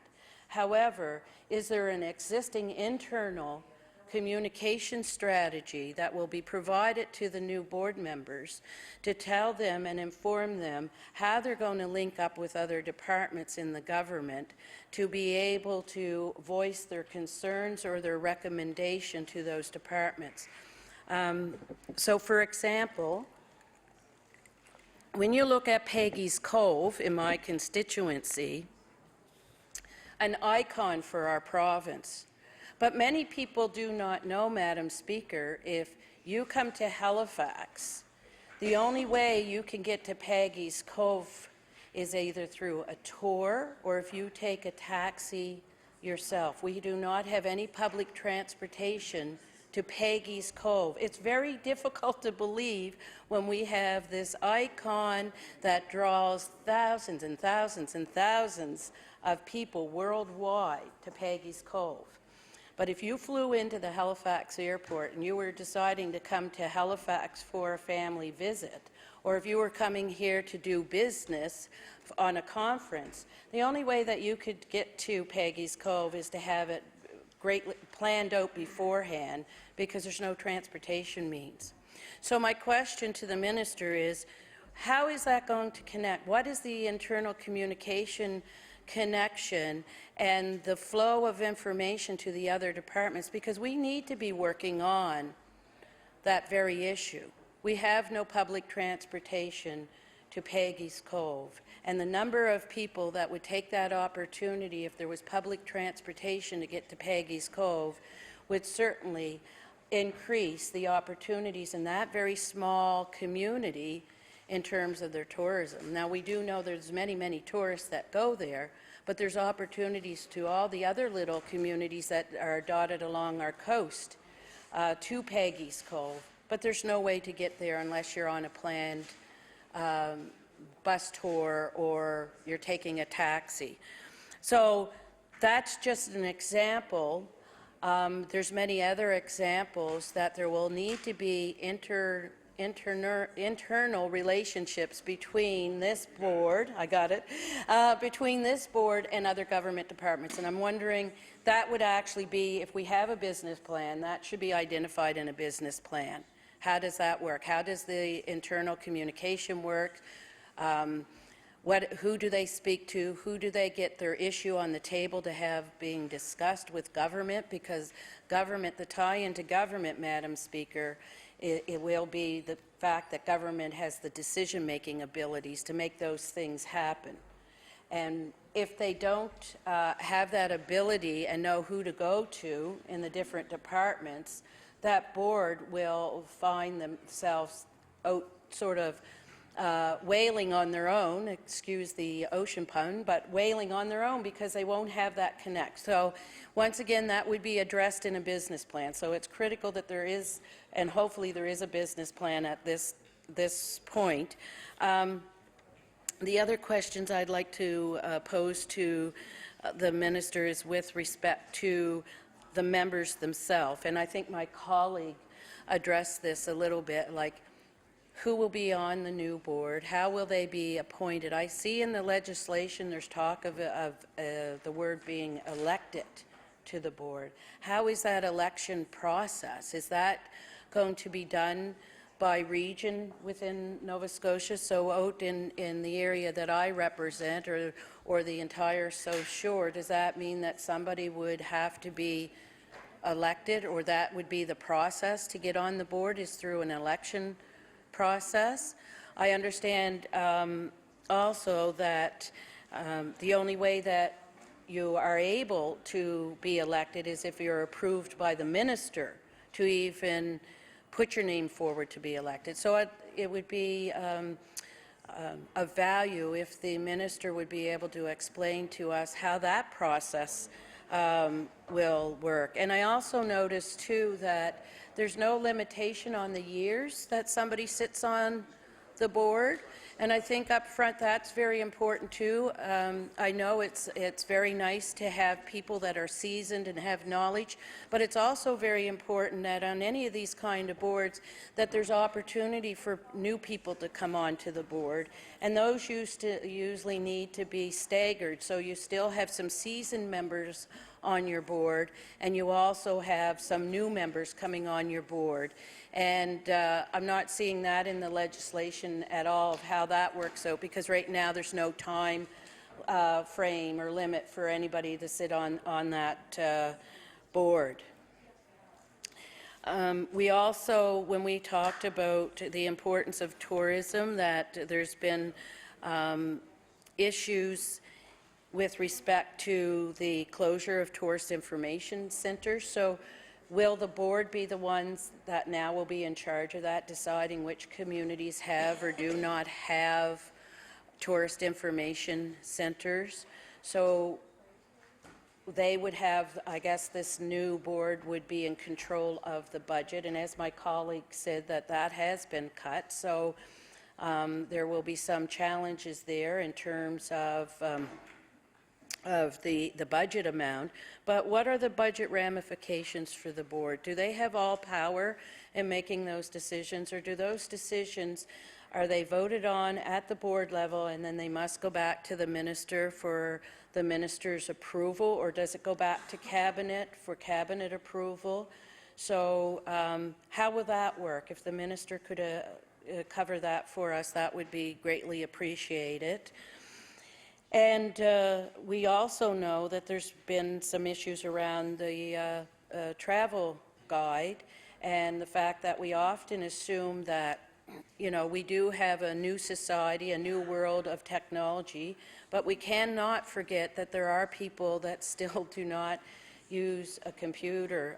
We're one of the oldest populations in Canada, and there's two types of tourism marketing that we need to address. The external marketing, when we're looking at outside of our province, you could say, I guess you would say three. You would have your national marketing, that you want to draw attention to other provinces and other Canadians to visit Nova Scotia. You would have your international marketing that I spoke about, where you're promoting Nova Scotia around the world on a global basis. But you also have internal marketing and tourism, and that is if somebody travels 100 kilometers, often you can define that as the person being a tourist. So if I get in my vehicle and travel to Kempful for the Apple Blossom Festival, well, I could be considered a tourist because I would be spending money there when I go for the day. So the question being is, in terms of having available information, if we're closing some of these tourist information centers, if we're making it much more difficult to get a travel guide, I realize there's a cost factor to those travel guides, and I think that that one of the ministers said that they felt that they weren't being utilized to the level that there was always many left over. I don't think the decision to just make them more difficult to get or cost to send them out to an individual, I think that the decision needed to be maybe just to reduce the numbers that were being printed. and see if that worked and that they were all utilized by the end of the summer, because there's a number of people when they're traveling really like to have the tourist information guide as a hard copy. Even when you utilize the internet, it's often nice to have a hard copy with you as you're traveling. So I think that there's a number of questions that we have, and one of my last questions is with respect to the employees. I understand from reading the legislation that the employees will flow over into the new corporation, and so which is good news. I'm wondering what are the plans for the future with those employees? Will there be any job losses whatsoever? We already saw what happened in economic and rural development, so I'm certainly sure that because of the atmosphere and the recent past history of employees working for this government, there's probably a nervousness around that. So is the minister able to guarantee and confirm that those employees, there will not be any job losses in this transition? And so I think I've thrown, Madam Speaker, quite a few questions to the minister. Hopefully he'll be able to answer those for us. If not, I know this minister, and he does take his position very seriously, and that I know that if he's not able to answer them this afternoon in his reply, that he will certainly, I do know, and I'm very confident that he will come to me with those answers, and we will have a general discussion around that. So in closing, I do want to wish the minister the best of luck on making these changes. I hope he does understand my concern around the business planning aspect and some of the questions that I've put forth. And I know that his intentions are certainly good intentions, and that he wants to make this work for all of Nova Scotia. Thank you very much, Madam Speaker. The honourable member for Pictou West. Thank you very much, Madam Speaker, and I won't speak too long. I just have a couple things. I don't think I could ever go an hour in here, but I do want to take the opportunity to express how valuable the tourism industry is to me, to my constituency. Ever since actually I was a little girl at 12 years old, playing the bagpipes down at the ferry coming from Prince Edward Island, that's around where I live, and I worked at the Celtic Lodge, and really through my teenage years saw the value of the tourism industry, because it certainly supported myself as a teenager in the summer months. And so which brings me to a great concern right now, is that we all are aware that the closing of the Visitor Information Centre in Pictou, as well as Digby, we've gone from 8 to 6. It's been clearly stated by Patrick Sullivan that over the next, 6 to 10 years, we'll be phasing out all visitor information centres in Nova Scotia, because more people are, using online capabilities to plan their trips. And I get that. I know we're evolving, and I understand that transition. I'm still a firm believer, though, that there is a necessary opportunity to have face-to-face connection. There is a market out there that needs that face-to-face connection. And so with regards to the VIC in Pictou, a number of weeks ago, we had the opportunity, the mayors of Pictou County and myself, to speak to Patrick Sullivan and a few of his colleagues with regards to the closure of the VIC and losing 12 good-paying jobs in rural Nova Scotia. We accepted that they would not reverse their decision, but it was clearly stated at that meeting as well that he was reassuring us that if we collectively came together as a county and worked together at presenting a proposal, that we could operate the building, which is only 14 years old. It's a beautiful building, and that TIR would clearly look after the maintenance of the building. We would just have to, worry about staffing. And so we spent hours. And I worked with CAO Lisa McDonald from New Glasgow and put a really good presentation together. And we heard last Friday that they are willing to give us $3,000. And I'm really, really disappointed in that. We've been swiped away over, a couple $100,000 budget to operate that VIC. I mean, that's really insult to injury to offer us $3,000 to a VIC that is centered around a gateway to the province. So this is a big concern of mine, as well as the fact that, speaking of summer students, we know that a number of months ago it had briefly been put out there that $290,000 was going to be given to all the MLAs so they could hire a summer student. Well, there was a lot of squawking about that, and it was changed. And I remember speaking to the then Minister of ERDT what would happen with that $290,000, and it was that it would go back into probably creating more jobs for summer students. So I hope that's the case, because right now what we're experiencing in Pictou is that we have lost a VIC of 12 good-paying jobs, and we've also lost the ability of hiring the number of students that we're usually used to. So I'm hoping that we can get a little bit more assistance in getting a few more summer students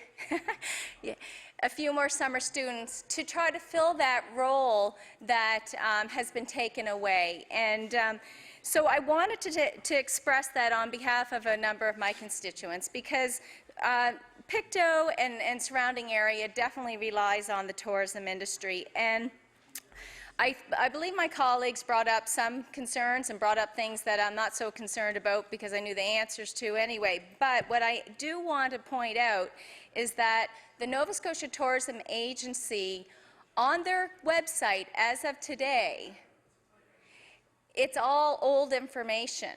It still has that they're connected with ERDT. So I'm just suggesting that that may want to be updated, considering that this piece of legislation is actually dated for April 1st. So I think that's a big concern, because when we go onto that website, it states what the Nova Scotia Tourism Agency's mandate is, and it expresses how they already have a strategy. So what I guess I'm concerned about, if we're making them into a corporation and they say that, they'll create this new strategy, well, they already had a strategy. So is that strategy going to change? Because as of right now, what their strategy is, they point out three things. They point out why tourism matters, they point out the challenge, and they say that under the challenge is that Nova Scotia is faced with a number of barriers to industry growth, including the lack of clarity around roles and responsibilities.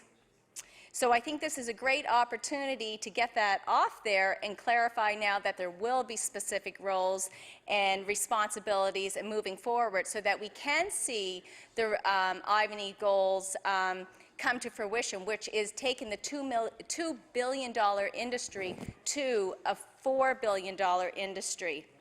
So on that note, I just wanted to, say a few words with regards to my constituency, and I hope that everyone in this chamber will take an opportunity this summer to come to Pictou. Thank you very much. If I am to recognize the Honourable Minister of Business, it will be to close debate on Bill number 1089, please.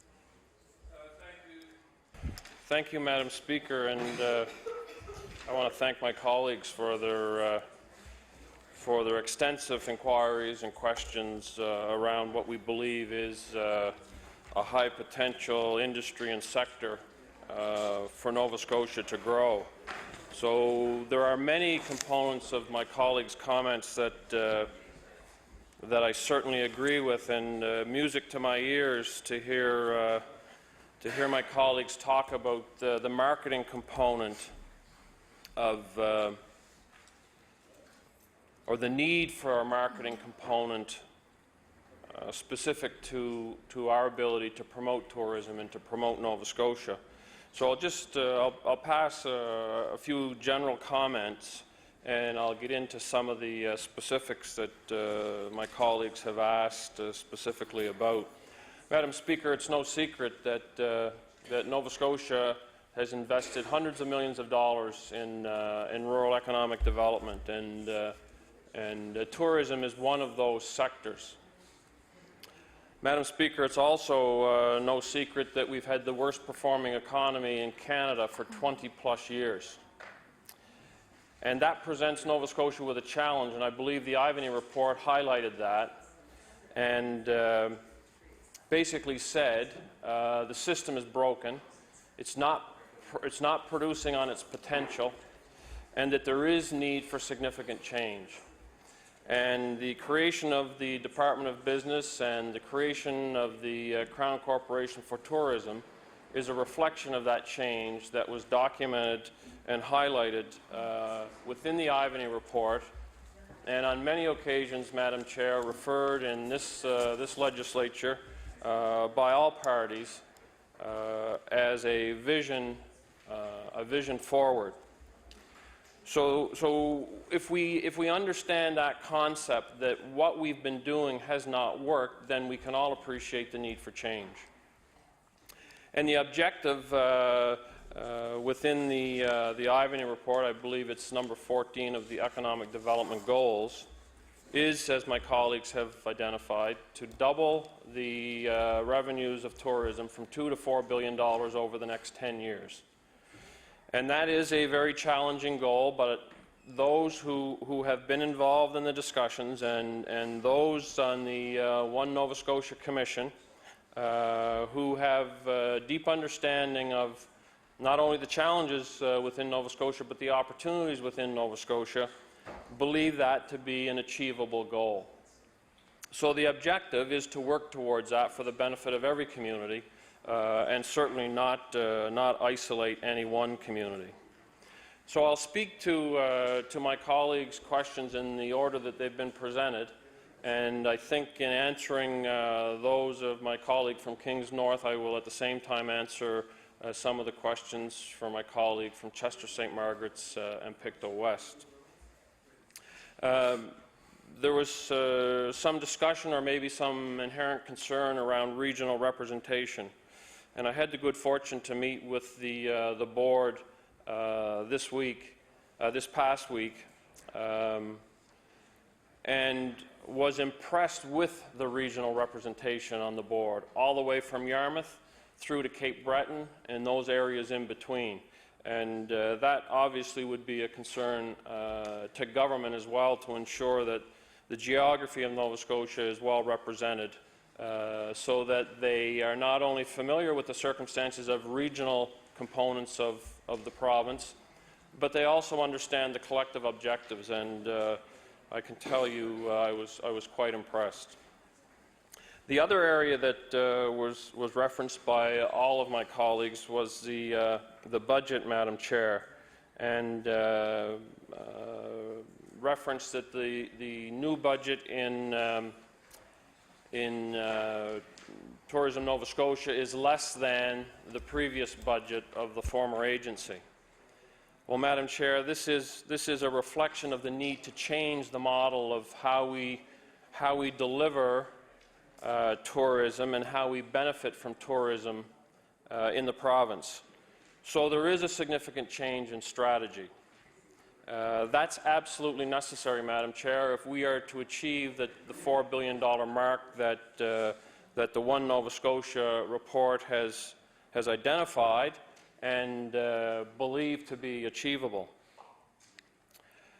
We believe that the board, a separate entity from government, with its makeup and experience in the tourism sector, both business and tourism, will be significant players, as my colleagues have referenced, to the leadership that's necessary to drive tourism in Nova Scotia. My colleague mentioned the Bay of Fundy, and there was some reference to some of the other marketing campaigns that our neighboring provinces use. And I think my colleague is quite right in that when you look at New Brunswick, that they would claim to have ownership of the Bay of Fundy, when in fact we do have the highest tides on the Nova Scotia coast. the need, and to the member's point,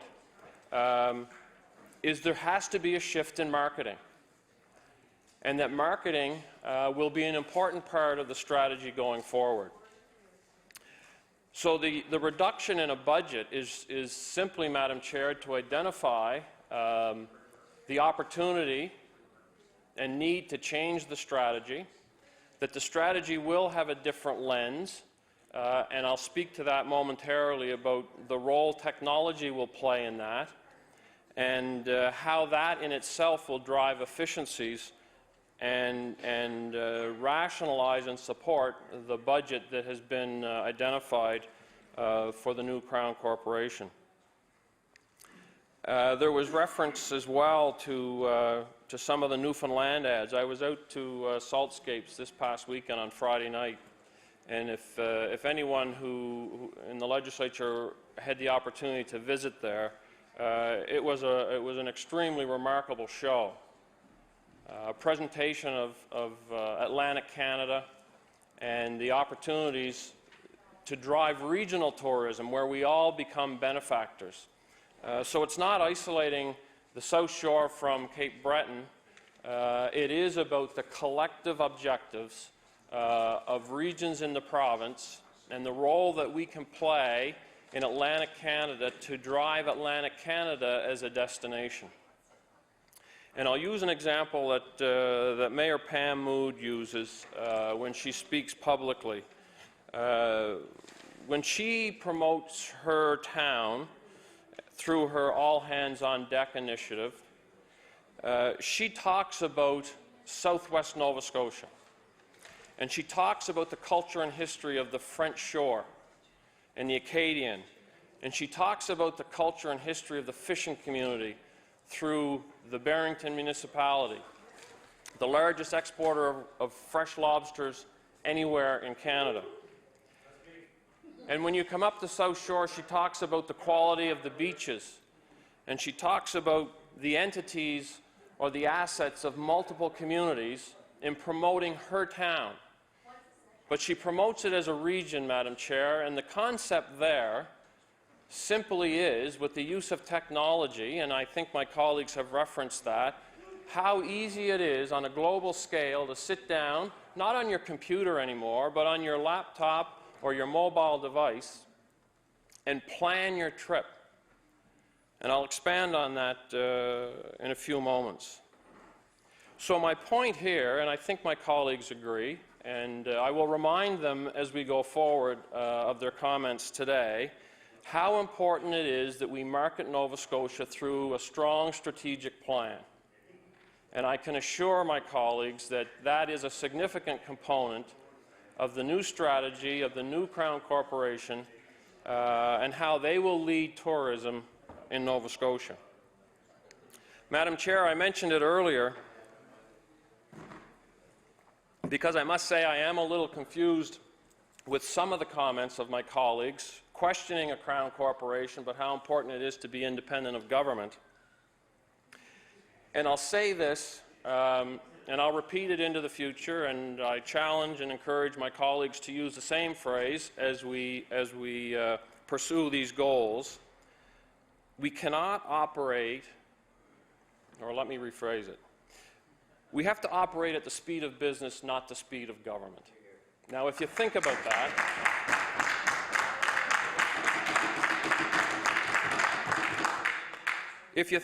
that, Madam Chair, it's absolutely essential that a Crown Corporation be distant from government and that the Crown Corporation represent the industry that it is intended and expected to lead.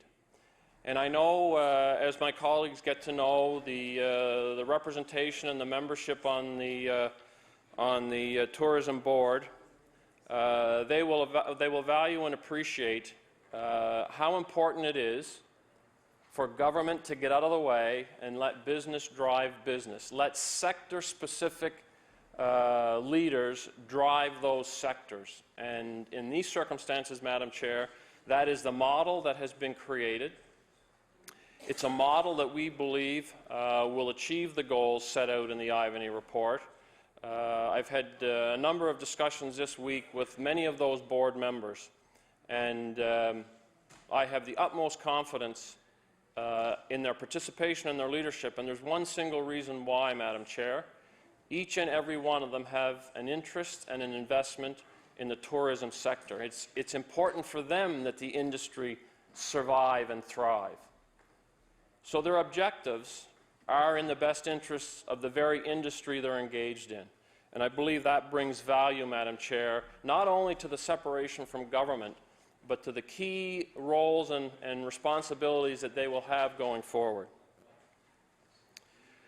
One of my colleagues from Kings North actually asked about who is acting and suggested that there was some convenient ambiguity around the creation of the Crown Corporation and government's role. And Madam Chair, I've had the opportunity to speak with a number of the CEOs of the Crown Corporations where I have responsibility. And one of the clear messages that I've shared very early is that this minister will not interfere in the business of that Crown Corporation. And when I say that, Madam Chair, they are separate from government. Yes, we'll allot them their budget, but they have clear responsibility to administer that, to develop and implement strategic plans and business plans over periods of time that will help us achieve the goal. So there should be no confusion about the separation of that Crown Corporation and the responsibilities that are delegated to the chairs or the CEOs of the Crown Corporation, and the delegation of authority and responsibility to the chair and members of the board.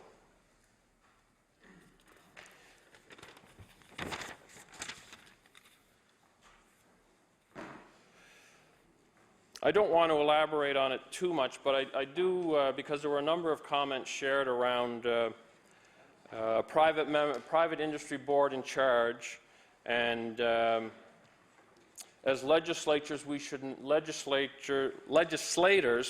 not be involved. And I couldn't agree with that more. And I think my earlier comments really speak to that there has to be that independence. Certainly an accountability to government through the outcomes and the measurements. But, Madam Chair, the intent of Tourism Nova Scotia is to allow those individuals to lead that initiative and in pursuit of our objectives. The timing of the creation of the Crown Corporation, I won't spend a lot of time on this, but there's been criticism that there's been inaction on the recommendations of the Ivany report. There's been a tremendous amount of work done behind the scenes, Madam Chair, in pursuit of these objectives. And I think I said yesterday that there's no perfect time in any of the decisions that we make. But when you've established a model and the opportunity awaits us and the challenges before us, as the Ivany report has laid out, then obviously we implement at a time that is most appropriate. And that may not be seen by everyone in this legislature, but the timing of the creation of this Crown Corporation, I believe, is the right timing with the right people to drive those agendas in pursuit of those objectives. The question was asked, why make the change? And I think that's a very simple answer, Madam Chair. Government should not be in the business of business.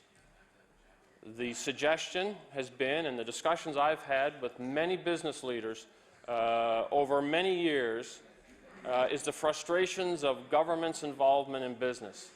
Whether it's red tape or bureaucracy or the pace of government, there's a need for government to get out of the way. And the simple answer as to why we would make the change is just that. We have to let business run at the speed of business. And we believe in these circumstances those individuals have the skill sets and ability and the experience to drive that. There's some discussion around the Nova Scotia experience. Can you give me another glass of water? And there's been multi-millions of dollars spent in the past on tourism. But the statistics show us, Madam Chair, that if you take the last 10 years, there's been a decline in tourism experience in Nova Scotia. This last year saw the most significant increase in rooms utilized and tourism within the province. Now, I don't have the specific numbers, but I'll certainly access those for my colleagues. But this past year saw the single largest increase in 10 years in tourism in the province. And that's a good sign, Madam Chair, because there's a number of other things falling in place that will complement that, and the creation of this board, to the point of timing, could not be better timing. The other thing that has come up when we talk about the experience is the money that's expended internally within the province. Marketing should drive the experience of coming to Nova Scotia for that first experience. But, Madam Chair, we spent $10 million in the past environment to move visitors around the province. And, Madam Chair, that's not money well spent. We want to drive the first experience. We want those from other provinces and those good friends south of the border to experience Nova Scotia for the first time, and they themselves be ambassadors speaking to the experience that they had. And when you combine that with the access to technology and the ability for any one of us to go online, and I think my colleague said it himself, that he and his spouse went online to plan their trip. And that is the shift in the industry, Madam Chair. So when we talk about the VICs, I know they're an important piece of the community. And I know how important they are for summer employment opportunities, as my colleague from Pictou West identified. But, Madam Chair, we cannot continue to do it as we've done it in the past. The outcomes speak for themselves. There has to be a shift. There has to be a shift. So that $10 million that we spent in the past moving visitors around Nova Scotia can be better utilized in marketing Nova Scotia as a first experience in other parts of the country. And there are statistics, Madam Chair, that clearly demonstrate the monies expended in those regions of the country and the return on that investment. And the most significant expenditure and the most significant return on that investment, Madam Chair, was in the New England community. And I've spoke about it in the past, sitting down to watch the Boston Red Sox, and behind home plate is the Nova Scotia flag and logo and the website. And that has attracted a significant amount of attention, and it's attracted a significant amount of visitors. It's a small component, but it's such a critical component to our objective. The use of things such as TripAdvisor and other social media components are also valuable in our ability to drive tourism in the province. So, Madam Chair, quite simply, there is a need to shift the strategy. There is a need to change past practices in order to achieve that objective. There was some discussion around the creation of a business plan or a strategic plan. Madam Chair, that is and will continue to be the responsibility of the new Crown Corporation. It's not for me as a minister. We know what the objective is. We want to double that experience in numbers, $2 to $4 billion. So the Crown Corporation will lead that exercise, and they will implement that strategy with a focus on achieving that objective. I think I've spoken already, Madam Chair, to the leadership role. We see that in the strength of the board. I have full confidence in the board members. They will lead, and most importantly, Madam Chair, as I mentioned earlier, they are representative of the industry itself.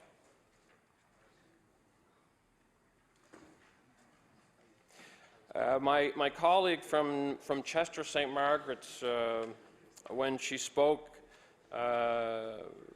made a comment that we don't have to reinvent the wheel. I would suggest, Madam Chair, that we do have to reinvent the wheel, that the old wheel didn't work, it hadn't worked, and that there is a need to shift the strategy so that we implement steps that allow us to achieve those goals. And my colleague also mentioned the need to do it in a strategic manner. I couldn't agree more, Madam Chair. And one of the comments also spoke about other government departments. Well, the whole idea behind the Department of Business, Madam Chair, is to align other government departments. Because, to my colleague's point, they haven't been aligned in the past, and she would know that as a previous minister. So the objective of the new Department of Business, where the Crown Corporation falls, for purposes of oversight, is about aligning the objectives of all departments with that fundamental focus on the strategy that is in place to drive the economy, particularly rural Nova Scotia, of those high potential sectors that will see a change that my colleague would anticipate and hope for. And it's not restricted to the tourism sector. We believe that municipal governments will play a key role in rural economic development. And that's why we moved the regional economic networks, the new RENs, to the Department of Municipal Affairs, so that we create a relationship with our municipalities, and that in those communities where RENs are represented and NSBI, Nova Scotia Business Inc. resources are available as a touch point for business development in those communities, that the municipalities play a key role in the discussions, the engagements, the strategies, the objectives, and the outcomes. There was much discussion around the digital world, and I just want to take a moment to speak to that.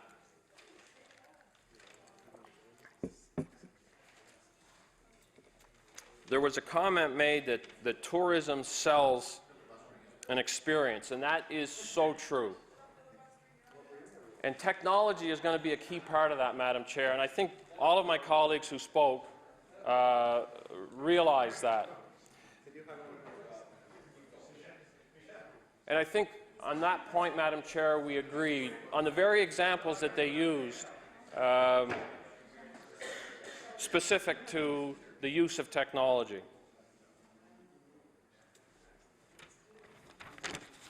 I just want to be sure that I don't miss any point that my colleagues presented.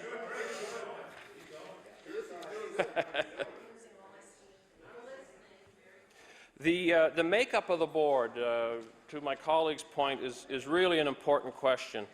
And I've had discussions as recently as this morning as to how I envision that, and the chair of the board agrees to the mechanism that my colleague from Chester St. Margaret's identified, that the board should be representative of regions, that the board should identify periods of time, and that those periods of time facilitate turnover but continuity. So a 3-, 2-, and 1-year appointment, I think, as my colleague suggested, is consistent with the discussions that have been had, and that will be reflected in the representation of the board. Excuse me, of the board. And it addresses, I believe, the points that my colleague mentioned, the process itself, the rotation, and the continuity. So I want to assure my colleague that those are objectives that we agree on and we believe will be most valuable to the board itself. There was some discussion around internal and external marketing, and I think I've spoken to the external marketing piece and how important that is, and I can assure my colleagues that that will be a priority focus of the new board. But when we talk about the internal marketing, and we talk about the VICs and the importance to the communities and the reduction of 2 VICs, Madam Chair, I also want to remind members of the legislature that there are over 50 additional municipal VICs across the province. And in some cases, we've had duplication. And we can debate whether they serve the same role or different roles, and how important the location of those particular facilities are. But I go back to what I said earlier about that $10 million expenditure internally. It's our belief that that money is best expended in marketing the province, getting Nova Scotians here for the experience that my colleagues have suggested, and allowing that process, their experience, and their role as ambassadors and speaking about their experience to drive the numbers and the visitors that will come back for subsequent experiences. So that internal, external marketing piece, we believe, is important, with a greater focus on the external marketing. There was some comments around the tourist information guide, the doers and dreamers. Madam Chair, I can go to any one of our visitor information centers, and there's boxes, sealed boxes of last year's doers and dreamers guides sitting in storage, waiting to be returned. There's a role for the doers and dreamers guides, and that will continue, Madam Chair. But we cannot lose sight of the technology, and as my colleagues have referenced, the use of mobile devices to source and plan their travel. And each and every one of us do that through multiple means of the internet. My colleague from Chester St. Margaret's also asked, Madam Chair, about the transition of employees. I don't have the exact number, but I believe the number somewhere in the 98-100 area. And those employees have been transitioned into the new Tourism Nova Scotia Crown Corporation. There's a significant role for each and every one of them in that environment, Madam Chair, and it's important that we recognize that to develop those strategies and to drive that objective, it still requires people in key roles to advance those objectives in an effort to reach the objective. So I do recognize the importance of the employee work group that my colleague brings forward, and I know many of these points, but that one in particular will be a focal point in law amendments. You know, Madam Chair, you learn something new every day, and I didn't realize that my colleague from Pictou West has experience with the bagpipes. I think what a great opportunity to encourage my colleague to come into the legislature at the first opportunity, Madam Chair, and play a tune for us on the pipes.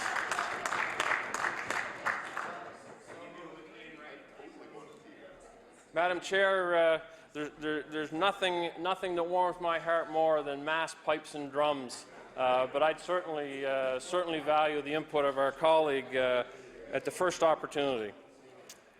Madam Chair, my colleague from Pictou West also spoke. Order.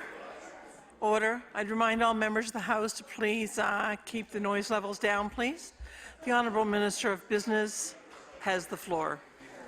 Madam Chair, I want to speak very quickly to the comments from my colleague in Pictou West around the phase-out. She referenced the future phase-out of VICs.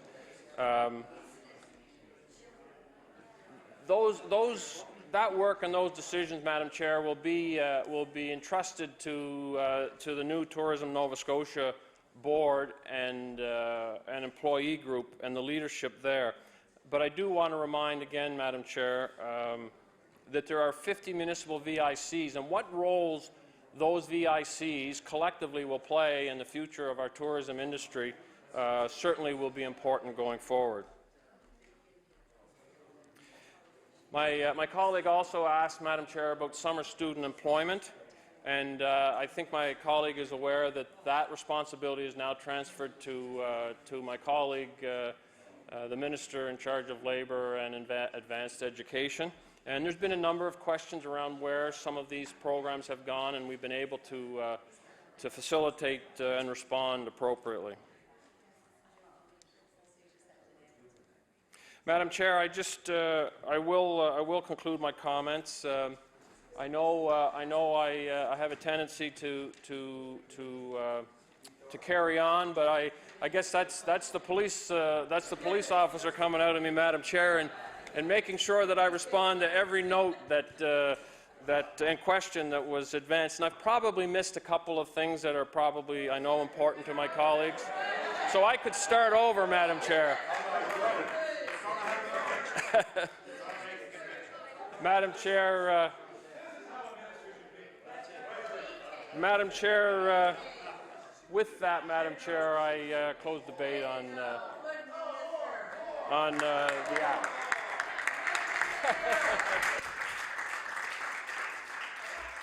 The motion is for second reading of Bill number 109, the Tourism Nova Scotia Act. Would those in favour of the motion please say aye? Contrary-minded, nay. The motion is carried. Bill number 109, an act to establish Tourism Nova Scotia. Ordered that this bill be referred to the Committee on Law Amendments. The Honourable Government House Leader. Thank you, Madam Speaker. In my 17 years, I think it's the first time I've seen a minister filibuster his own bill, but he's very passionate about the piece of legislation. Needless to say, Madam Speaker, it was refreshing to see. Now, Madam Speaker, could you please call for second reading Bill number 108, the Financial Measures Act. Bill number 108, the Financial Measures Act. The Honourable Minister of Finance. Thank you very much, Madam Speaker. I'm pleased to rise in the House this afternoon to move second reading of the Financial Measures Act of 2015. The FMA puts into law the tax changes included in the 2015-16 budget. Madam Speaker, this is the part of the budget process that puts our proposed budget measures into legal effect. Routine, but very important to the operation of government. Madam Speaker, governments and especially finance ministers have a responsibility to Nova Scotians to ensure their hard-earned tax dollars are spent carefully and wisely. Facing a difficult financial and economic picture, we responded with a tough but fair budget. Our budget respects those dollars while protecting the things that matter most to Nova Scotians, like health care and education. The Financial Measures Act updates several pieces of legislation to put into force the thoughtful, strategic decisions that were made. There are 4 pieces to the legislation: amendments for tax changes, changes related to economic development restructuring, amendments for user fee increases, and changes to the role of provincial judges to improve efficiency. We are proposing a number of tax changes this year. We will reduce the non-eligible dividend tax credit to close a loophole in our tax system. Now, Nova Scotians pay the same amount of tax on dividends as they would on salary. We are not the first province to do this. It is just good tax policy. Good policy includes putting in place tax instruments that encourage beneficial behaviour and eliminating those that do not do so. The Healthy Living Tax Credit was not efficient at encouraging low-income families to register their children in sports and healthy activity. Only 5% of all taxpayers used it, and a quarter of those earned more than $90,000 a year. A digital animation tax credit has been added, and as you already know, the film industry tax credit will become a film and television production incentive fund. This reflects the outcome of the government's discussions with the film industry. The fund is forecast to be $10 million in next year's budget, 2016-17. Our conversations with the industry were productive. We listened, and as a result, we've made changes that respond to the needs of the industry, providing them with a better, more timely way to access provincial support. At the same time, we've remained true to our budget and the 4-year fiscal plan it presents.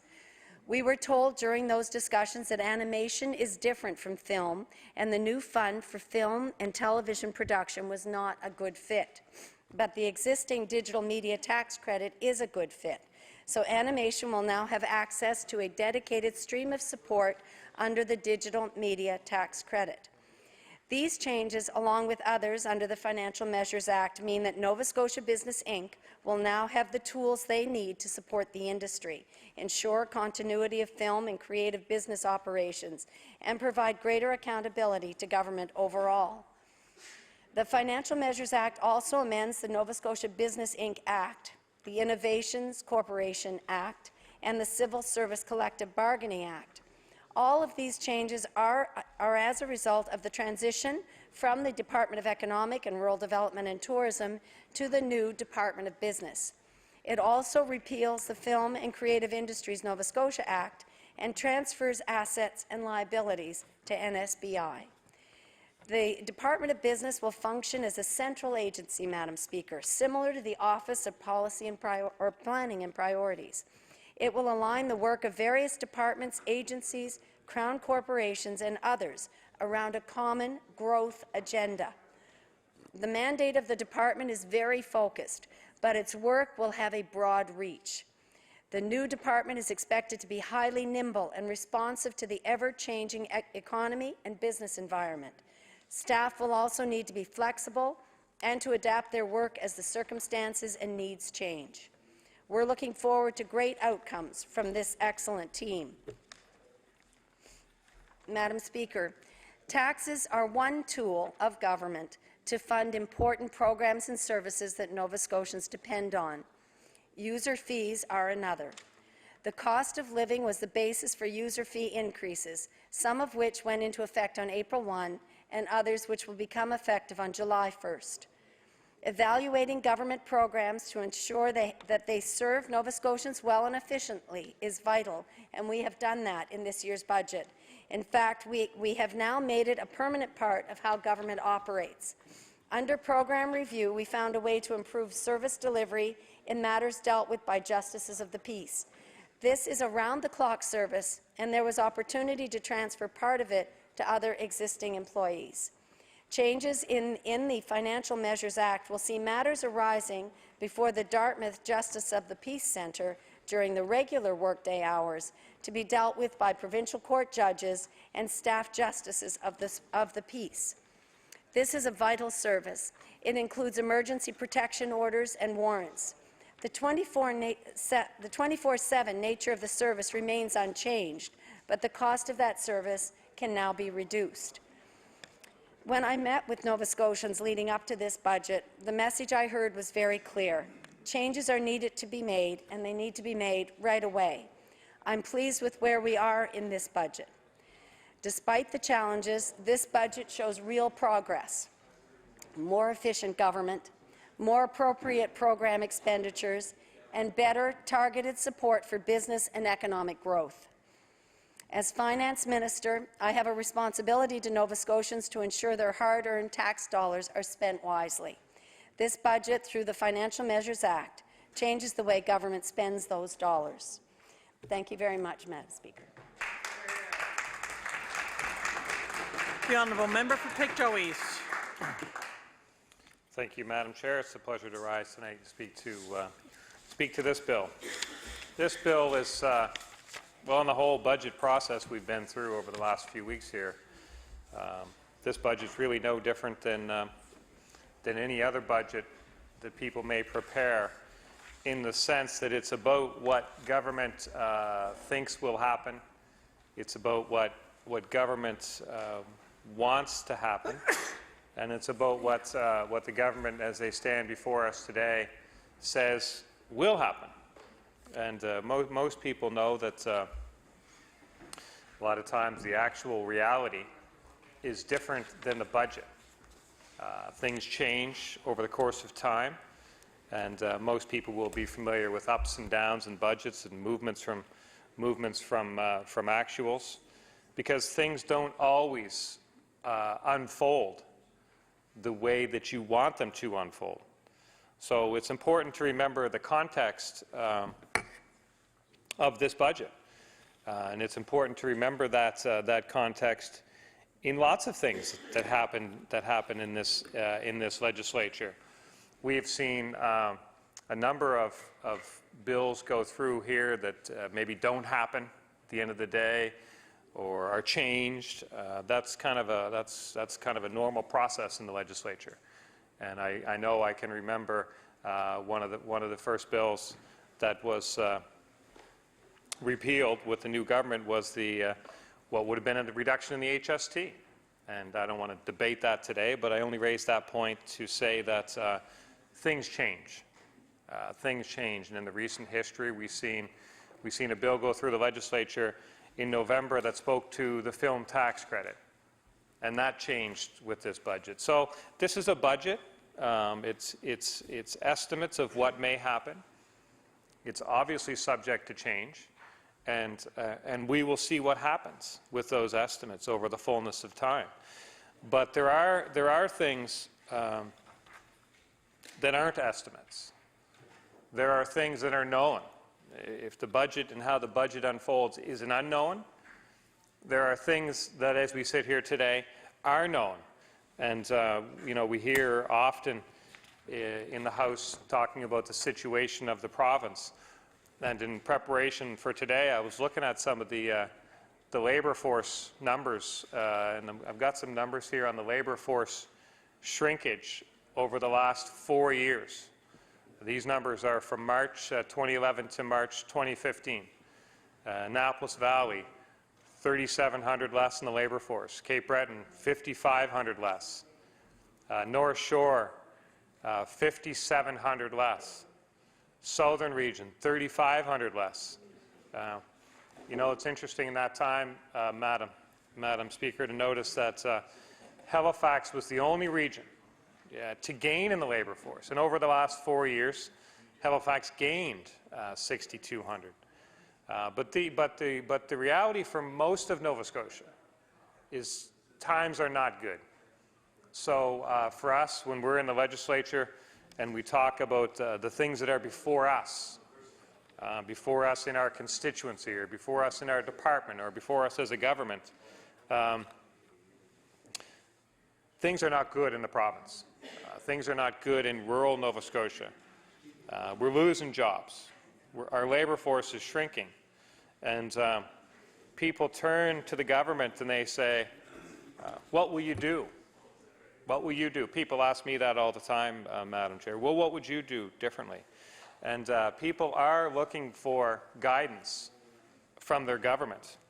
And they want to know that there is a plan to grow the economy, to create jobs, to make life better. They want to know what government is doing to make life better for Nova Scotians. And in some things, sometimes that's a small thing that the government can do. And sometimes it's a monumental task that's before us. But it doesn't matter in the eyes of the ordinary Nova Scotian. They want to say, what's the government going to do to make life better for me? What will the government do to make life better for Nova Scotians? And so when we look at the budget and we consider all the unknowns around the budget and what may happen or how things may unfold or how we want them to unfold, we do know that there are things that are falling out from the budget immediately. We know that things have happened right away. So if the budget is about what might happen or what might not happen, we do know that it does have very real implications immediatly and causes things to happen. And I'd like to go through some of the knowns. There's many unknowns, but I would like to speak to some of the knowns. And if we break the budget down and we look at the revenue side, we do know that there is an expectation that Nova Scotians will pay more tax revenue over to the government over the next few years. We can see that in the numbers. Tax revenue is increasing, and we can see that for the next 3 years out or whatever. And you know, that will be an estimate of what's going to happen to the tax revenue. and it will come out of some models that somebody has somewhere. Some very smart people have probably created a bunch of models to say this is what will happen to the tax revenue of the province. And those models suggest that the tax revenue will increase. Well, the reality is that means Nova Scotians will pay more taxes. And I think of that in the context of, there's two ways that can happen that can cause Nova Scotians to pay more taxes. There's probably three ways. One, they can earn more money. They can definitely earn more money and pay over more tax revenue. That's a definite. We could have more Nova Scotians. We could have more people paying into the pool. Those are the good parts of revenue increases. I think every member in this House would welcome that. I would welcome it for my friends and my family, my constituents, for Nova Scotians to pay more tax because they made more money. And I certainly am a big proponent that we need more Nova Scotians. Both of those good things. The good things. I always remember when I was a young CA, and it might have been the member from Hammonds Plains' father, who I used to work with, that taught me this trick. He used to say when people would come in to have their taxes done and they would complain about their tax bill, he'd say, well, we can make your taxes less. We'll just charge you more in fees. And that was never the answer to their questions. But, you know, people have an expectation. People would love to feel that they're going to make more money. Everyone wants to feel optimistic about tomorrow and that next year is going to be better than this year. And they have their own budgets, their own personal budgets, that they hope show that they're going to make more money. But I'm not getting that sense walking around the community and talking to people. People aren't overly optimistic about their own financial prospects. So I wonder if the tax revenue increase is coming from the assumption that people will make more money, because I would be concerned about that. And I heard the Minister of Internal Services say, well, tax revenue goes up because of inflation. Well, you know, tell that to the people whose salary are frozen, or who are making less money, or are unemployed. Inflation, the percentage of inflation doesn't mean a lot to those people because they don't feel the value of having more money. They don't have more money to spend. This is not an issue of inflation. This is an issue of people earning money, paying their taxes. And they either pay more taxes because they made more money or because there are more Nova Scotians to pay into the pool. And I don't know how either of those things are going to happen. I hope they do. I hope the revenue projections come to fruition. But when I'm looking at the budget and seeing, even for this year, $157 million increase in expected revenue, and I ask myself, why is that? Is it because the economy is growing? Is it because people's financial situations are better? What is it that's driving that increases in tax revenue? Well, Madam Chair, Madam Speaker, that brings me to the third point. The first point was we make more, we pay more. The second point was we have more Nova Scotians. There's also a third way you can increase your tax revenue. The third way is you get more money from the existing people. You have tax increases. That's the third way that you can get more tax revenue from people. And we did see some tax increases in this budget. We did see a change to the dividend tax credit that will generate more money for the government from the same tax base, from the same people that made the same amount of money last year. are going to pay more tax this year, and we can describe it how we want. I'm only saying how we can generate our tax revenues, and that's by changing the tax system. And there are people who will pay more in taxes this year than they did last year because of a change in this budget. And that will be to the tune of $30 million. And I'm sure those people will be asking themselves, can the government do a better job with this $30 million than I can? I'm sure they'll be asking that. We did see another tax increase in the budget, and that's the concept of bracket creep. Bracket creep is not a new concept that's discussed in this House, but it's exactly what the minister was referring to when he talked about inflation. And I describe it as getting more tax revenue from the same people who earn the same amount of money. They're going to pay more taxes this year. That's a tax increase. That's the third way that you can increase your tax revenues, is you can get more money from the same people. Now, Nova Scotians pay a lot in taxes. We're amongst the highest tax citizens. We're paying our fair share of taxes. The government needs more. They look to the people and say, you have to give us more. We have a couple ideas on how you can do that. You can pay us more in taxes because we're going to change the tax structure. We have another plan as well. We're going to charge you more in fees. So we have 1,400 fees that were increased this year. Now, what does that do?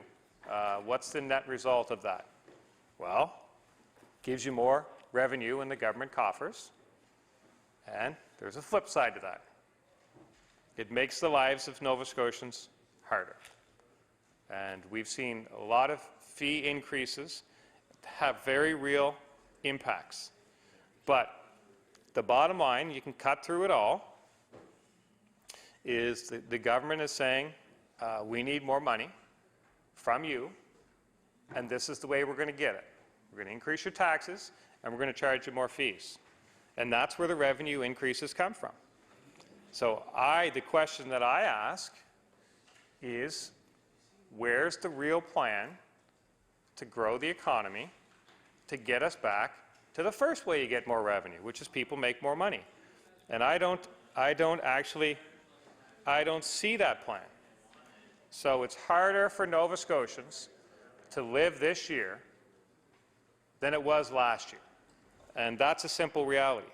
So, and then we look at some of the other tax changes that have been made.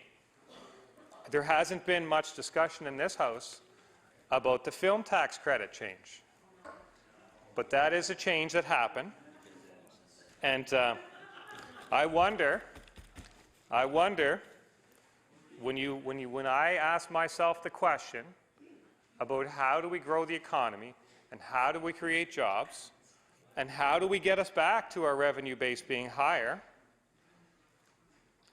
I just don't know that step one on the plan should be to change something like the film tax credit, which makes it harder for an industry to grow, harder for an industry to create jobs. And to do that and say, well, we're going to fix it now that people complained, I have a hard time with that. I have a hard time with the lack of understanding, because it speaks in my mind to a mindset that says we can get more money from Nova Scotians. We can get more money from Nova Scotians in taxes. We can get it more from them in fees, or we can get more from them this way. But in my mind, that's not where they should be looking first, to Nova Scotians to pay more.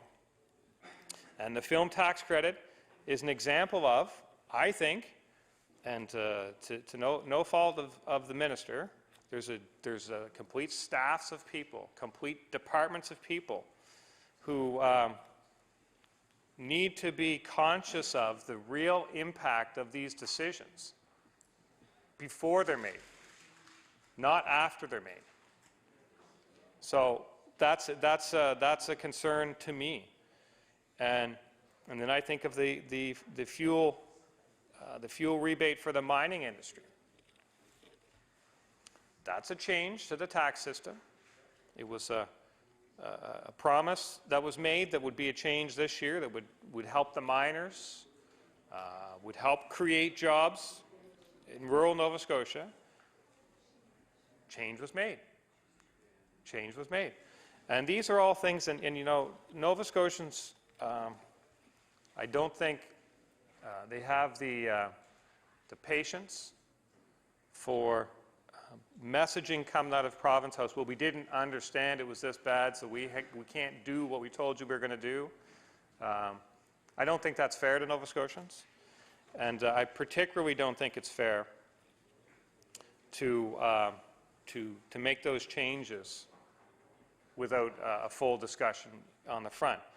We're talking about the revenue of the province, and we're talking about the future of the province, and how does government fund its operations? And my goal would be that the economy is growing, steps are taken to grow the economy, and it comes naturally from that. We can argue about how do we grow the economy, and we can say, well, some people might say, well, the economy will grow if we tax people more. I don't subscribe to that school of thought. I don't think that if you take more away from citizens in taxes and fees, that's going to help the economy grow. I think that's a fool's game. So the pool of money available to government is limited. That's not open for debate, Madam Chair. But I went through the numbers on the next few years, and you know, we have projections over the next 2 to 3 years of $500 million more in tax revenue. Maybe it was 700 over 3 years. I'm not sure. It was a big number, and trying to reconcile that with the comments of Ray Ivany, who sees weakening tax revenues, who sees the government sees increases in tax revenues, and Ivany sees weakening tax revenues. So I'm hopeful that you know, we can't sustain these types of tax increases every year. We can't sustain these fee increases every year, because people are looking at the value proposition that Nova Scotia offers to them. Every family is making that decision. Is it worth my while to stay here? And Nova Scotians love Nova Scotia, and they try to stay and they want to stay, but the reality is Nova Scotia is not the only place. And if you can't make a good living here, and you can't have a net pay of after taxes and fees that you can raise your family in a what you consider to be a comfortable lifestyle, then you're going to look at the value propositions from other places. And that all feeds into the issues that we see. So that's the revenue side of the equation, and I do have some concerns over the projections, and I do have some of the concerns over the mindset of how we're going to fund government, how we're going to pay for operations. When I look at the expense side of the equation, I know government talked for a long time about the tough choices that had to be made, and I certainly respect that.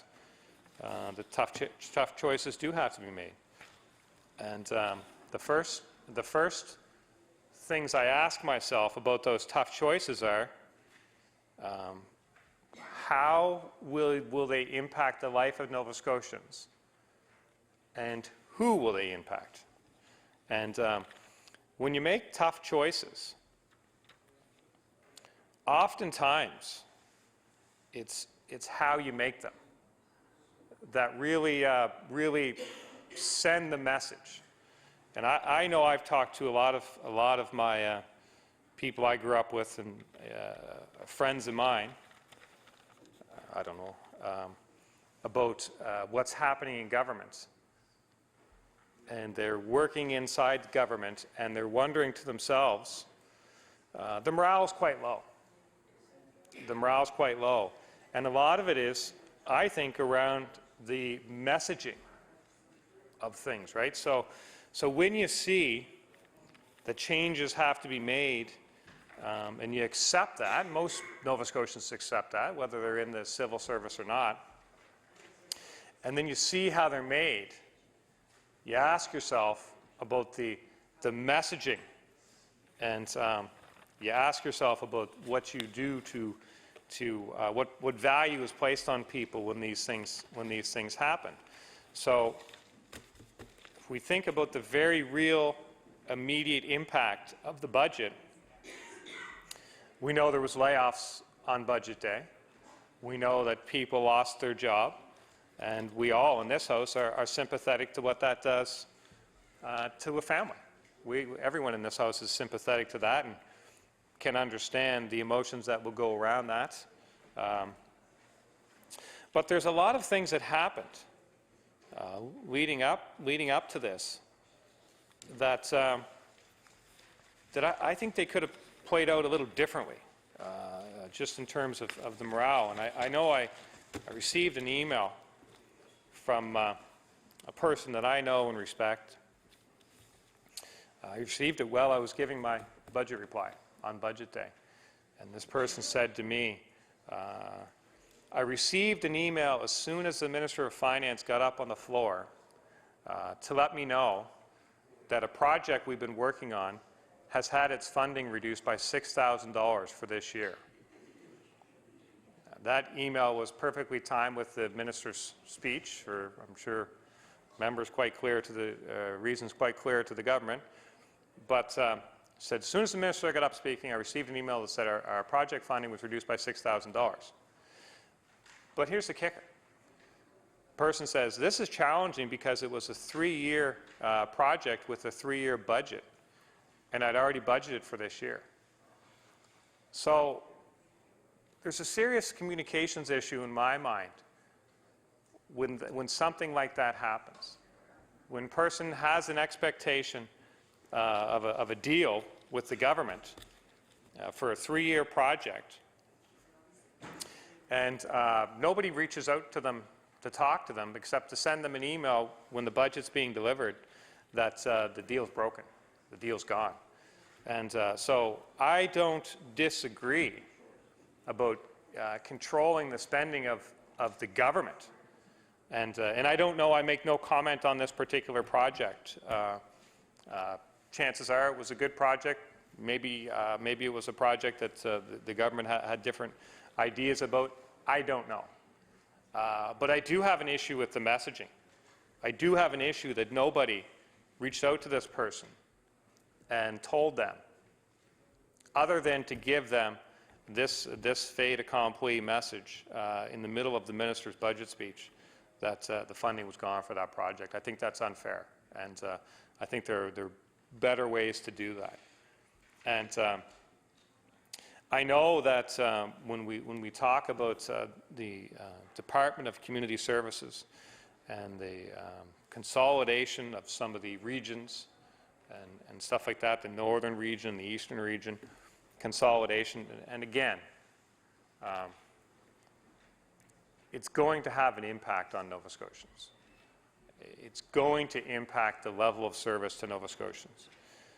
Because if you're in my region and you need to depend on something kind of coming out of Sydney, as much as there's wonderful people that live in Sydney, it's a little far from my area, and it will mean that smaller rural communities are going to lose.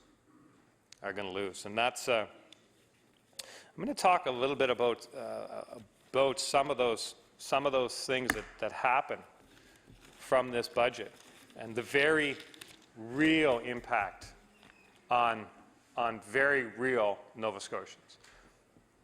A lot of the budget's estimates, a lot of the budget's unknown, but there are some things that are known. There are some things that happen right away. And we do know, and I've heard from long-term care facilities, that their allocation has been cut. Their allocation has been cut in half in some cases, and 103 of the 143 facilities, long-term care facilities, are not getting cost of living increases. And that's a real theme through the budget, and we can call that for what it is: failure to get a cost of living increase, failure to keep pace with inflation is a cut.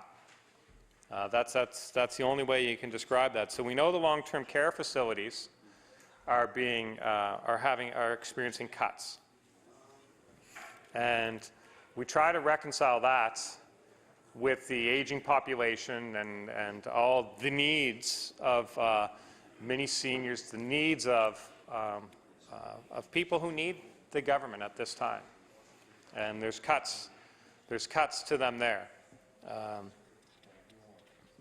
So now we also know that the community grants for mental health and addictions were reduced from, these are community grants for mental health and addiction, and reduced from $1 million to $600,000.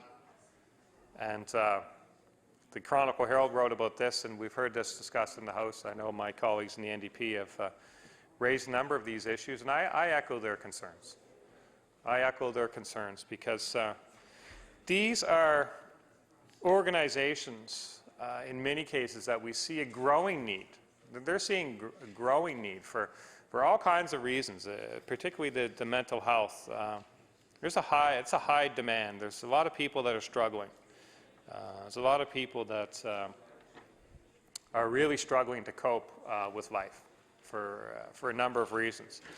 So when I see that community grants for mental health and addictions were reduced from $1 million to $600,000, and I think about the organizations that hits, and the Herald mentioned a bunch of them. So they include organizations for people with AIDS, people with eating disorders, schizophrenia, Alzheimer's, as well as immigrants, lesbian, gay, people in rural areas. People like the folks that Hope Bloom supports, and young people that are at risk. So we're having to cut funding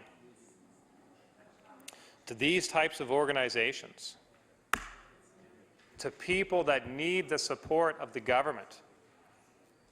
And we're cutting those organizations from $1 million, which, I got to be honest, Madam Speaker, $1 million to begin with on a close to $10 billion budget.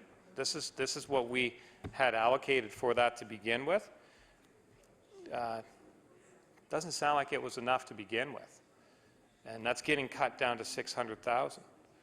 And they always have the expression about balancing the budget off the backs of Nova Scotians.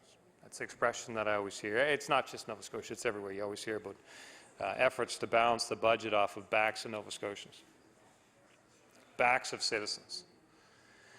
And when you think of these types of cuts, in the context of some of the areas where government has spent money, I raised a question, so that's $1 million to $600,000, that's $400,000. I raised a question in the House about a department that had over $200,000 of courier fees. Think about that for a minute, Madam Speaker. You have a department that has $200,000 in courier fees. You have a liquor commission that's planning a $140,000 party. You have $40,000 renovations. And you put all these things in the context, and you add them all together. Oddly enough, that's $400,000. That's an odd coincidence of mathematics, I think. but it's a 400,000 reduction in services that Nova Scotians need, that are in demand. And we look at the priorities of where that may have been used, and it's disappointing. It's disappointing. We looked at the community service grants. Now, there was a big reduction in this budget in reductions to discretionary grants for 9 community organizations, including the Canadian Mental Health Association's Nova Scotia division, including the Canadian National Institute for the Blind, including Deafness Advocacy Association Nova Scotia, including Feed Nova Scotia, including Heartwood Centre for Community Youth Development, including Nova Scotia Association for Community Living, including Nova Scotia Council for Family, including People First Nova Scotia, including the Youth Voices of Nova Scotia Society. Reductions in discretionary grants to these types of organizations, And in fact, by 2016, 2017, five of those groups will have their funding reduced to zero. Zero. And you think about those groups and the service that they're providing to Nova Scotians, and you tell me which 5 of those we don't need. You tell me which 5 of those we don't need. These are the types of decisions that we see being made. And I ask for what? What will happen to that money that doesn't go to those organizations? What will happen? The CNIB said the loss of $152,000 in funding would mean cuts to services that help people learn to travel safely within their community. It will mean cuts to services that help people be independent at home after losing their vision. Now, I'm sure those services were important to Nova Scotians. I'm sure they're important to those people that rely on them. So I ask myself, on the balance of things that are important and the balance of priorities, which priorities outweighed these? We can talk about the students. At one time, there was tens of millions of dollars, I think it was $40 or $50 million, provided to students through the graduate retention rebate.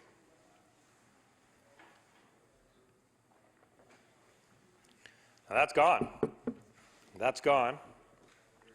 And there was different ideas about what may happen to that money, or maybe a different plan would come about that would help students. And I haven't seen that money restored anywhere. And I wonder what the plan, when we heard that the graduate retention rebate was not working, it wasn't a good use of taxpayers' money, but that something else would be done to help students. I don't think students expected that the something else that would be done to help them would be removing the tuition cap from the universities. I don't think that's what they had in mind. I don't think that's what they had in mind. And students are feeling worse off under the McNeil Liberals. Students are feeling worse off. Now, it's been a few years since I was a student, Madam Chair, so I can't put myself in their shoes. But I do have kids that are coming through the education system that will probably be in university before I know it. And the students that I'm talking to are feeling worse off. And the community organizations are feeling worse off. And I ask myself, are we on a good path in the face of Nova Scotians looking at the value proposition of living here. I ask myself,